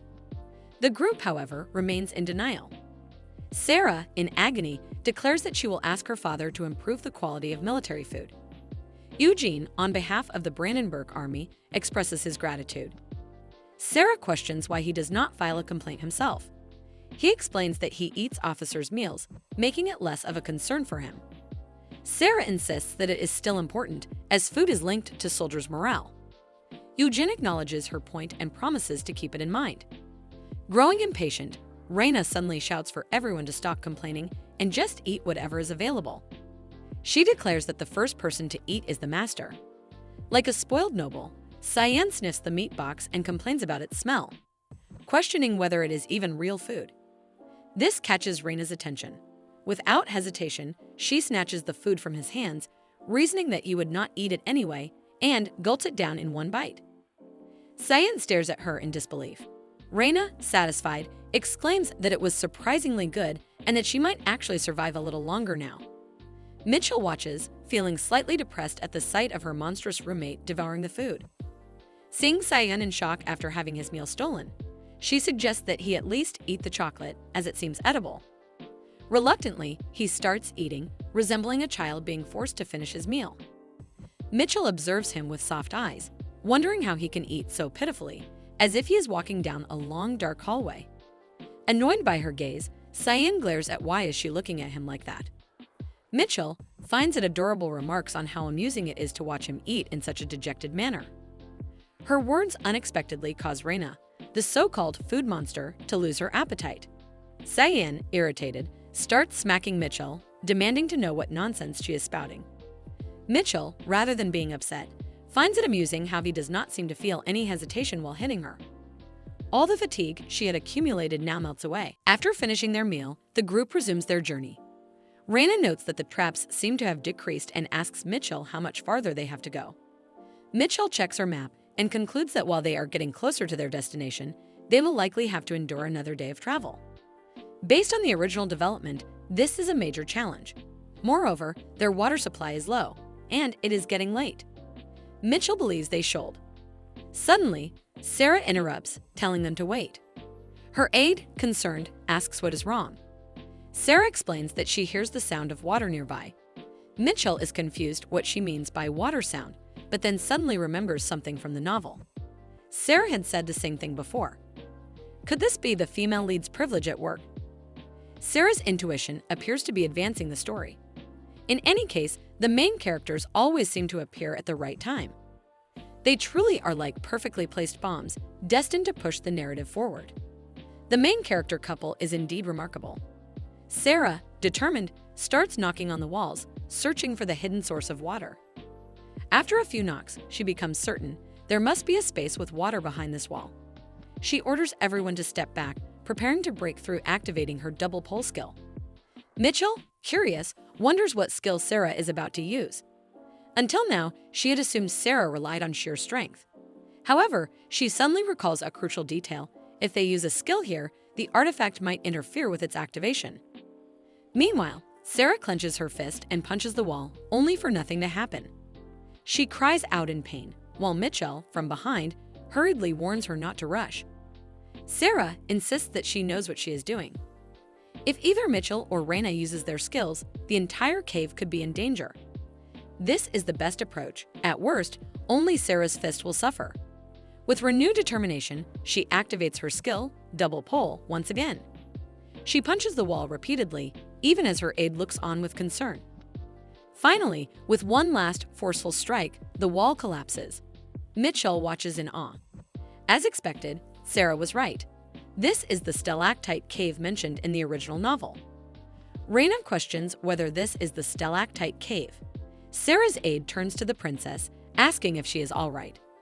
Sarah replies that she is fine, as it was not a big deal. However, her aide remains worried and urges her to take better care of her body. Sarah, with pride, insists that she is neither the emperor nor the official crown princess, so she does not believe she has the luxury to spare her body. Rather, she exists to uphold the nobility of the royal family. She firmly believes that those who stand above all must be willing to face death for the sake of the people and the nation. Mitchell observes Sarah, knowing that she was always this kind of person in the novel. She deeply respects Sarah's commitment to upholding that belief. However, this also makes her think that the princess's extreme dedication is a problem. It is even said that Sarah's aide cannot stop taking stomach medicine because of the stress caused by her reckless behavior. But ultimately, That is the fate of Ammon characters. Meanwhile, Cyan, who has been lagging behind, suddenly rushes forward in excitement upon seeing water. Without hesitation, he pushes Mitchell aside in an attempt to reach it. However, before he can drink, Mitchell makes him slip and fall, stopping him. She explains that directly drinking the water can cause stomach problems and that they need to filter it first using clean clothes. While saying this, she looks directly at Eugene.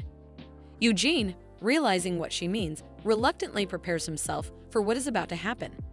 Soon after, his shirt is taken away, leaving him standing there, covering himself in embarrassment as he wonders why it is always him. Mitchell, however, is quite satisfied with the result. Eugene, still bewildered, asks if she truly meant to use clothing for filtering. They proceed by layering the cloth and pouring the water through it, allowing the filtered water to drip into a bottle. Mitchell points out that although this method cannot remove all the lime, it still makes the water drinkable and prevents stomach issues. Eugene is impressed, considering how useful this technique could be in the military. Raina, sitting beside Eugene and equally intrigued, questions how Mitchell knows such things. Mitchell casually replies that she had to do this when her water was cut off, obviously referring to the time before she became Mitchell. Raina, surprised by her answer, openly hopes that Mitchell will succeed and live well. Eugene, also amused, jokingly welcomes her into his army. Even Raina suggests that if Mitchell needs a job, her private Magievian team pays well. Sarah, considering Mitchell's future, suggests that they recommend her for a job as the Palace Magician Department. Mitchell, frustrated, shuts them all down, declaring that once she graduates, she will work in an office, one where it is cool in the summer and warm in the winter. However, seeing their expressions, she begins to wonder why the atmosphere suddenly feels so strange. Raina dismisses her concerns, stating that Mitchell is free to dream as much as she wants. Eugene, however, reminds them not to forget that they are still at odds with the demons. Mitchell realizes that she had been getting along with Jurt so well that she momentarily forgot about it. However, the Kral family has always viewed the demons as their enemies. Unlike the Beast King's tower, which only defends, the dragons take the initiative in disputes. It bothers her that Gert has to bear the consequences alone. But since both the Beast King and the Demon Lords are part of the four great powers, only Gert will suffer the damage. She decides to ask the Dragon King to discipline his child later. After gathering water from the underground, Mitchell decides that they should rest for the night. She prepares her sleeping bag and bids everyone good night. The others are impressed that their ace had even brought a sleeping bag. Before drifting off, Mitchell makes it clear that she will not be sharing her bag with anyone, as she bought it with her own money. However, she then opens the bag, allowing only Cyan to enter. Flustered, Cyan immediately calls her a fool and declares that you would never do such a thing. But as the night progresses, the cold floor makes it unbearable to sleep. The small, spoiled royal rat begins to shiver, just as Mitchell expected. She finds it quite cute and is certain that by tomorrow, they will clear the dungeon. The next day, after wandering for what feels like half a day or more, they finally find the door to Dr. Bruno's laboratory. Upon opening it, the inside looks more normal than Mitchell had imagined. It resembles a study room rather than a wizard's laboratory. She glances around, searching for the device that leads outside. In the novel, it was described as a handle. She knows she must complete the dungeon conquest to finish the time-limited quest. At that moment, Sarah picks up a book, curious about its contents. This immediately alarms Mitchell, as she realizes what the book might be. She rushes forward and slaps it out of Sarah's hands, quickly covering the princess's eyes. She cannot allow Sarah to see the book because, as she suspected, it is a revolutionary text. Mitchell now fully remembers that in the original story, Sarah read this book after bringing it back from the dungeon. Its contents had such a profound impact on her that she ended up giving up the throne. From that moment on, Sarah's opponents sided with Cyan, leading to his unexpected rise. In other words, this book is the source of the false aspirations that misled Cyan. Mitchell immediately turns to Raina and instructs her to use her fire skill to burn the book. Raina, confused, questions why, especially since Mitchell herself had told her not to use magic care. Nevertheless, Raina activates her skill, making it clear that she will not take responsibility for whatever happens next. She gathers all the books in one place and sets them ablaze. Once the books are destroyed, they find the switch that leads outside and finally escape the dungeon. Cyan, relieved, is happy to be out, while Mitchell, exhausted, feels the same. However, she suddenly notices the partially burnt books that managed to survive. Horrified, she begins shouting at Reina to burn them completely. Reina, confused, demands to know what exactly was in those books. Mitchell whispers to her that they contain knowledge that could empower commoners. Hearing this, Reina immediately intensifies her flames. Eugen, seeing her so flustered, asks her the reason. Reina whispers to him what Mitchell told him. Hearing this, he joins in tearing apart any remaining pages. As expected from nobles, they quickly recognize the danger these words pose. Sarah, still confused, questions Reina and Eugene about the book's contents, but both firmly reply that there was nothing of importance. Eugene and Reina then turn to Mitchell, suspecting that she entered the dungeon solely to get rid of these books. They remark that this is what true nobility looks like. Mitchell, however, denies being a noble and mockingly calls them filthy aristocrats. Reina, shamelessly, accepts the insult, stating that most wizards align with nobility anyway. In reality, Mitchell had entered the dungeon simply because of the time-limited quest. However, since everyone now seems to have come to their own conclusions about her motives, she decides to go along with it. After safely escaping, they all receive treatment together in the infirmary. Sarah calls in her personal physician and a dedicated healer. Finally, Mitchell is left alone in bed, only to have the system screen appear before her again. Annoyed, she wonders why she barely had any time to rest before another notification appeared. She speculates that since she burned the books, she might have changed Cyan's disastrous future. However, the notifications seem delayed, making her wonder if this time she will receive a huge amount of experience points. The screen finally displays the results. The plot has only changed slightly, and she has gained 1,000 experience points. Annoyed at how little she received, she grumbles about the low reward. However, at the very least, she is relieved that the condition has been safely lifted. Mitchell, after navigating through the dungeon and recovering from the status effects, finds that there are no skills that urgently require leveling up. As a result, she postpones gaining experience.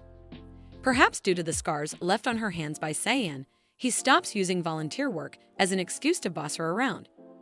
She decides to put more effort into her tasks after gaining access to the academic department. Confident in her abilities, she believes she can handle laundry and cleaning. As she carries out her tasks, she suddenly hears a voice. It is Cyan. He appears angry, insisting that the guy beside him should be punished for stealing from the royal treasury without having done anything wrong. Sarah interjects, pointing out that this is incorrect according to the recently revised legislation. Cyan immediately understands what she is referring to, recognizing the new law that limits the royal family to within 12 degrees of kinship from the emperor. Since he falls within those 12 degrees, he questions whether the legislation has any real effect. From his perspective as a direct descendant, anyone beyond 12 degrees is essentially an outsider. Mitchell watches as Cyan becomes flustered, realizing this is the scene where Cyan gets embarrassed for not knowing the revised law. She finds it impressive that he is still holding his ground despite his embarrassment. Cyan, however, argues that the most important matter is something entirely different. He points to a supposed relative and, with evident disdain, declares that he refuses to acknowledge him. He claims he dislikes him not only for his actions, but also because he finds him ugly. Even Mitchell is baffled by Cyan's outburst, wondering why he is suddenly spouting nonsense. Sarah, on the other hand, finds Cyan's anger fascinating. She believes that, as a prince, he should be straightforward, even if that means being unpleasant. Sarah Aide notices Mitchell's arrival. He sees an opportunity to use her as a mediator. He states that he will explain the situation, allowing her to make a fair judgment. He claims that the individual in question picked flowers from the royal family's greenhouse. He is actually ugly the way they were hiding his face. I thought for a second that we are getting another male lead. Without hearing the entire explanation, Mitchell immediately declares the individual guilty and agrees with Cyan. Cyan, feeling validated, is pleased by her judgment while Sarah grabs her hair in frustration. Mitchell watches, amused, as Nethis' instincts for appearances seem to be acting up again. Cyan, feeling triumphant, places his hand on Mitchell's shoulder, excited that she finally understands how to make the right call. Mitchell hugs him, stating that she always makes the right judgments. However, Cyan quickly pushes her away, calling her a pervert for never missing an opportunity. Sarah, ever the optimist, comments that it was a good match between them. She thanks Mitchell for stepping in before the situation escalated further. Suddenly, a notification appears before Mitchell. making her wonder if she will receive experience points for altering the plot. She soon discovers that the scenario was slightly changed, and as a result, she is rewarded with only 100 points. Frustrated by the low amount, she questions what she is supposed to do with such a small sum. Sarah then shakes hands with Mitchell, accepting her loss but declaring that she will still try to defend her 12th cousin. She takes her cousin and leaves for the dean office. Cyan, too, prepares to leave, but Mitchell stops him. He turns to her, questioning what she wants now. She tells him that she intends to visit his room from now on. Confused, Cyan asks for clarification, blushing slightly as he questions her intentions regarding his personal space. Mitchell, adjusting her glasses, responds matter-of-factly, stating that she is simply there to clean and do laundry. Cyan eyes her suspiciously, clearly not trusting her motives. He reassures her that a cleaning service already visits 3 times a day, so her help is unnecessary. Mitchell, disappointed, questions why he is refusing her assistance, reminding him that she has a duty to help through volunteer work. Cyan tells her that if he ever needs help, he will call her, so there is no need for her to make a fuss. However, Mitchell insists, arguing that he might not realize how much proper laundry care affects the durability of clothes. It is, after all, one of the perks of growing up poor. She claims that if he allows her to do the laundry, he will witness a whole new level of skill. She exclaims that just because he hand washes his underwear does not make it clean. He immediately realizes her intentions and calls her a pervert once again, shouting at her to leave him alone. This is Cyan Crowell, and his once peaceful academy life has been utterly shattered, all because of Sarah and Mitchell. From the very beginning, he never had the luxury of indulging in club activities, as the royal family had opposed his admission to the academy and provided him with no support. To secure his maintenance allowance and living expenses, it was crucial for him to remain at the top of his class. Because of his financial struggles, he even requested compensation for a bookmark that cost 1,000 crowns per piece. Getting involved with Mitchell was the start of his misfortune. Joining this SMNAS club, which Sarah was also a part of, dragged him into various absurd activities. Despite his relentless studying to maintain his academic standing, he was constantly called upon for club activities. He found himself in ridiculous situations, almost dying in dungeons, participating in board games, and going on treasure hunts. To him, the club was utterly devoid of life. Determined to escape, Cyan resolves to find an excuse to quit. At the cafeteria, he makes a promise to himself. No matter how much they call him, he will remain firm and refuse to participate. As he moves toward his seat, a group of students behind him begins to mock him. They jeer at how the prince is once again eating a cheap meal in the cafeteria. Though it is the same routine as always, Cyan considers overlooking their remarks. After all, as a royal, they would not dare to harm him. However, one of the students stops the others, asking if they have heard that Cyan has joined Sarah's club. Another student confirms, questioning if they mean the club where all the top members of each department gather. The first student clarifies that not only the second-ranked student, but also Reina, another prominent figure, is a member of the club. They recognize that Reina is a senior member of the conservative faction and begin speculating. Could Cyan be using his face to flirt with the girls from the magic department? This assumption is something Cyan cannot overlook. He immediately turns to face them, demanding to know who accused him of flirting. One of the students stands up, questioning whether it is true that he is acquainted with the third princess. At that moment, a girl arrives with a glass of water for Cyan. Grinding his teeth in frustration, he dismisses her offering, telling her that she can drink it instead. Without hesitation, she obeys and drinks the water, shocking him. The entire cafeteria erupts with murmurs, questioning how Cyan became close to the third princess. Having had enough, Cyan chooses to escape. He dashes out of the cafeteria, running for some time before reaching an alleyway. Looking back, he checks whether he has managed to shake them off. Frustrated, he mutters curses under his breath, calling them disgusting. He has lost his meal ticket because of them.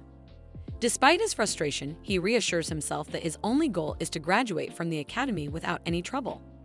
However, as he continues walking, someone suddenly strikes him from behind with a stick, knocking him unconscious. One of the attackers hesitates, wondering if they went too far. Another dismisses the concern, stating that Cyan is merely a royal by name. They confidently claim to have a true royal family member on their side, none other than the 12th cousin. This 12th cousin seemed fishy to me from the start. Cyan, a prince with an attitude, faces a harsh reality. As his vision blurs, he knows he cannot lose consciousness. He forces his eyes open, trying to make sense of his surroundings. Blood is everywhere, not just from his head, but from his entire body, leading him to wonder if his captors took out their frustrations on him while he was unconscious. He struggles to stand and reaches for the door, but it does not open. Desperation takes hold as he starts kicking it in frustration. He clenches his fists, reminded of how effortlessly Sarah would have been able to open it with a single kick.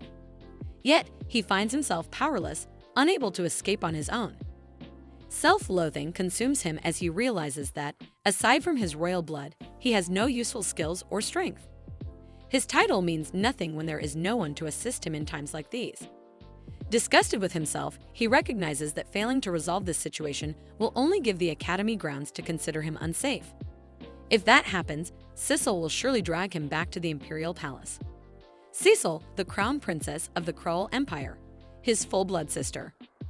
A memory of a past event involving her threatens to surface, but he quickly suppresses it. He has no desire to see her, for she is the very reason he left the palace. Just as despair begins to creep in, a voice calls out, asking if he is there. He immediately recognizes it as Mitchell's. Confusion takes hold. How does she know he is here? The door remains stubbornly shut as he struggles with it, while she instructs him to step aside. A moment later, Mitchell uses her ice ability to break open the door. Standing before him, she announces that she has finally found him. Meanwhile, Cyan, battered and exhausted, remains seated on the floor like a female protagonist who is waiting for her love to come and save her. Mitchell extends a hand toward him, asking if he is all right. Hesitantly, he reaches for her hand, his voice barely above a whisper as he calls her name. She raises an eyebrow, noticing his watery eyes, and remarks that there is no need for him to cry alone in a corner. If he must cry, he can do so in front of her. After all, she has already missed an important event. Cyan, flustered, immediately denies that he is crying. Innocently, Mitchell tilts her head and questions whether the liquid in his eyes is simply from a runny nose. Enraged, he shouts at her, calling her a crazy woman. Mitchell merely smirks, unfazed by his words. She knows he never speaks kindly, not because of his personality alone, but because of who he is, a bad-tempered country boy with dry, unkempt pigtails and freckles scattered across his face. From any angle, he is rough and unrefined. He hesitates, trying to form a coherent thought about volunteering. Catching on to his unspoken words, Mitchell immediately questions whether he intends to make her work more or cut her hours. Finally, after much hesitation, he mutters that if she wants to come to his house to clean, she can, but if she does not want to, that is entirely up to her. However, before he can clarify, Mitchell abruptly rushes outside. He barely has time to react before she is gone, leaving him to wonder why she is always in such a hurry. But it is already too late. He resigns himself to the fact that she might come another day. Not that it matters, if she does, he can simply take her there himself. At Cyan's house, he leads Mitchell to the reception room, instructing her to wait there while he steps away. Mitchell, however, asks for permission to explore the dressing room. He allows her to do as she pleases, thinking little of it. Meanwhile, he retrieves the house keys, convinced that if she is so eager to clean, he might as well let her. However, just as he prepares to hand her the spare keys, he remembers she mentioned being in the dressing room. Making his way there, he steps inside, only to be met with a sight he never expected. Mitchell is holding his underwear. For a moment, Cyan stands frozen, unable to process what he is seeing. The sheer absurdity of the situation renders him speechless. Then, reality sinks in, and he begins screaming. Mitchell calmly explains that she is not stealing them. She simply believes that boxers do not suit him and intends to replace them with silk ones. Cyan, utterly exasperated, throws the key at her in frustration and demands that she get out of his house. Without hesitation, Mitchell leaps out of the window, cheerfully thanking him for the keys and promising to return. He yells after her, demanding that she never come back, while she, unbothered, assures him that she will replace all his belongings with finer things. Desperate, he begs her at least to leave his underwear behind, but she is already gone. In the city, at an undergarment shop, Reina watches in disbelief as Mitchell eagerly selects boxers for Cyan.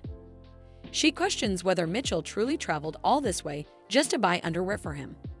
Mitchell, undeterred, explains that now that she has permission to go out, she intends to enjoy it. She really have a unique taste of enjoying. Kana notes that the boxers seem a little too sexy. Mitchell dismisses the concern, insisting that they will suit Cyan's erotic face. Reina, now even more bewildered, questions whether the prince would actually appreciate such a gift. Mitchell urges her companions to imagine a tall man with long, unbound black hair, wearing nothing but snug black boxers and a robe. Now that Reina envisions it, she finds it difficult to see anything else. Mitchell further remarks that the natural red under Cyan's eyes makes him look cursed. Kana, who has been silently observing the exchange, stands dumbfounded, struggling to comprehend their conversation. Reina shifts the topic, recalling that just the day before, Mitchell had been making a fuss about wanting to kill royalty because of Cyan. As Reina continues to process the situation, she inquires whether Mitchell even has the money to make these purchases. Mitchell shamelessly asks Reina to lend her some.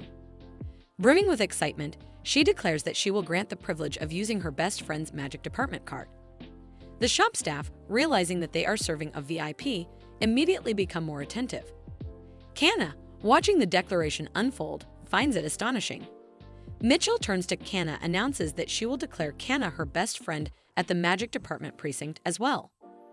Overcome with emotion, Kana eagerly hands over her money, allowing Mitchell to use as much as she desires.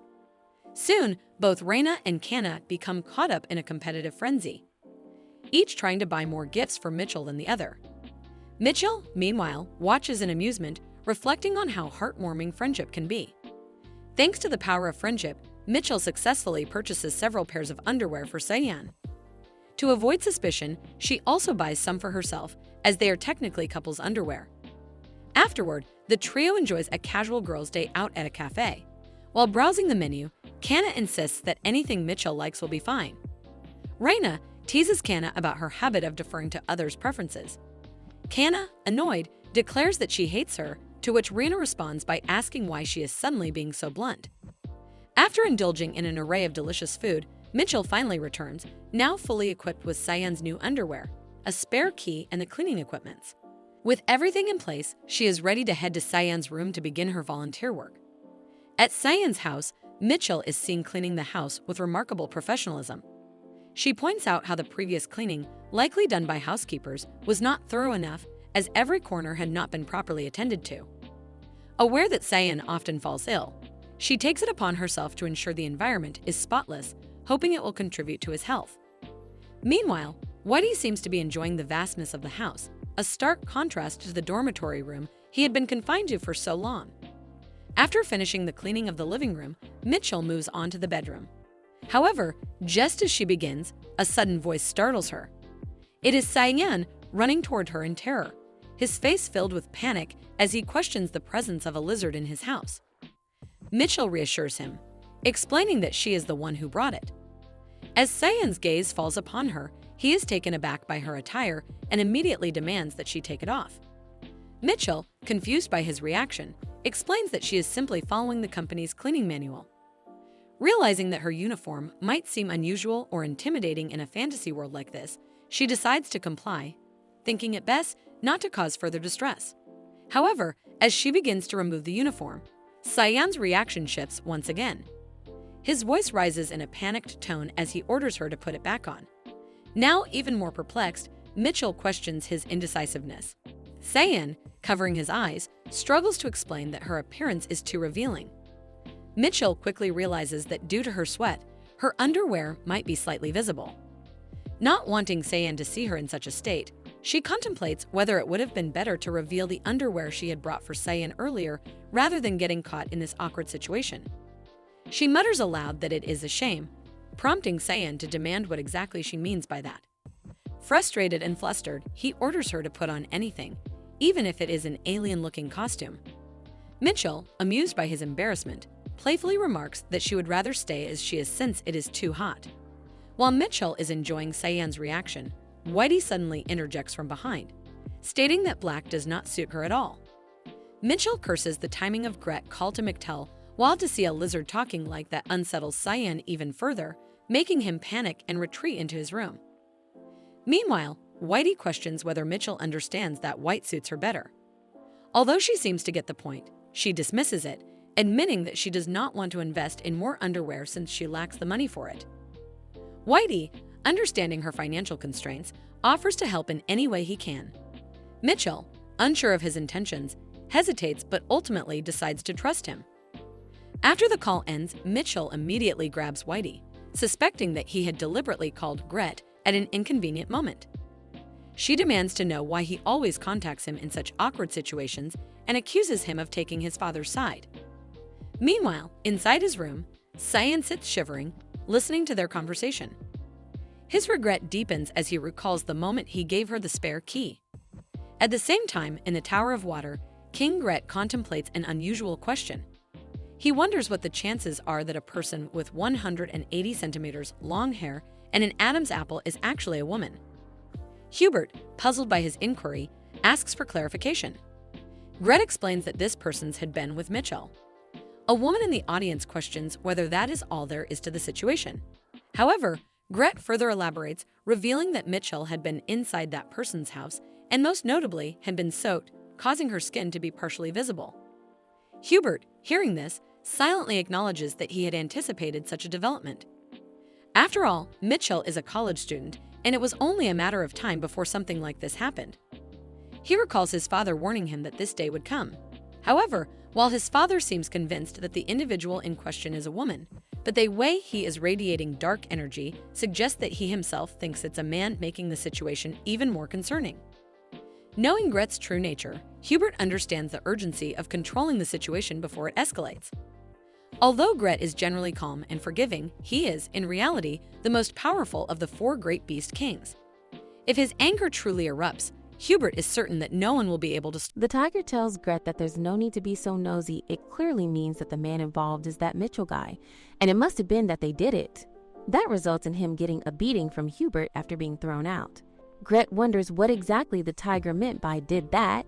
Our cute little beast is so naive. Hubert brushes it off and tells him not to overthink it. The lady beast also chimes in, saying he doesn't have to think that deeply. After all, if Mitchell didn't panic or make excuses, then it means it's probably not that serious. Gret agrees Mitchell didn't look flustered at all, and the atmosphere felt pretty relaxed, though she was wearing an extra layer of clothing, which must have made Cyan sweaty, and that was why Cyan had been avoiding eye contact. Then Gret goes back into his room and closes the door. But Hubert now begins to wonder if it really had all been a misunderstanding. Hubert and the lady beast reassure Gret that no Mitchell must be Cyan's male friend, and there's absolutely no way any romantic feelings are involved. Gret is relieved. Good, then it's resolved. The issue is settled.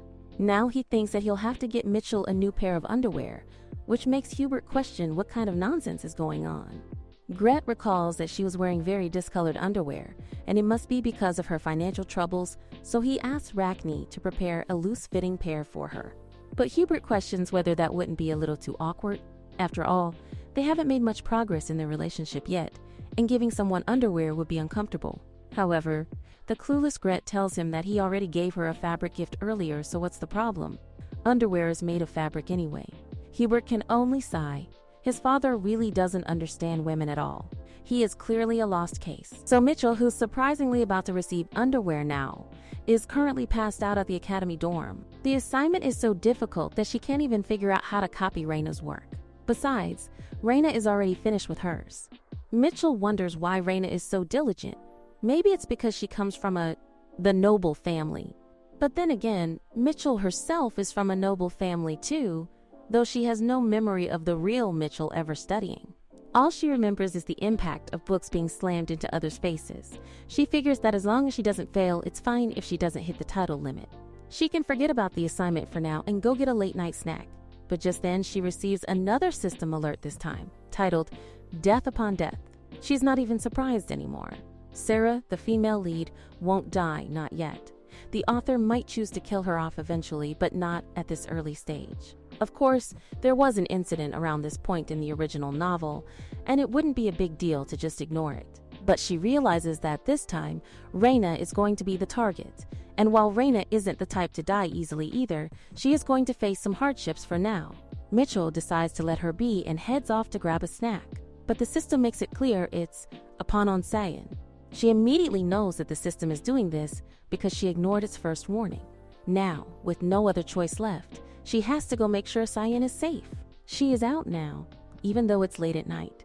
Still, the capital's night market feels unusually bustling. She needs to find Cyan. The reason she came here is because there was a night market event around this time in the original novel. It was one of those staged events meant to show the princess experiencing the life of a commoner. The princess, who has only ever lived inside the palace, visits this market. But as always, the main couple ends up caught in an incident. She forgot that Cyan might have gotten involved too. In the original timeline, he wasn't even part of the club at that point. But now he is, and it's entirely her fault. Since he joined because of her, she needs to protect him. But she has no idea how to find him. Just when she thinks things couldn't get any worse, she gets tempted by the smell of a skewer. She asks the seller how much it costs. He says 5,000. She almost explodes. What kind of absurd price is that? She can tell right away that it's a ripoff. The seller quickly changes his tone and offers it for 1,000. No matter where she goes, she's getting scammed. She scoffs, thinking if he were really trying to sell her food, he should do a better job. She used to work at a market stall, after all. But now she's wondering what kind of meat this even is. It seems a little fishy. She takes a bite, only to realize it's frog meat. She can't believe the guy really had the audacity to charge that much for frog. Then she notices another stall. This one's selling something that looks like deep-fried starfish. It doesn't look particularly appetizing, but her curiosity wins. The lady vendor tells her it's 3,000.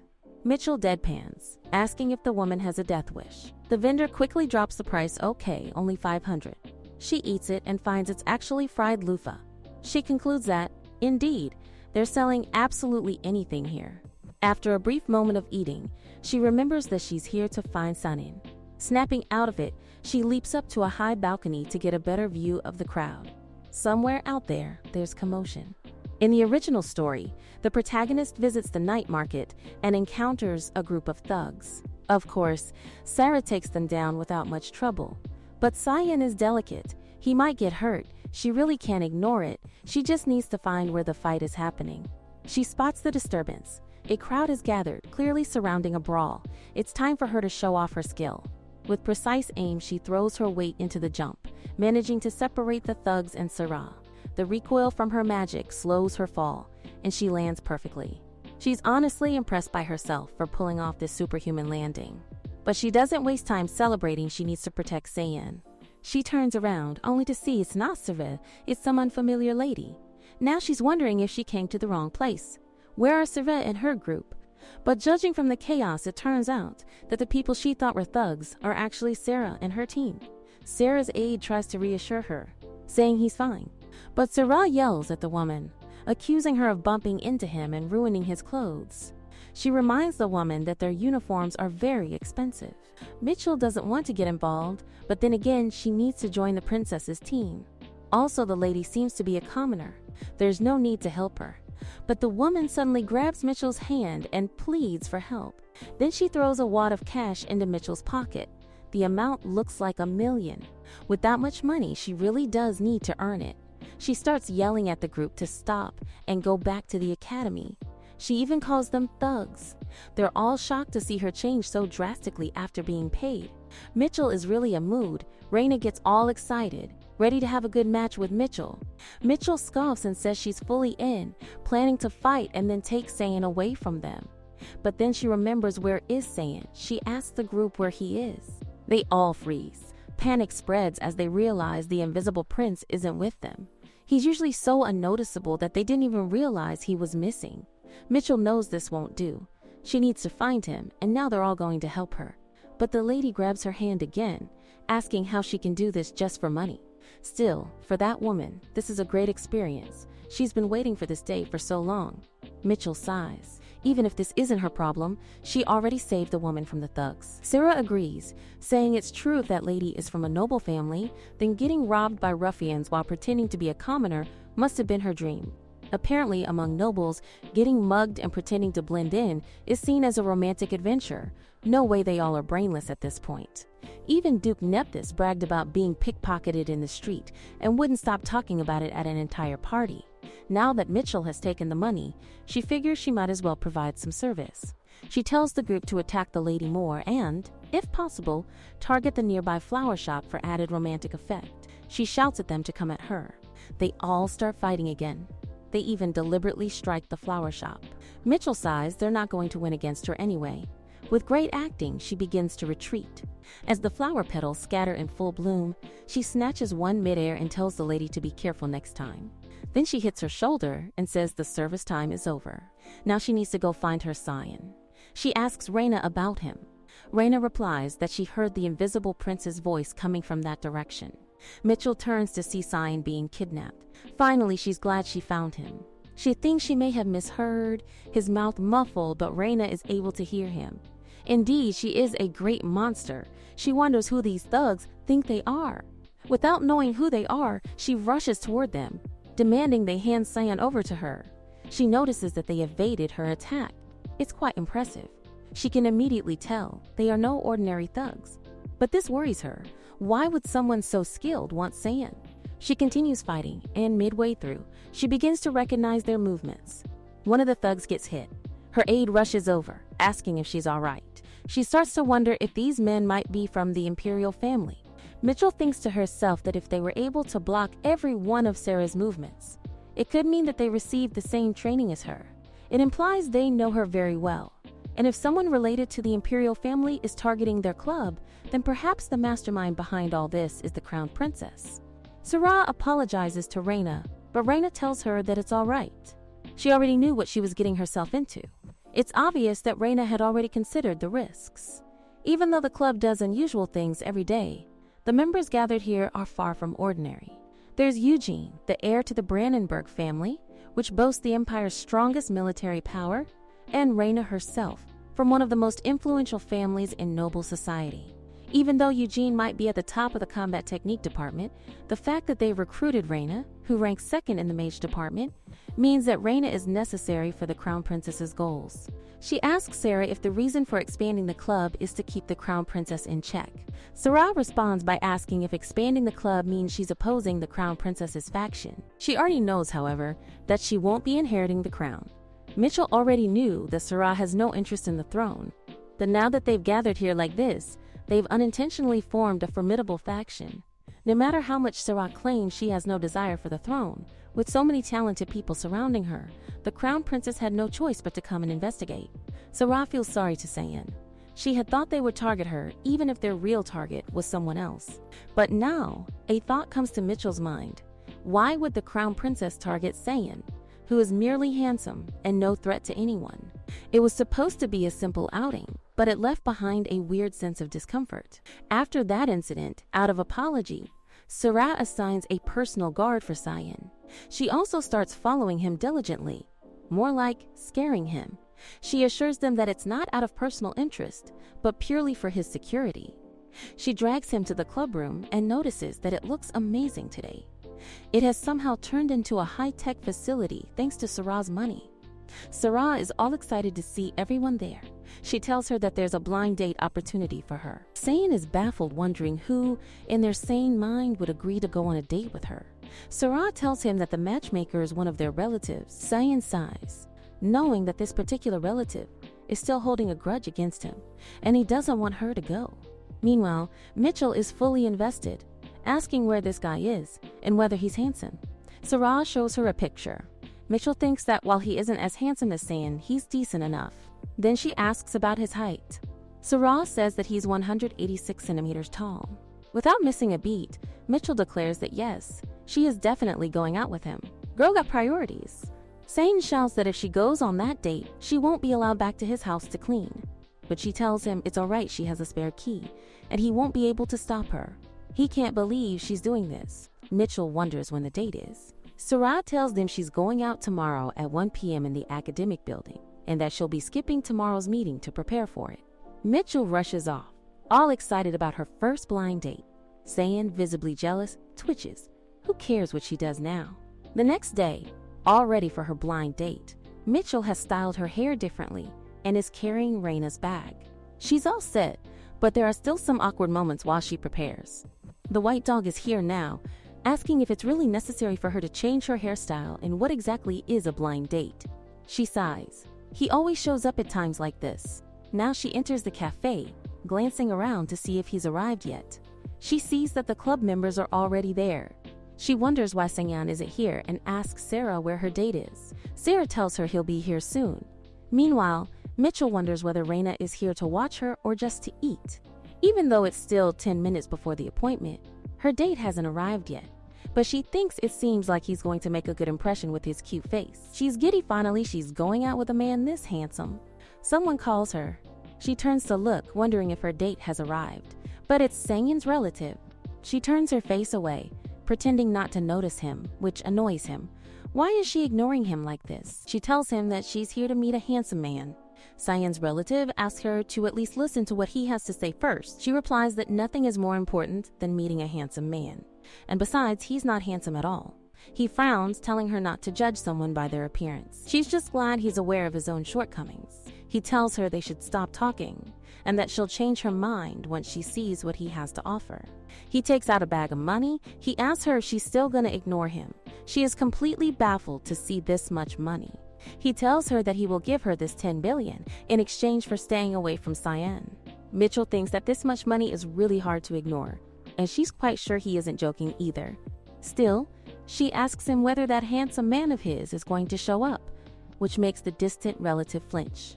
He tells her again that he's not joking, he truly will give her all this money, but she just needs to stop hanging around with Cyan. She sighs, thinking that Cyan may have higher values than just appearance. Sarah, watching from the side, thinks that Mitchell is truly crazy. How could someone prioritize handsomeness like this? The distant relative mutters that if he were as handsome as Cyan, Mitchell would have listened without needing the money. Mitchell nods slowly, finally understanding what he's trying to say. She thinks that this guy really does feel like a prince. His anger even reminds her of Cyan. He closes the box with a sharp motion, blaming himself for trying to make a deal with a woman as unreasonable as her. He dashes away while Mitchell calls out, asking where the handsome man is going. He mocks her, shouting back that he already has a girlfriend and that Mitchell is going to stay single her whole life. No way she got stoop up. I am laughing so hard. Mitchell is stunned. She can't believe that just happened. No wonder he was way out of her league. After all, there's no way someone that tall and handsome wouldn't already have a girlfriend. She sighs deeply.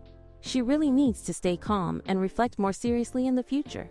Reina suddenly stands up and teases Mitchell, saying there's no way she'll get a blind date before her. This provokes Mitchell into giving Reina a good beating with her live skill. Other students start gathering around when they see the two of them fighting again, and some even begin placing bets on who's gonna win. Meanwhile, Sarah tells the other members of the club that they should head back, since the cafe is under repair and the final exams are approaching. Everyone is packed with classes now, and this girl really needs to start preparing too. The system hasn't given her a deadline, but still, she's a student after all. Then she notices Cyan in the distance. Even from far away, she can tell it's him. He shouts at her, asking why she's this late. She can't help but feel like she's losing to this site for just a few billions. Cyan, having no clue what she's thinking, asks her more importantly about the blind date. She tells him that it was a complete flop. He mocks her, saying of course it was who, in their right mind, would date her for such a sick reason. Even as he acts like this, she finds it surprisingly cute and lets it pass. He then says that since she looks so pitiful, he'll buy her ice cream. She quickly says she wants a snowflake one, but he argues that it should be under 10 crowns.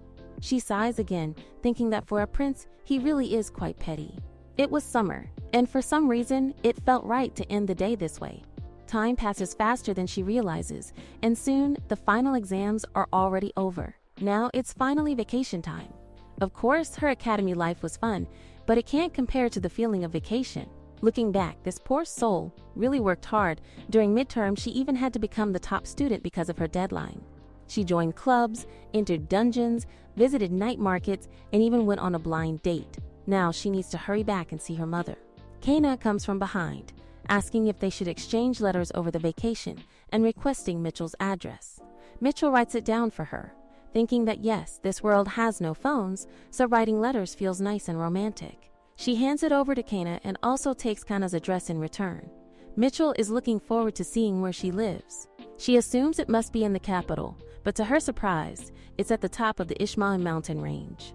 This makes her ask Kana again, if she's really not affiliated with assassins. Kana assures her no, she's not. Kana leaves, saying she'll write to her every day, while Mitchell wonders whether she should reply or not.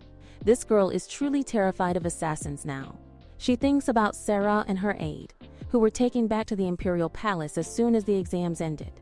Eugene had gone up to Brandenburg after receiving permission from the school because of the Dragon Tribe migration. Cyan is still stuck at the academy, but there's nothing more left for her to do. She should head home too. But Raina shouts at her from behind that she can't leave like this without saying goodbye or writing a letter. Raina tries to tell her the address, but Mitchell closes her ears. This is the last thing she wants to do. A week later, Mitchell is completely messed up. It's been a whole week, and she still hasn't arrived home. She really should have gotten a horse instead of a carriage.